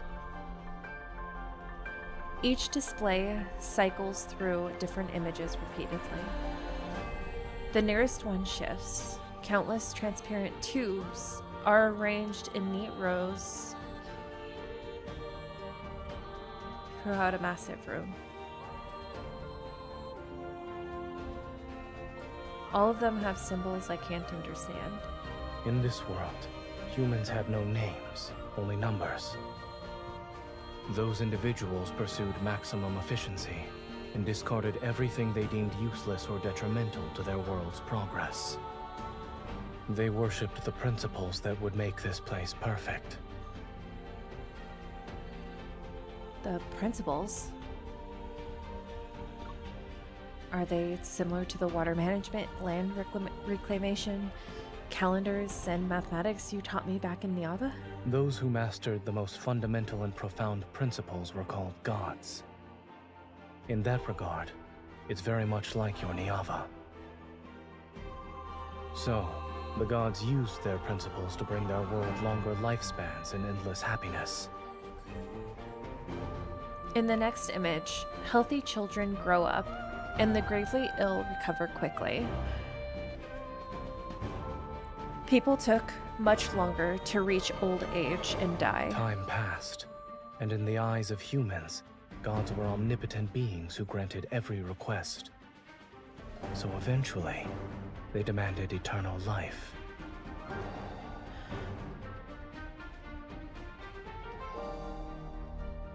I remember the day Zayne taught me those medical principles and the small plant that died in his hand. The gods didn't respond to their request. In other words, what they wanted was something this world couldn't support yet. Wishes went unfulfilled. Only shattered hopes and disasters arrived. To humanity, the gods became bringers of obliteration. We can't stay here any longer. We need to go, now. He takes my hand again, but he holds it tighter this time.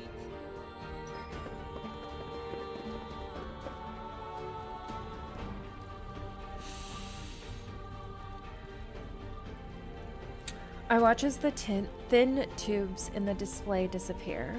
They're replaced by an image of crystal stones, one after another.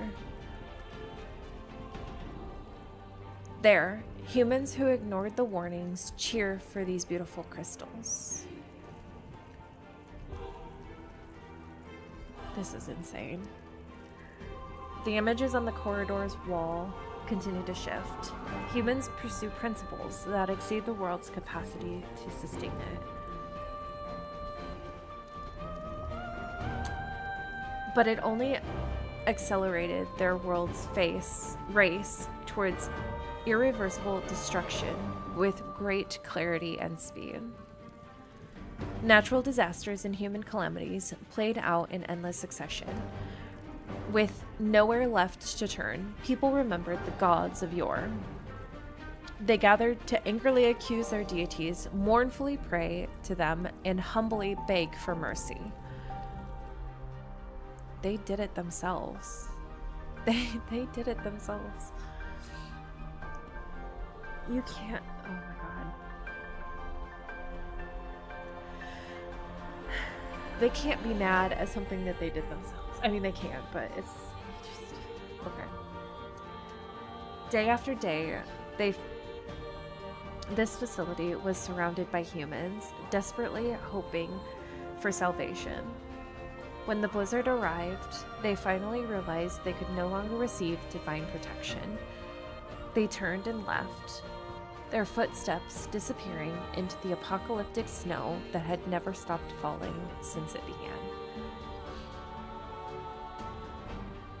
Then, my face flashes briefly across the display.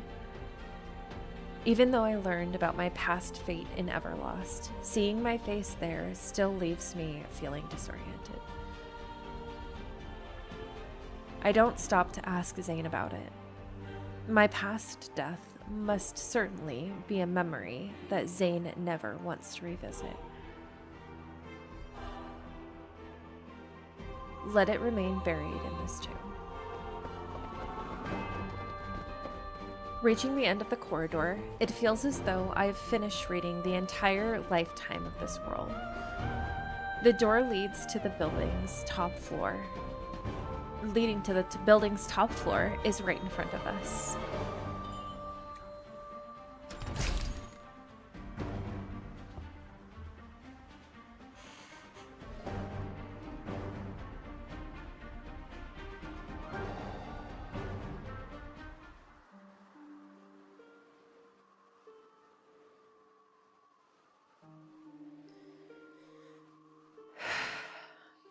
If this place was once the scene of the world's glory, then it's nothing more than a cliff overlooking ruins now. Heavy snowfall and freezing winds bite into my skin, and I finally see the scenery outside.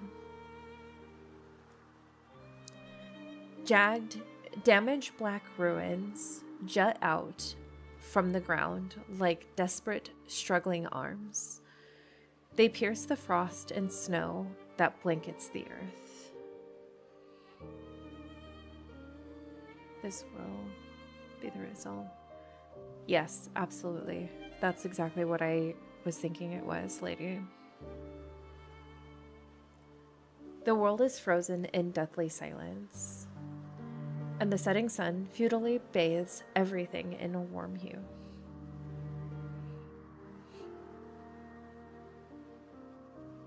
Is this what happens when the world that has strayed from the natural order? Yes. The scenery here was once beautiful as well. When people choose to utilize truths that surpass the natural order, the outcome was always already predetermined. Regardless of whether it's protection or destruction, setting aside these meanings imposes upon oneself. Even gods are doing what should be done within laws and natural order. The trembling beneath my feet continues, but in the blink of an eye, I seemingly return with Zayne to the Divine Tower. In the place we've protected, the waters of 2 rivers nourish Niava's endless vitality. When the enormous sun gently sinks towards the horizon, the dry evening wind carries the sweet fragrance of dates and songs from the city's gate. I calculated every possible outcome, but it has already strayed too far down the path of an erroneous natural order. His calm voice pulls me back to reality. I don't have any regrets. However, within this incorrect order exists a single variable. What is it? Accompanied by violent trembling beneath my feet, a massive magical array unlike anything I've ever seen manifest. This is the final connection point between Niava and this world. A massive golden Anzu struggles out from this strange magical array. Black crystals cover its body. It's not a golden Anzu.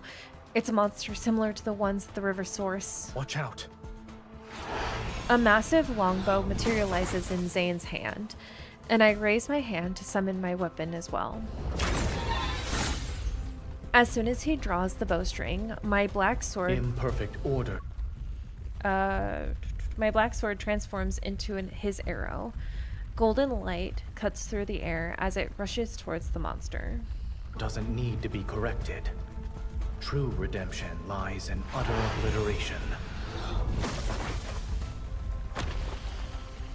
Bye, lady. No.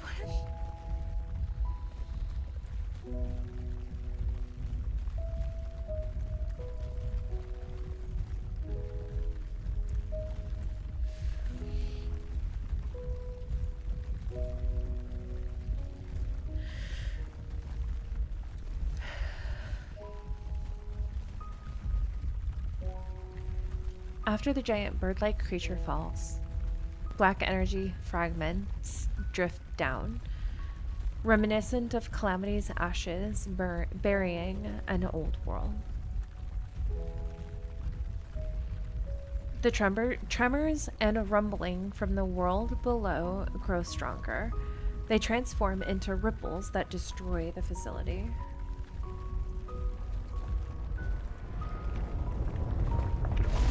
Zayne, is it over? Yes. The pungent scent of blood fills my nostrils as Zayne's bloodstained figure appears. The anchor spire activates in his hands as a familiar golden magic circle projects beneath our feet. Go. This is your last chance to leave. You're telling me to go back to Niava alone? Zayne, you liar. You never planned to leave me from the start. You are correct about one thing. I only know how to bring about ruin. So I truly am unskilled at creation. The severance is complete. This world will no longer corrupt Niava, and it won't drag it down into the abyss. After this, your Niava can peacefully wait in the universe. It shall wait for when it's ready to break through the soil and flourish. In this moment, I think I finally understand. Zayne, I'm the variable you mentioned. Yes? To be more precise, it is my selfish desire.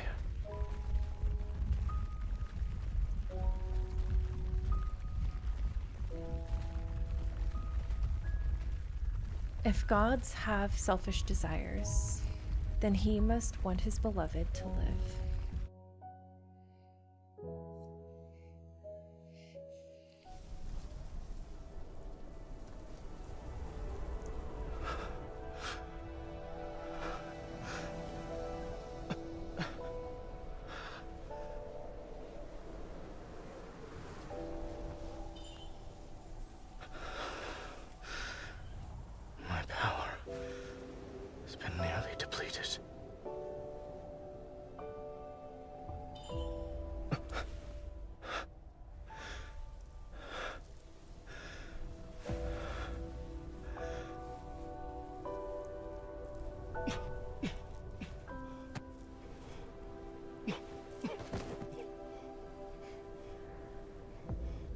the most selfless man in existence.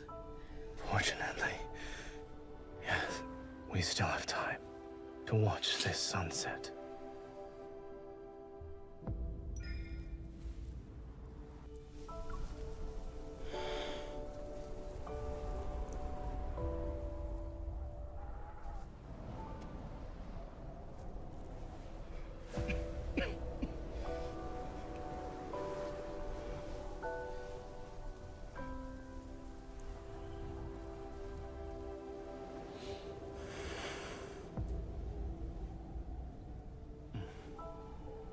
It's very beautiful.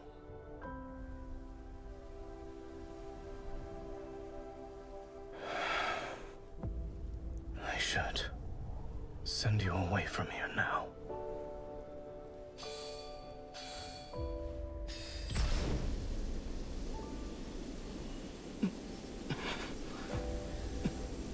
That's why you're comforting yourself. It's true.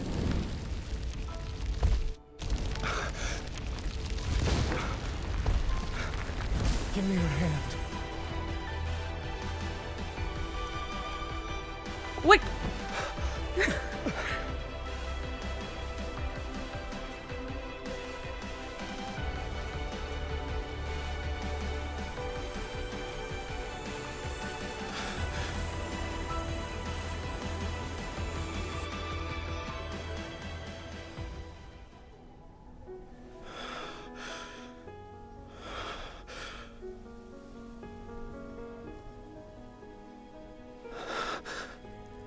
You actually gave all your power to me.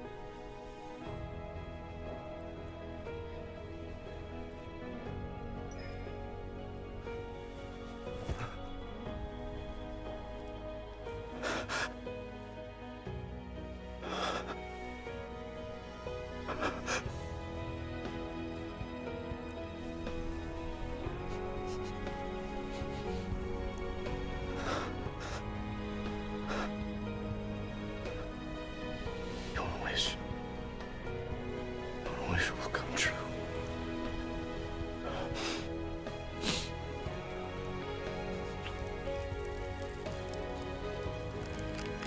Don't leave me.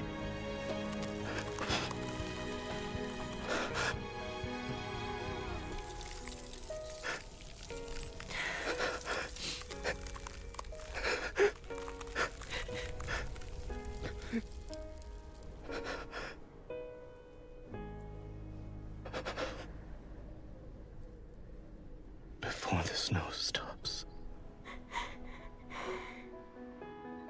I'll wait for our reunion.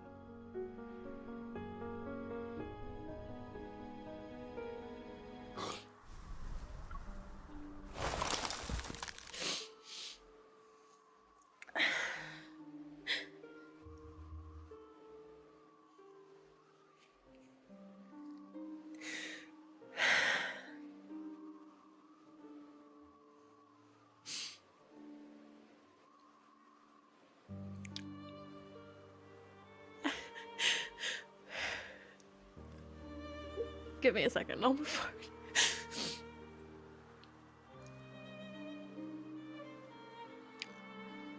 As the last rays of sunlight pass over frozen twin rivers,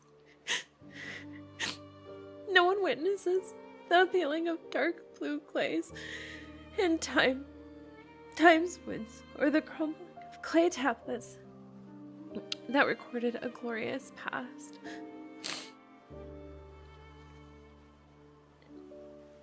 No longer do devout worshippers chant the goddess's mighty name and glory, nor does anyone listen to the loving words the deity whispered into the hidden corners of the universe. Pure white swirls down from above to blanket every sound and breath of life in the world.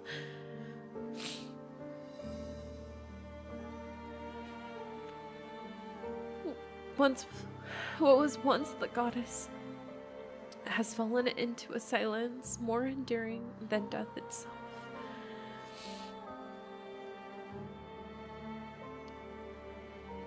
Within the cold quiet, she waits for the next reunion with her beloved.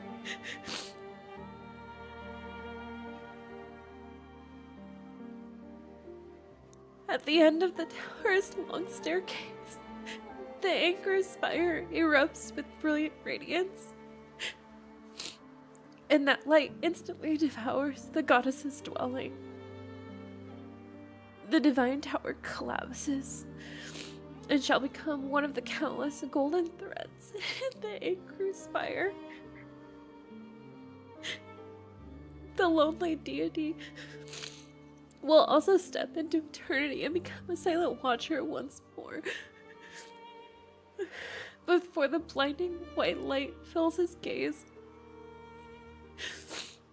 he turns to glance and glances upon this.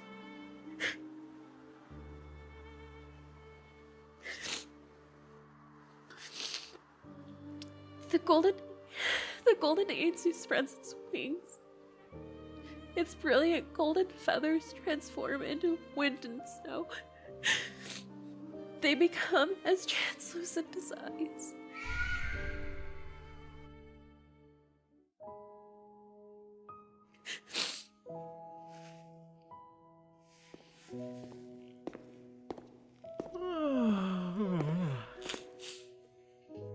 It's an ordinary morning. Groggy, the administrator yawns, rubs his eyes, and pulls open the library's weathered doors from inside.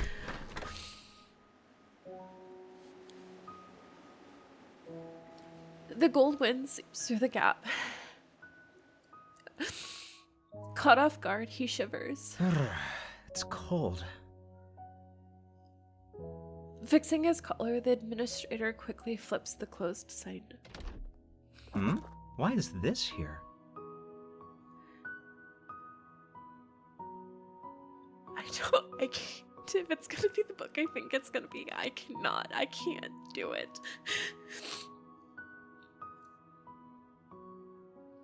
He picks up the old book that somehow fell to the ground, dusts off the cover, and places it back on the shelf. The sound of footsteps fade away, and silence returns to the library. Faint morning light shines along the window frame and touches the organized bookshelves. On a book spine, a snowflake silently melts.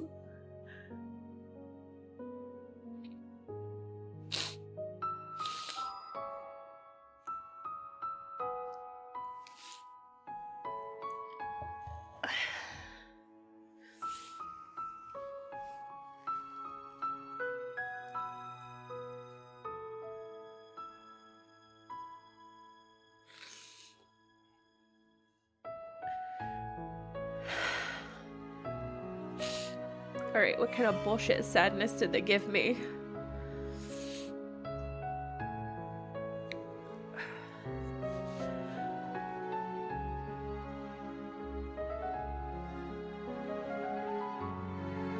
I think this was sadder than Xavier's.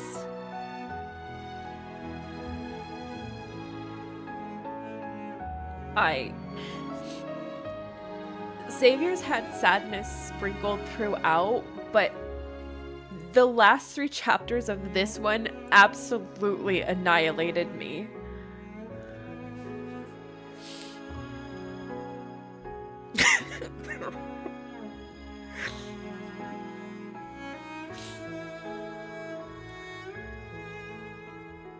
I cannot. Zayne, no.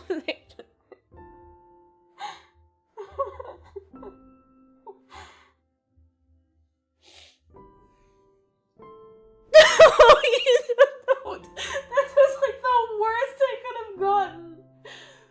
Why?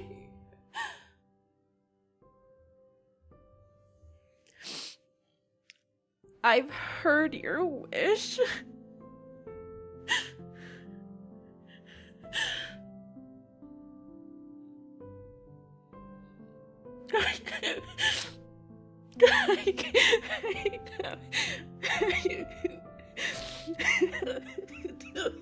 I I don't know whether to laugh or cry.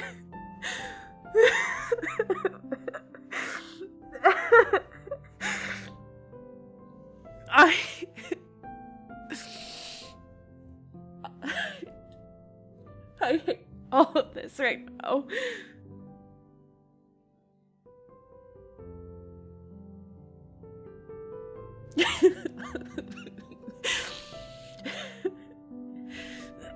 I'm glad my narration, I'm glad you guys could hear my narration through all my tears.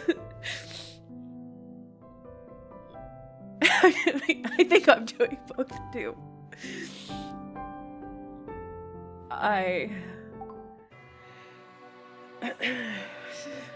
Okay. What did I get? I don't even know. Oh, that's the one. Never mind. No, oh my god. Okay. I don't... Are you already there? No, sir. I'm busy crying. I just arrived. The street food stall is crowded. All right. I'll hurry and get there soon. Zayne, the word hurry is forbidden today. Don't you remember when we agreed to take things slowly?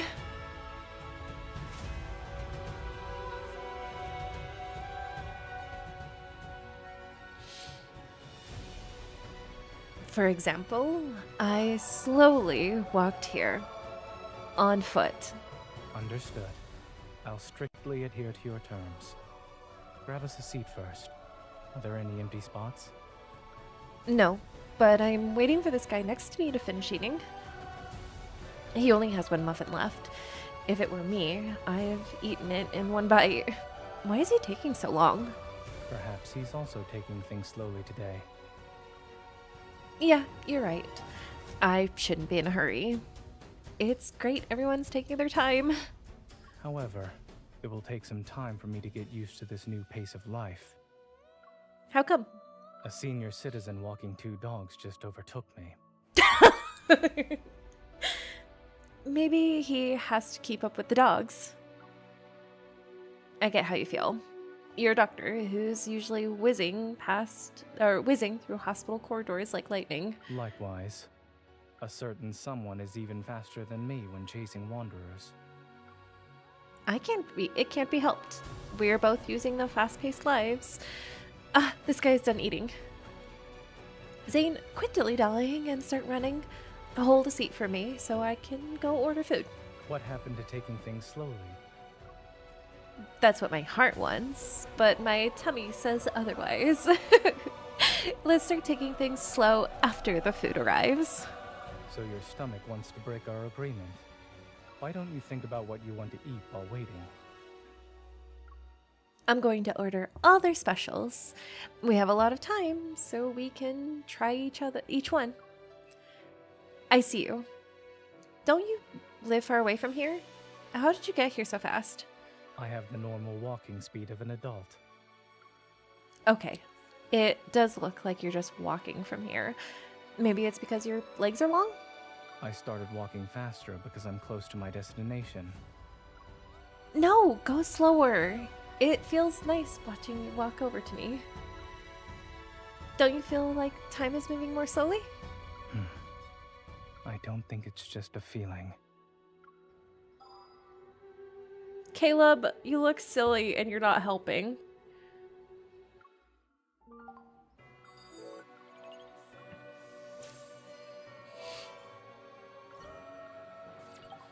Alright, I was gonna see what sad bullshit they gave us. But that's what makes us giggle. I'm scared for Silas's. I was of the camp where I was like, yes, destroy my husbands. I want to see them cry. And now I've seen Zayne cry, and I think I changed my mind about wanting to see Silas cry. I don't I don't think I can handle seeing Silas cry. Alright, where are we gonna put it? Right there? Oh, no. That's an interaction. I gotta move it somewhere where there's no interaction.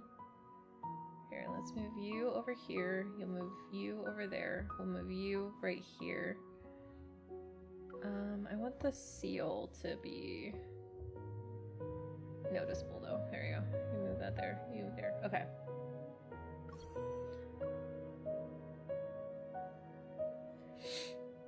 Let's see. What does it do?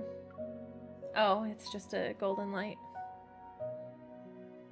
Oh, it's the spire. Yeah, I'm gonna. If I see Silas cry, I think I'm gonna be dead. Honestly.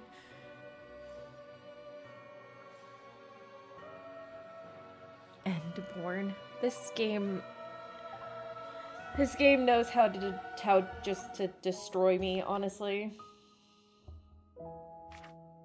He's a deity without power of creation, yet he still created a whole new world just for me.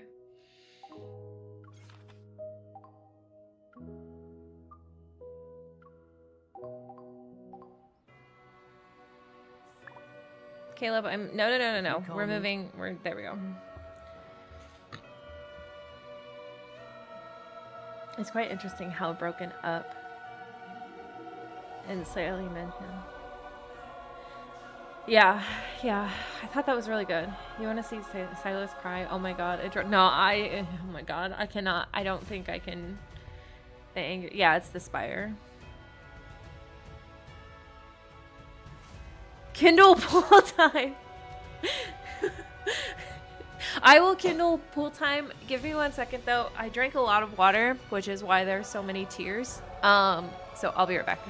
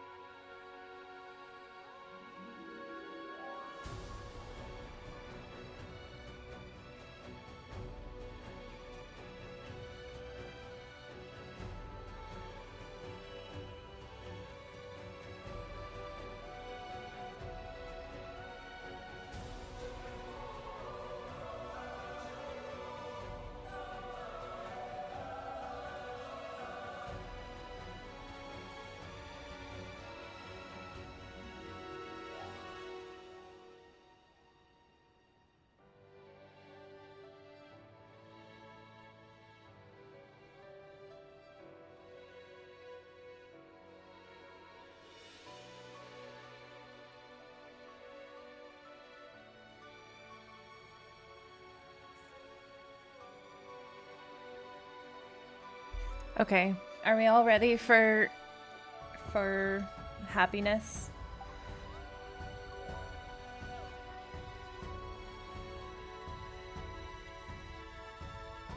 Oh, I have to level it up. Nope, that's the wrong one. I'm sorry. I'm like functioning on half level right now.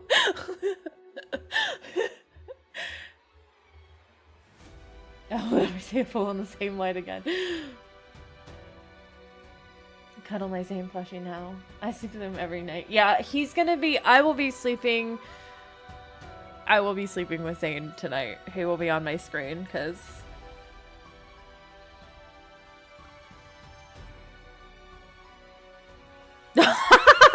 Yes.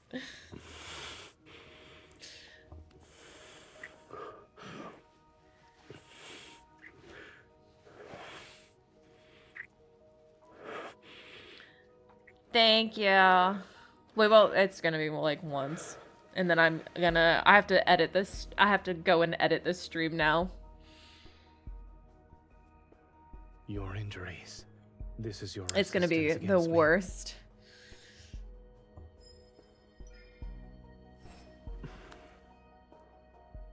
To seek help from the gods, you should let the gods hear your supplications. He really does deserve the universe. I can't. I mean, okay. They did not need to pull out the. Feel this.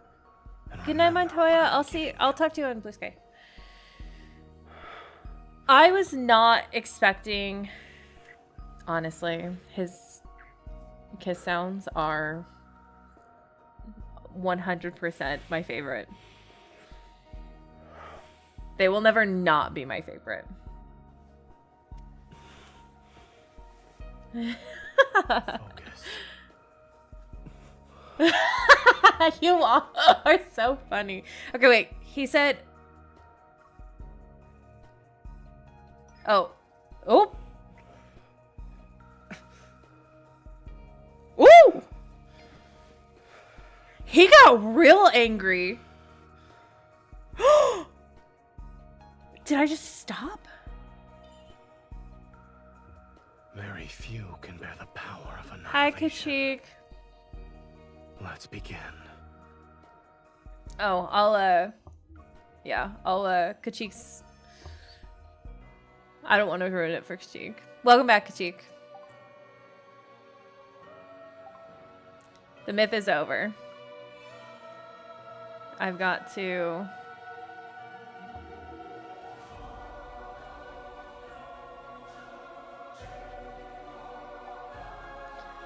His expression. Oh my god, he was so mad. Oh, Kachik, yeah. It was so good. Kachik, I can't wait for you to read it. It's so good.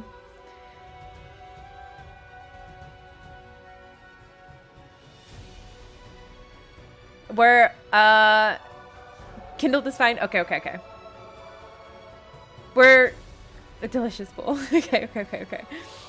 We'll bring back pool.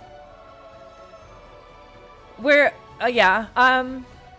I just can't believe how I'm so destroyed. I was not expecting anything, and it's just the ritual is complete. The ritual is complete. Yeah, I'm sad too. It's. He looks at me that way. I'm gonna fall. Bro looks at me that way anyways, and I'm like, fine. To seek help from the gods, you should let the gods. I don't know hear what it your is about this man, supplications. but we need Zayne's healing. We do. It's time for the ritual. And remember what I'm giving you.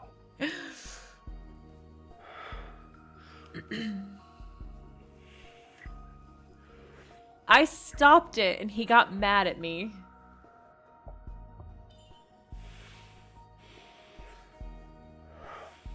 Steamy is always okay. I just want to watch the full. Okay.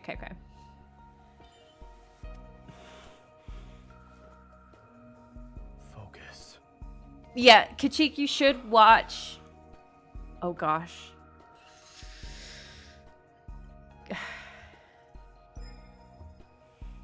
Oh, okay, so that's like, oh. I made him mad. How? He's getting the panda suit. Imagine when Alicia comes. So, I don't remember the second Very few card. can bear the power of annihilation. What second Let's card? begin. There's a second card?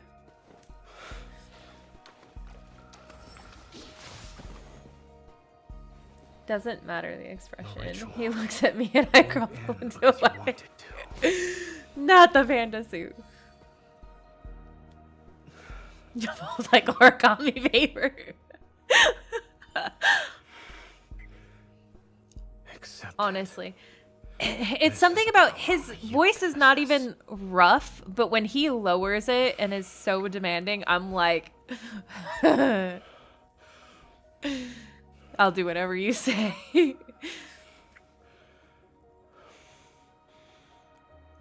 Like it doesn't exist. What? Why second card?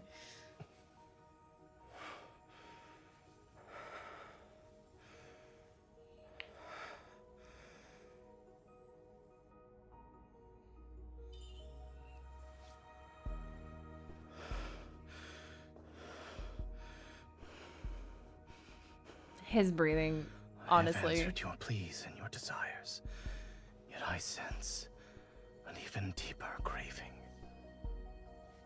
Well, I mean, there is a lot of craving here. The myth ended after this scene. What do you mean? Zayne got that quiet demand. He does. It's the quiet demand. He doesn't.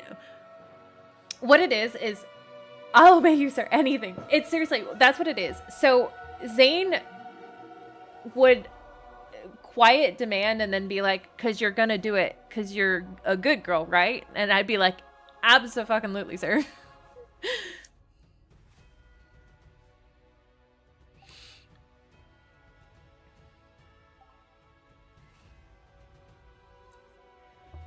Engraved affection would be perfect card to watch. I shall watch it later. I think, do I have engraved affection? I don't think I do.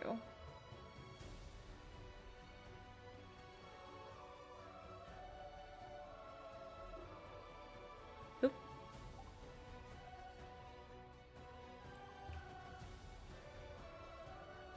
Zayne got some dumb energy and I'm here for it. Congratulations. This is a true ending of the myth, JK. The smirk and breathing are the best with him. They are. His Galen or Galen, that's what this reminds me of, is his Galen, and his Galen look just that had me on my knees when I first saw it. I was like, hi, yes sir.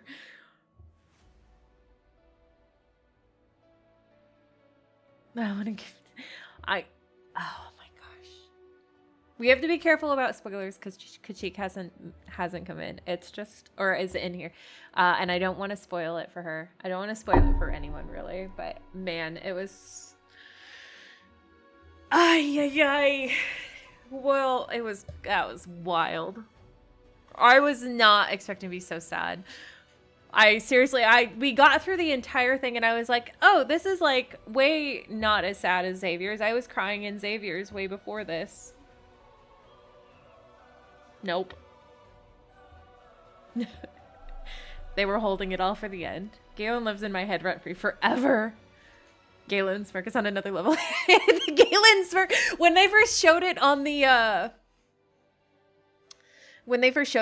thing, it was like, hello, Zayne?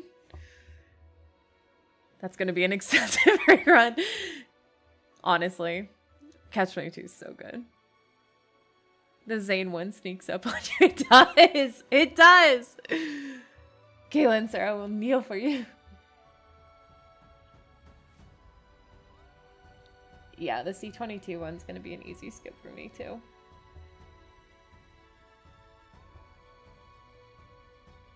His silence. I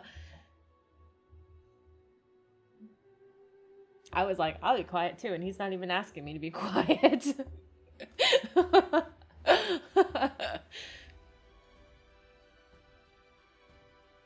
I'll be doing it before he says anything.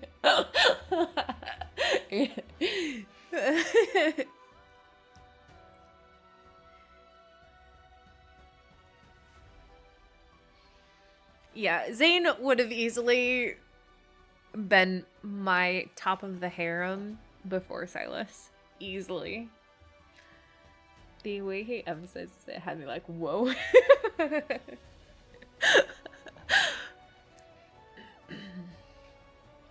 Zayne, yeah. I think Zayne's Nightly was the first one that I saw with him, or that was the first one I had with him. And his Nightly had me had me caving, honestly.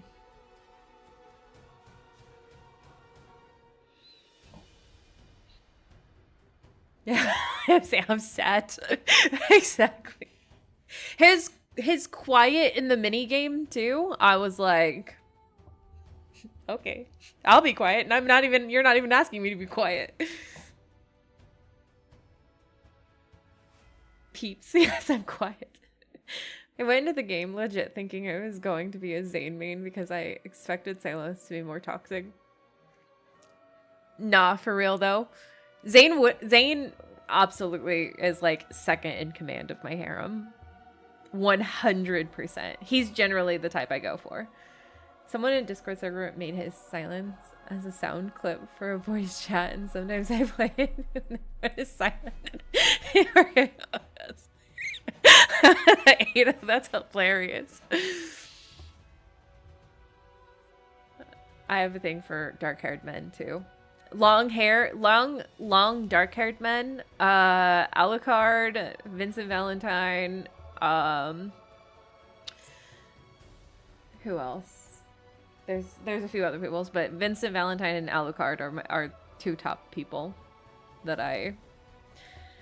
Imarashi knows. He's like, as soon as he sees someone with long dark hair, he's like, there's Mira's type. The Behave was saved. Oh man.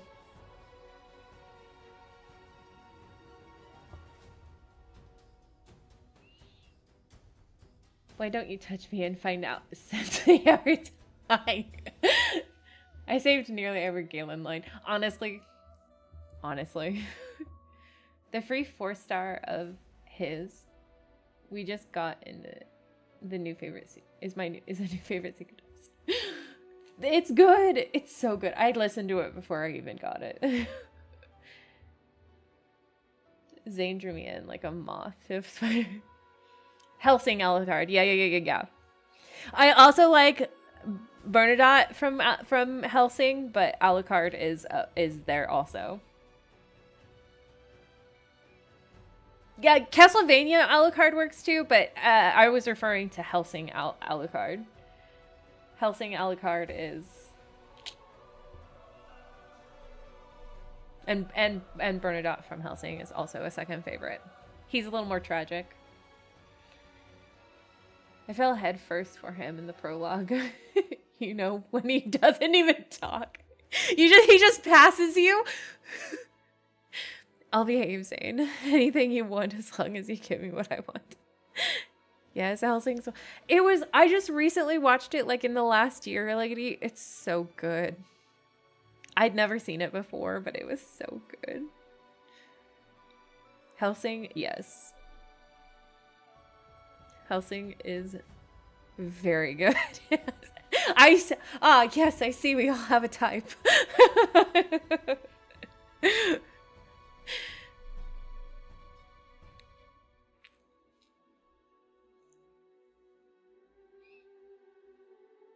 Just saw him and was like, yeah, he's the one.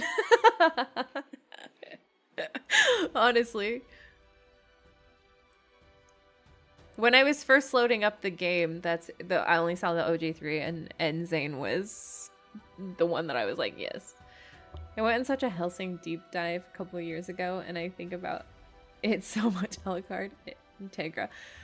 I love Integra. She's so good. But I'm a big fan of I like Saris, but I'm also a big fan of Schrodinger. I love Schrodinger. But I really like Bernadotte also.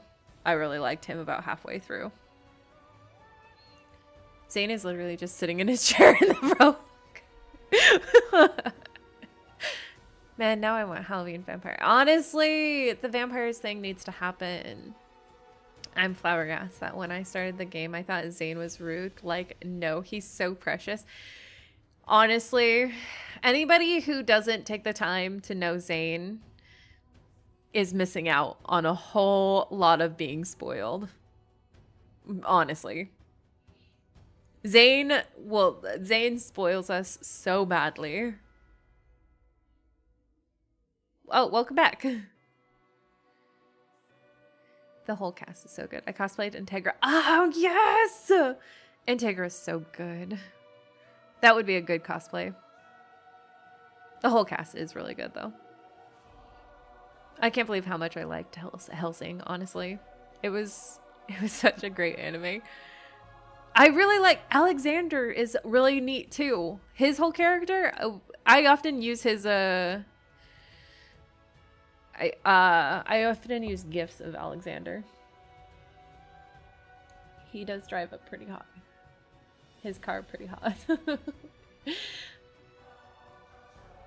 first cutscene with him in the main story was so good. Love his dry that no. I love Zayne's dry humor. Speaking of anime, I brought Riza and Roy figures. Yes! After 2 months of traveling to, oh my gosh, I'm glad you got those though. Riza and Roy are so good. I love, Roy Mustang was one of my first anime crushes too. It makes me mad when people say Zayne is boring. Honestly, they don't know Zayne. That's why. They choose not to get to know him. They like automatically think he's so boring. And honestly, Zayne is cold at first but melts like ice over.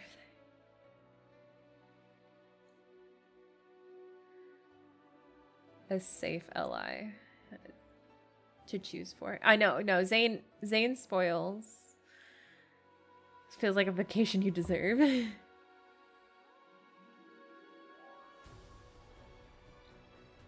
Like Zayne is a 100% a green flag. 100%. What is everyone's favorite Zayne memory? Oh gosh.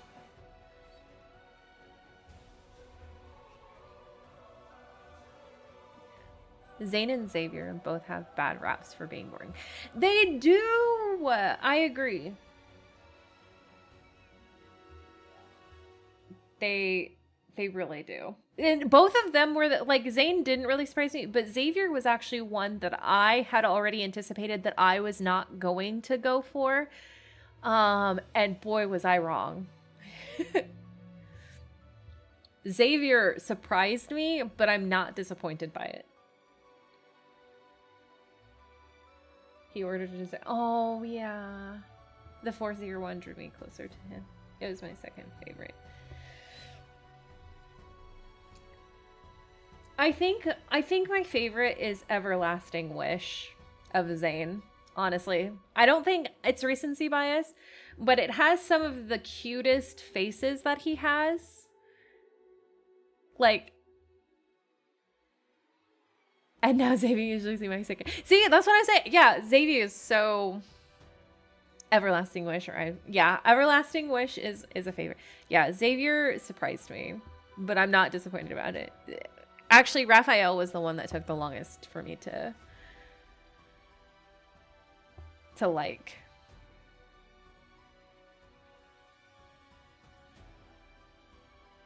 Doomsday is my favorite 4-star. Xavier, I think, is in second place now, I think. Xavier's like third most of the time for me. He's in, or Iceborne Warmth is really good for recent ones. I'm sad I missed C22 because I love AUs, more AUs. I hope they give us more AUs, honestly. They need more AUs. Whenever someone says one of the allies are boring, I shake my head because in some way their lores, their myths and stories connect into putting all the puzzle pieces together. It's, yeah, no, Hera, you're absolutely right, actually. And they're missing a bunch if they don't, like, at least check out the other stories. Is Fragrant Possession. But Everlasting Wish may be my second favorite. Zayne, since the beginning, has always took the lead in intimacy. Oh, yeah, 100%. Everlasting Witch is really sweet. If I had to pick my favorite, is Spring and Flowers one. The Spring and Flowers one is really good too. It's really cute. Our Disney princess.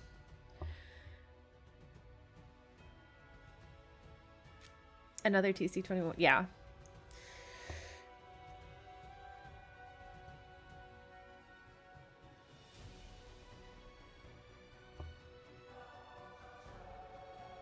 Runaway Waves was a nice glimpse. The Runaway Waves was super cute. I agree with that, Kira, for sure. I like when Zayne has his soft face. Like, I don't know how to explain it. I guess he's got like his wide eyes. When Zayne shows his wide eyes, that's what I love about him. I also like seeing Zayne in different outfits. Yes. Anything other than the black with sunglasses. Saved every line from that kid.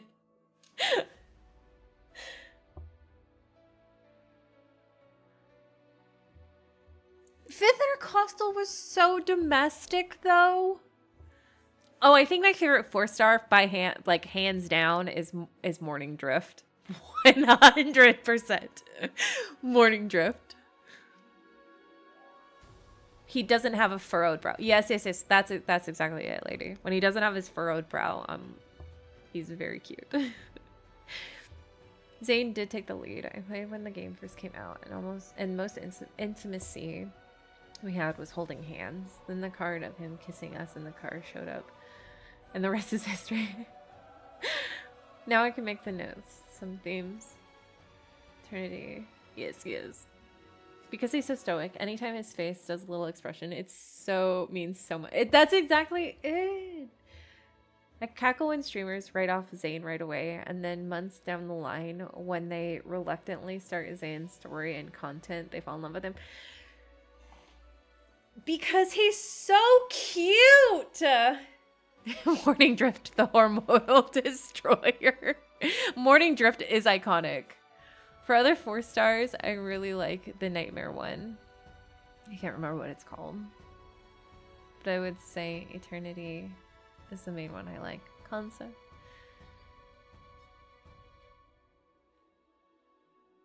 Zayne holding hands before marriage. Sinner.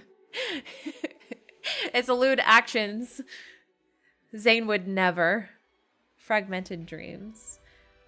I have to go and re-listen to a bunch of the 4-stars because I'm going to be honest with you guys, I don't remember a lot of them. I remember Neon Lights the most. I think that's the one I remember the most. I know I have that one. Oh, Steaming Proximity I do remember too. That one was cute. Doomsday was... Oh, Doomsday's a good one! Do I have Fragmented Dreams? Have I done Fragmented Dreams? Hang on.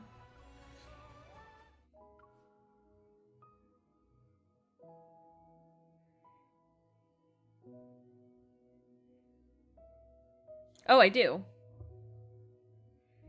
Who is this one? Zayne has been very busy. In order to spice up his life, he starts visiting the hospital more often. I have to, yeah. Doomsday is really cute. Because they can't deny the truth. All paths lead to loving Zayne, even if they deny it. It's true. Yeah, it's been a long time since I've listened to like any of them. So I definitely need to re-listen to them. I might make that a stream thing though. Business Trip is iconic. Silent Poem. Silent Poem. Silent Poem is so good. I didn't get that one. I got Approaching Dusk. But if they rerun, I definitely will be getting Silent Poem. My first card I like from Zayne is Business Trip because the lines. What did you want me to do in front of all those people? Kiss me, Zayne. That's what I wanted you to do. I also love Ramblings Come True. I don't know if I have that one either. Oh, I do. Wow. I have a lot of them. I just don't remember them. Secret Fairy Tale. I do have that one. He jumps right into roleplay. I think I remember this one. This one was one of the favorite, or one of the first ones that I listened to, I think. And I think I kind of remember what it's about. Secret Fairy Tale 1 is another fave. I love Zayne role-playing with MC.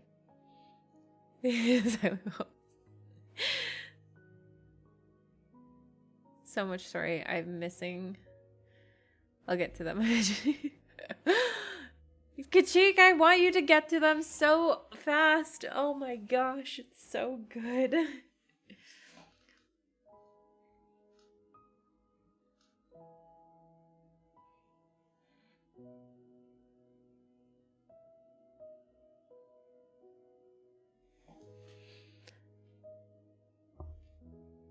Also, Dawn Shadow, because I will stand by wound tending. Oh yes,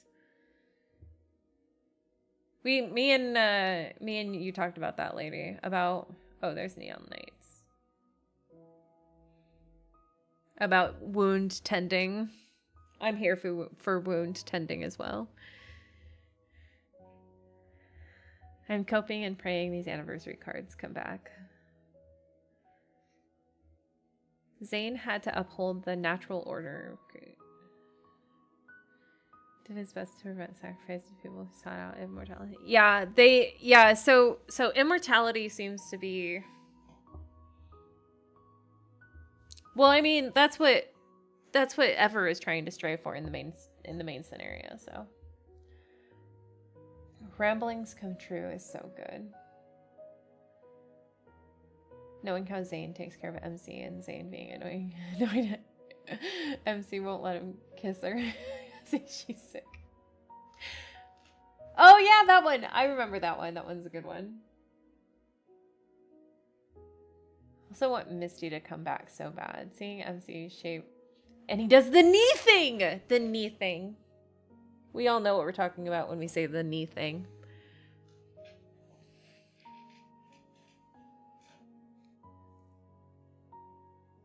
I hope they come back too.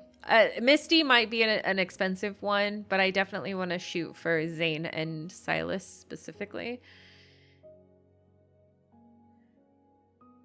We need Misty to run. The knee thing. I wonder what big thing they're gonna do to celebrate the game's anniversary in a few months. I just have to say the knee thing, and everyone knows what the knee thing is.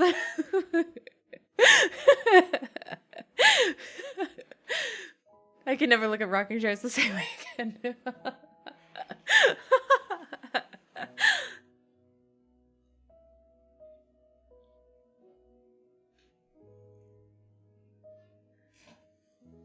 That is too funny.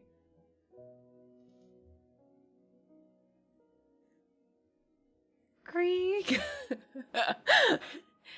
I need Lost Oasis because shower scene, but also for lore because I feel like the story he tells in that one is very important. I haven't watched it yet, so I don't know anything about it other than what I've seen of the Kindled, but even then I just seen clips of it. We'll definitely be going through the Lost Oasis eventually though. Heartstring Healer. Nightly Rendezvous 2.0. I mean, so I was thinking about it because they did release Nightly Rendezvous towards the end of the year. Last year. It started in December, but it went until January. But there's a good chance that they could be doing that again. And I wouldn't be surprised if they did another Nightly Rendezvous for Caleb also.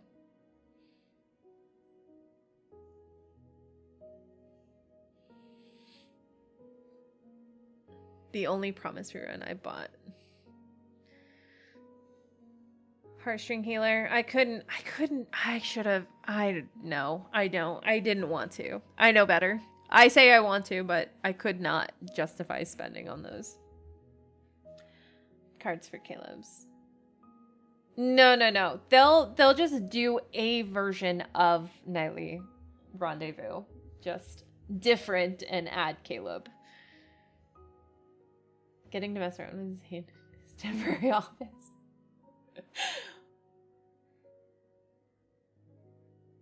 Hopefully you got kissing lessons before. No, poor Idas. But I'm sure we'll have something like Nightly Rendezvous. Oh, yeah.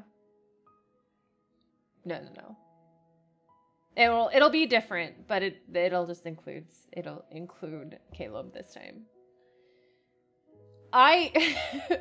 Speaking of Caleb's kisses, I was talking to Imarashi about it recently, and I told him, I was like, oh yeah, no, I was talking about Zayne's kisses or something. And then I was like, poor Caleb. And he goes, what do you mean? And I sent him the kissing sounds from Spring and Flowers for Caleb. And I go, this is Caleb's kissing. And he types back, what the hell is that? I was like, I don't know. Poor Caleb girls have it rough with Caleb kissing. I'm hoping for another spicy banner over the new year also. I'll take another spicy banner. I don't know what I'll do if I can't post it on YouTube, but I hope that there's going to be another spicy banner. It's true. He's like, Caleb girlies just can't win, can they? I was like, no. That was my reaction when I first heard the clip. I felt so bad. I know! Caleb girlies are waiting for so long, too. Girl, you set him up. You should have sent an actual secret time. No! Oh, no. No, so... Imarashi is, like, sensitive in the ears. He has, like, the sensitive, like, sound, you know. So he can't stand when the boys are breathing. So I have to be careful about what clips I send him because the breathing gets to him. He is the opposite of me for the breathing. Would have been better. Otherwise, I would have. Pleasure sounds and testify. I know, it's like... Oh, I can't even do it. It's... I can't with Zayne's because my spine always tingles. Yeah. But didn't he sound better in the kissing scene for his birthday? He did a little bit, yes. I like Caleb's kisses because it sounds like he's kissing and sucking on the lips at the same time.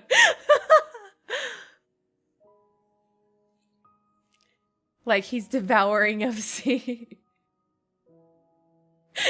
No, that was still better. Yeah, he's got just a little bit, not massively, like sounds of chewing and stuff like that doesn't bother him, but the sound of like breathing specifically like bothers him. Zayne, I know. Zayne's kisses and breathings are the same. It sounds like he's not. I like how lady still goes, no, that's still better.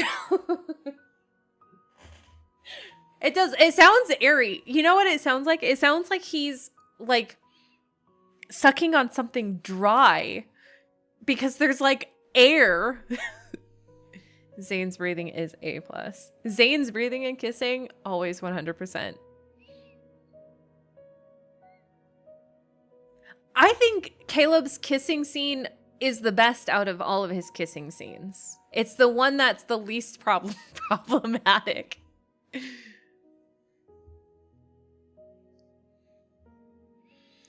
Chewing is the only thing that bothers me.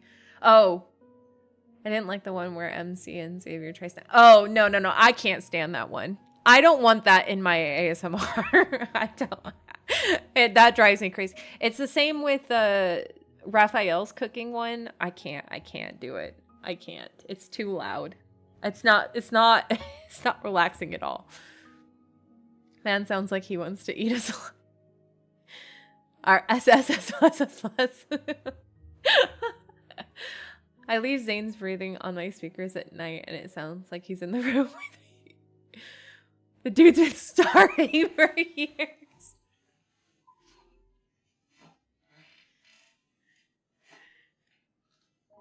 That is too funny. I have headphones for when I sleep So his breathing is pouring right into my eardrums.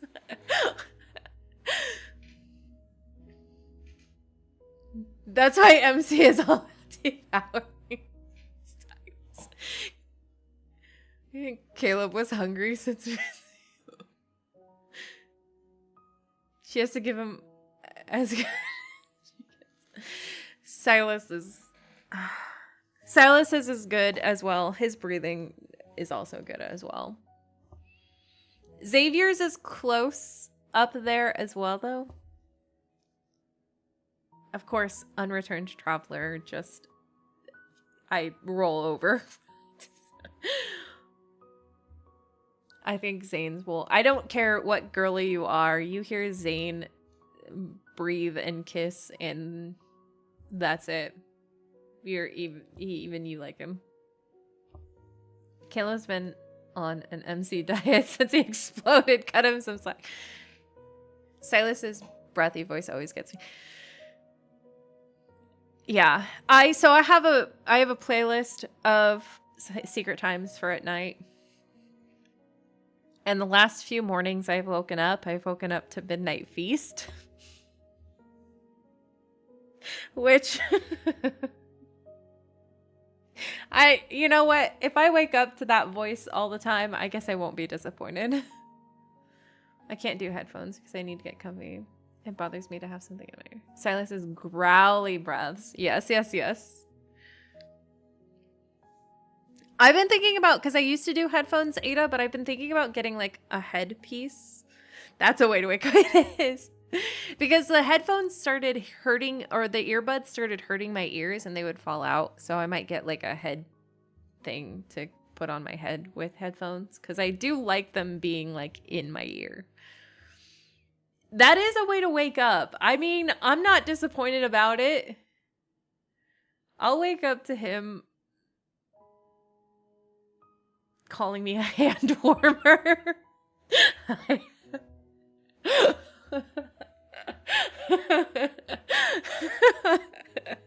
I think he beats Folger's coffee.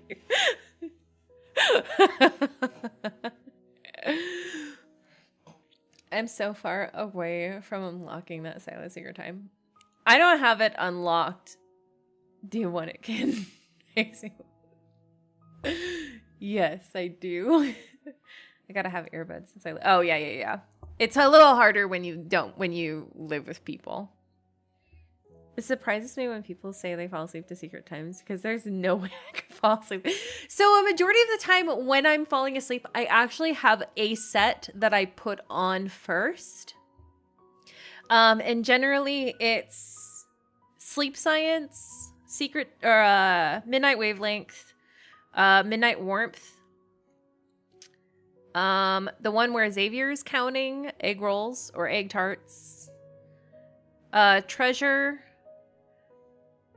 And there's another Raphael one. I think Entwined I use a lot. So I have a list of them that I use first to help me kind of fall asleep. And then it just runs because I just need the background noise. But it's still running in the morning most times too. I hate sleeping in earbuds, but I had to do it a couple years just to cut out the outside noise in the last place I lived. Oh, so you're used to it. Silas's voice is so soothing, though, even if he's distracting. Well, that's why I put on, for Silas, I put on Midnight Warmth or is not exclusive aftertaste, the care one, the period one, because that one starts out real nice, actually. What, am I your hand warmer now? Silas never felt so you could go cold flesh. It's true, Deepspace. You could try. I think I'm getting a pair. Maybe I might do that, actually, Ada. I'm one away from unlocking Zayne's next secret time. Is that one sweet or spicy? Actually, what is it? Hang on, I can tell you. You said 125? Oh. Good luck, Lilith. I think you might perish. Exclusive care is so sweet. It is. It does put me to sleep. It's the first half, or like the first 3/4 of it. The last part can get kind of spicy, but the first part of it is so good. That I can easily fall asleep to exclusive care a lot. Oh, you're in for a treat. You are very much in for a treat. The period care ones are so sweet, but Zayne and Xavier saying "good girl" made me scream both times. What do you guys think about I love the counting ones. I use the sleep function all the time with Sai. Sai makes such good sleep sounds, Kachik. Do the counting secret. The Caleb one specifically for the counting one actually helps me sleep a lot. I don't know what it is specifically about Caleb's counting one, but Caleb's counting one is so nice. I think they're soothing.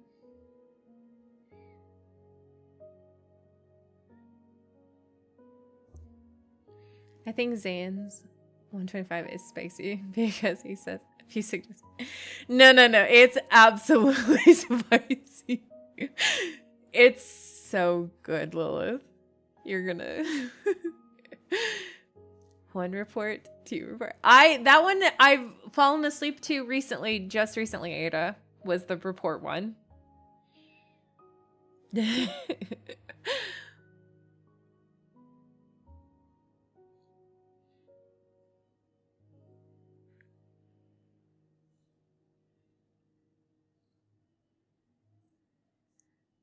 First time, listened to it again at work and yelled. Good thing I don't have coworkers with me. 1 bullet, 2 bullets. Does Silas have a counting one? I know that he does what's the sheep one? Does Silas have a counting one, or have I missed it? Midnight warmth, intimacy, crying wolf is the one. Midnight feast. I don't think he has a counting one. I think Cry Wolf is kind of like counting one, but am I missing one that I'm not aware of? If you don't hear from me in the next week, blame warm heartbeats. That sounds good.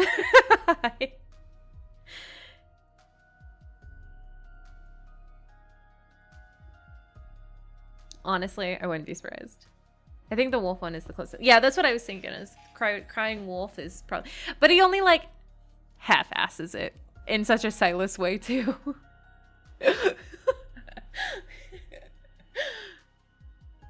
It's like such a he ditches the phone eventually and is like, I'm bored. I want to play with you instead. I have to listen to you. You should. You should. It's so good. War Heartbeats is so good.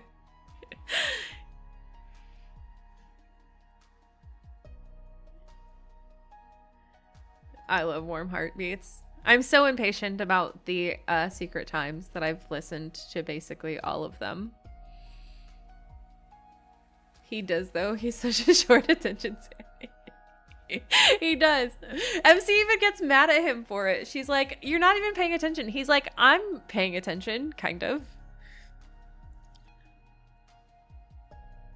Zayne breathing. It is. Zayne's breathing. Oh, Zayne's breathing is so good. I know Zayne wants me to get that Secret Times. His affinity leveled up 3 times since... He's like, you are gonna get that card. It takes too long. That's exactly what it is. It takes too long to reach the affinity. So I'm gonna let other people do it, and I will get there eventually. But until then. Also, you can't make a playlist of all the guys, and I don't want to listen to just one guy every night. So finding them on YouTube allows me to have all of them. In true harem girly fashion.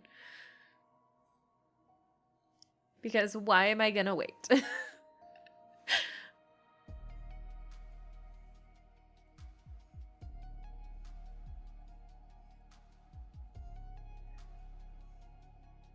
It's a big job. It is.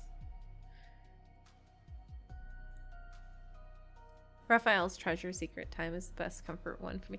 I love Treasure. Treasure is so good.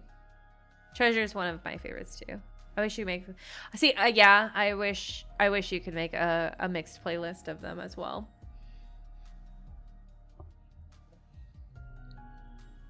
I think it would be better if you could make a mixed playlist. I put it on my survey every time there's a survey because I just prefer it. I hope eventually they will do it.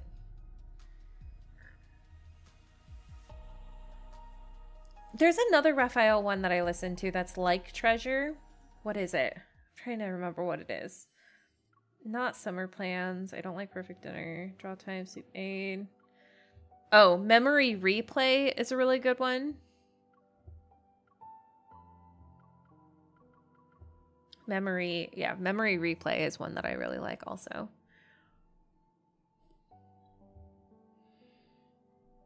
I have sleeping Zayne audio on my phone because I downloaded the audio from YouTube and have it forever. Ada, now he's all mine. I just want to hear Raffi hum and sing forever. That's, yeah. I'm a Xavier maid, but I have to say it's the better than his Insanes. Yeah, Treasure's so good. 2 mixed playlists, calming playlist, and spicy. That would be actually super clever, Kachik. Have preloads? Yes. I'm here for it. Preloads are, I will take preloads. Wait, you know what I mean. I like the way you think, Cheek. Gotta go to sleep and wake up. My go to sleep playlist, my wake up playlist. Zayne singing. That. Well, yes. My life is complete because we heard him humming, but now he needs to sing. I agree.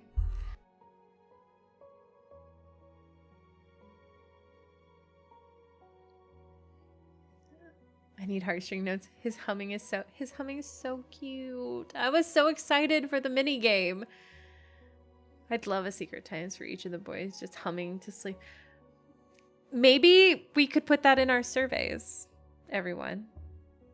Zayne singing was such a nice surprise. It was so good. I was so excited about it too. Did you hear CN versions of Heartstring Notes? No. He sounds so cute. I'll have to listen to it. I think in my next survey, I am going to add having the guys hum. I don't think humming is very canonical for Silas. I mean, he does hum, but I don't know how they would do it for him canonically being bad at it.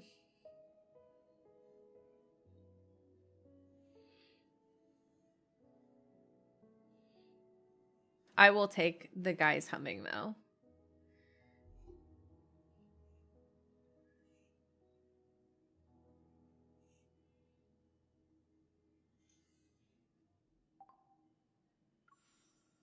We'll bring Zayne back up since it's his day, his time.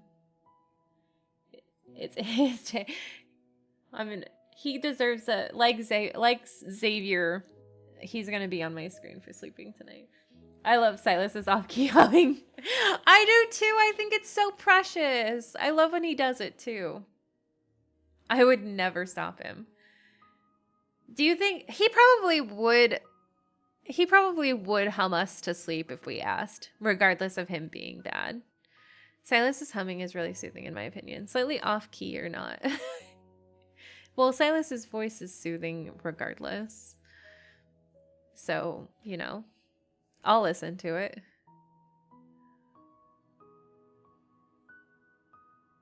It's still good. I do like when he was humming in Spring and Flowers, I thought that was adorable. They say an update on the main story will be soon. Looking forward to whatever the next pair is. I think it's going to be Starfish. It has to be Starfish. It's the sacred pool. It is!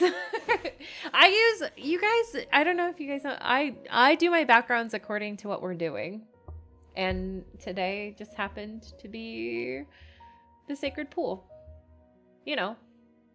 He did try to sing Rockabye. Oh yeah, he did. I think I remember that in Immobilized. I had actually loved the Rockabye in Immobilized. It was so cute.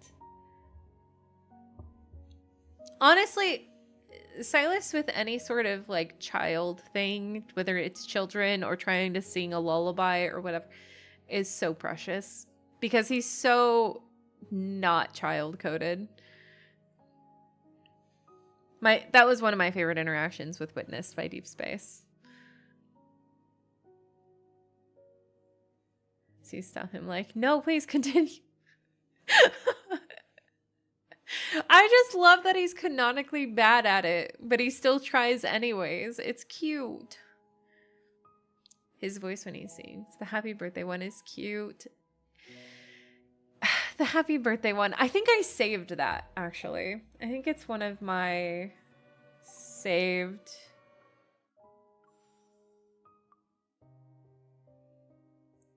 voice lines.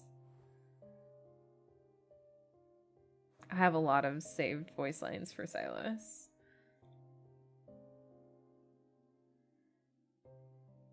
To be fair.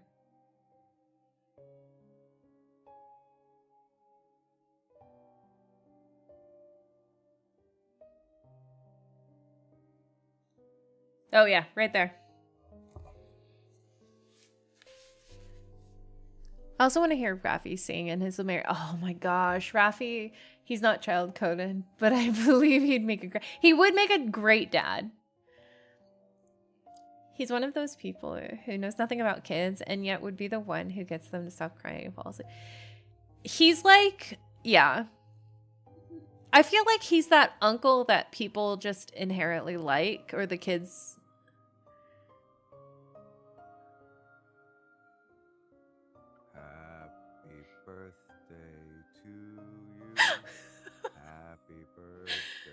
Love Hindus.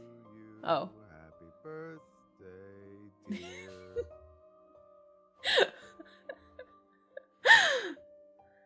Beautiful. Beautiful, honestly.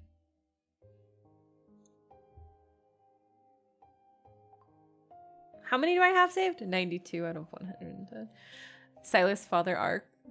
We did see Silas Father Arc in what's it called? Estival Splash. Kids like him because he treats them on the same level. Like, doesn't look down. Oh, yeah. That's exactly it. I have saved many lines for Silas where he laughs.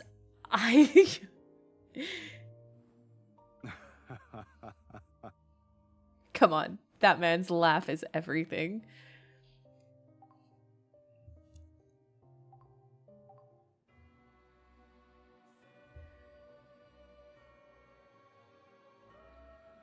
One of my favorite interactions with him with kids too is like his interactions with the kid on the plane during Estival Splat, or not Estival, but during the You and Midsummer. One of the best interactions ever. I love his happy birthday, especially because he's concentrating so hard while doing it. Silas has the best laugh. Anytime I can save Silas's laugh, I do it. I'm so sad. I don't have... No! It's so good, Lilith. I'm so sad.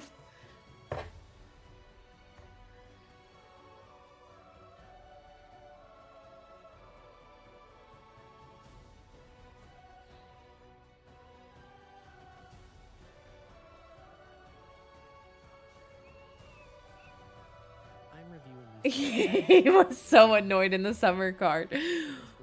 Everyone kept interrupting him. Honestly, the summer one is probably one of my favorite Silas cards, though. It's so good. He just wanted MC to himself. It was their honeymoon. I know.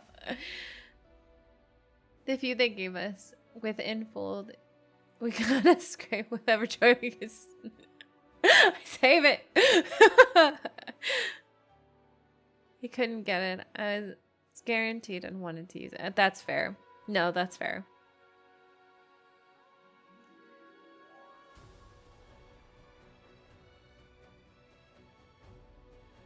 Yes. Ada was searching. She's scouring.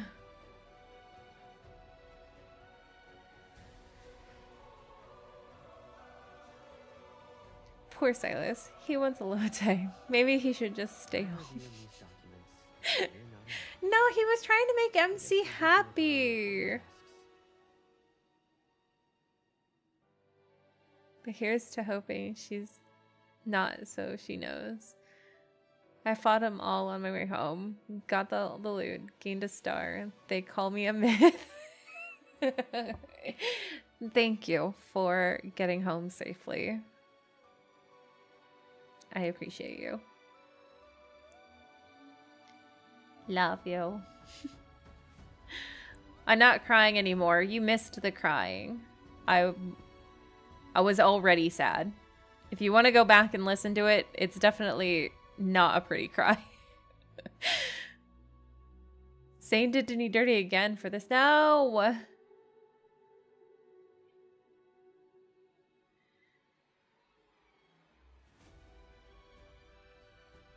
You can't be a myth! Well, you got home safe, but I don't want you to be a myth because myths always end badly. I guess we're busy with our own important tasks. I also liked his Spring and Flowers card, where even though he wasn't comfortable, he still went to the... Oh, yeah, that's true. Silas always be doing things for MC, though, whether he's uncomfortable or not. As long as the cry was for the journey worth taking.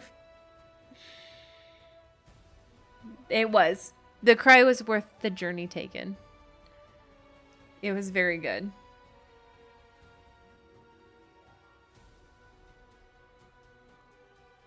I had to pause for some of it because I couldn't function normally. Silas is fine with anything as long as he's with it. That's true. Unless it's eating bad food. That's one of my favorite things about Silas. One of my favorite notifications from him is when he's like, your food takeout is here, but don't eat it. I'm going to give you something better. Like, sir, I ordered that.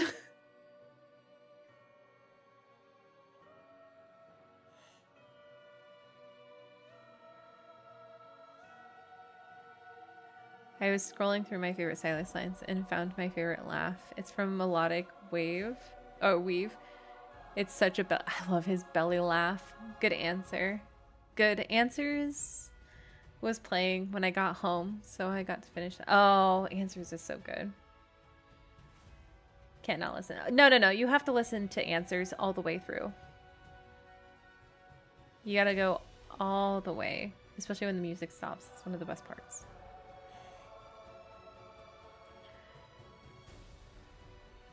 You know, even with the Forsaken black outfit, one Zayne has the hair on. I can tell her right. Oh my god!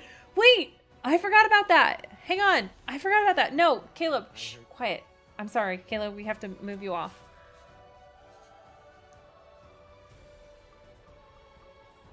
We're besties is so good. It is.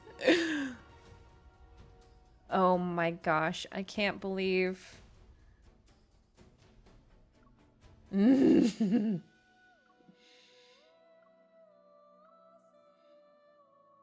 see what he says. Is that all? That's all the pieces? I'm not missing anything, am I? Oh.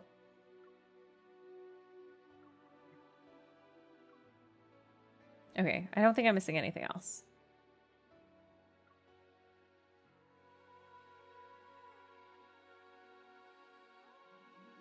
I dressed him. Isn't set in stone. You are the variable that exists outside of it.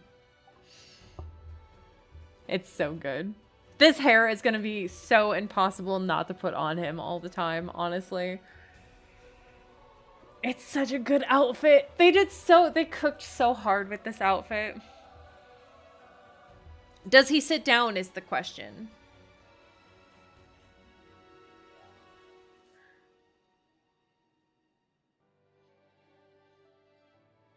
Pleasing others is unnecessary. Just do what you like.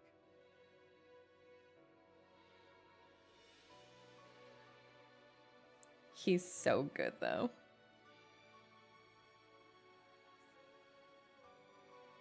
Touch one of his ornaments. He has a face decal? Did I miss it? Oh, hang on. You're right. Hang on. Decal. Oh, right there. There we go. You want to turn a mark into a mystical pattern that can be activated with incantations? I'm curious about the effect you're hoping it'll have. Strip him. No. You want to braid my hair? You'll have to come closer then. I'll braid your hair. Touch one of his ornaments? Are you practicing how to give CPR? I mean, come here and give me a kiss and we can find out.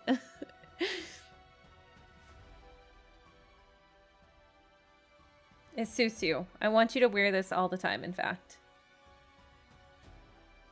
Defying the gods means nothing to you. You don't see it as a sin. No, I don't. No, obscurity. Wait, that's a thing, isn't it? Have a good night, lady. You can only change the hair while wearing the outfit. No. That's actually really sad. Thanks for hanging out with us today. I know how to do CPR. Come here. It's fine if you do not want to talk. What was I gonna do? I was gonna do something. Why did I totally forget? Oh, I was gonna do the sleep function. We'll check out the sleep function really fast. I'm not preoccupied at the moment. Just a few minutes. Don't worry about I'm a goddess, so I can't sin. Rest. You'll be Oh, 10 minutes. Well, we'll stop it. We'll wake him up. better when you don't count.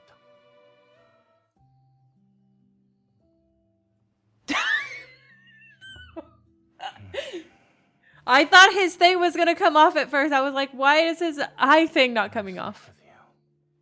I mean, Everything in the world is within reach. your outfits. Good night, darling.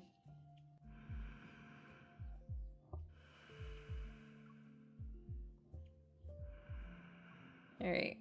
Did they look at them cheeks? I think it works better in his other clothes. Hello? I have to be careful. I have to be careful about getting no, his glasses. It's true. I will cuddle with an Eevee. He doesn't. At least he doesn't have any shoes on. That one flappy thing. Oh, never mind. He stopped it. Those cakes. A man has cakes. It looks so wild on the bed, though. Look at all this extra stuff that's like everywhere. Oh my. Zayne sleeps. No, he has. Hey, it looked like he had boxers on. Or undies. I'm surprised his boxer. Is it a black? It's true. Alright, time to wake him up. Hang on. Oh, hello. Hello? Sorry. Wake up. Wake up. Hold me if you want. Wake up. I do, but wake up. No. Now sleep. Wake up. Wake up. Restrain myself. Oh, will you? I don't want you to restrain. I remember doing this while he was wearing the towel. I soon Misunderstood something. hold in my face. No! Zayne coming off drunk. To a mysterious finger dance.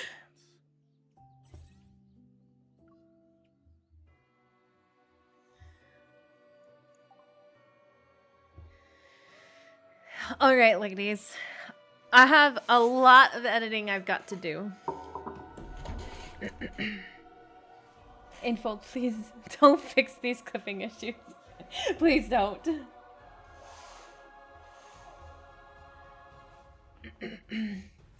Finger dance. Oh, well, some fingers will be dancing somewhere. When you want to talk, you may talk to me all you want. I also need to eat food because I'm hungry.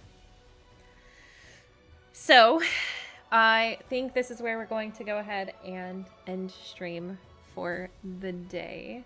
Fingers dance sound like fun. It's true. Thank you, everybody, for joining me today. Whether you lurked or chatted, I appreciate you all very much for hanging out with me today. It was wild. I was not expecting there to be so much emotion. Just the first 3 hours. Yes, please do. It was very good. I really enjoyed this myth. It stood up to everything I'd hoped a myth would have, and I'm really excited for when Silas's comes. But it was very good. So I guess I'm going to do my normal outro. Thank you all so much for watching. If you haven't already, please like and subscribe to the channel. I'd really love to see you guys around. I also have an Instagram and Blue Sky where I post nearly every day. I also stream every Tuesday at noon PST on YouTube. Thank you all to the lovely ladies who chatted with me today. I appreciate you all. Thank you so much for joining me. None of this streaming would be able to happen if it weren't for you guys being so awesome. I will get this edited and posted up in shorter segments so it's easier for you guys to watch. But until then, thank you all so much. I hope that you have a wonderful rest of your week. And as always, stay safe out there, hunters. Good night, I love you all! Sleep well! Have Zayne on your screen!